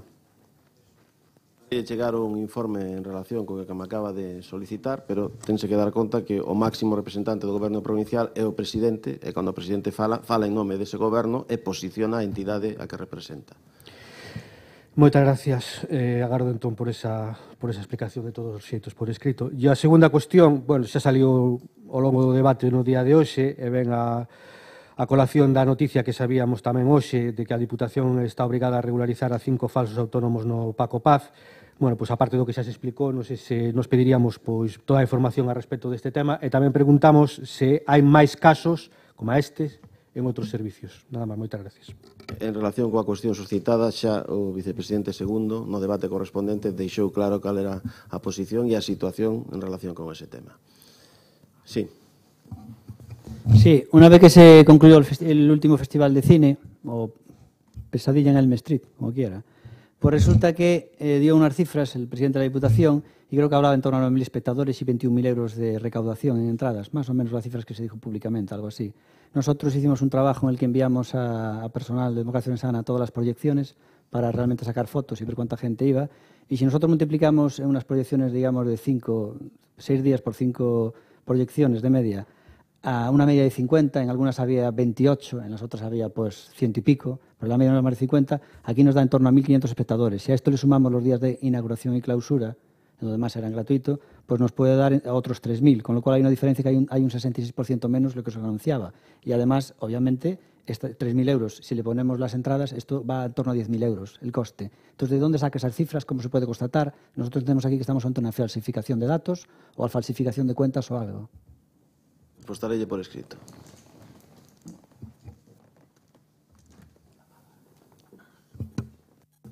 Bos días. É un ruego e un desexo tamén depois. Os socialistas de Viana levan pelexando pola estrada de San Agustiño. Bueno, pois neste último ano fixeron moitas iniciativas. E realmente esta semana reuniuse a comisión que estaba Fran, tamén estaba eu, estaban os concelleiros de Viana, os que quixeron vir, e estaba Pablo. Por certo, eso de palos e remas e non remas non. Como estás remando neste tema, vouche dicir que voute felicitar, porque a verdad que quitarlle tantos cuartos a unha eléctrica de verdad, é un tema que eu conozco e vou te felicitar. Pero, bueno, a cuestión é a seguinte. A cuestión é que sabes que, bueno, hai por aí unha carta, unha historia. Eu pediría que se reunira cuanto máis pronto mellor esa comisión, que aclaremos cual é a situación e que aclaremos que é o que quere facer o grupo de goberno, se queren arranxar ou non queren arranxar. Quero dicir, por favor, convócanos cuanto antes, perdón, presidente, é un tema que leva Pablo e creo que me dirixo a él con toda a boa voluntad do mundo de decir, convócanos, os únicos que están a sufrir son os veciños, entonces, por favor, arranxar xa esa carretera que sí, que estamos no punto xa definitivo, pero non perdamos agora a visión. Yo desexo, eu desexo para todo o mundo paz, felicidade, felices Navidades e próspero ano 2019 para todos e para todas. E amor. Tomamos nota neste apartado de rogos, preguntas e desexos. Algúnha cuestión máis? Pois se non hai, sumámonos a eses desexos para todos. Grazas.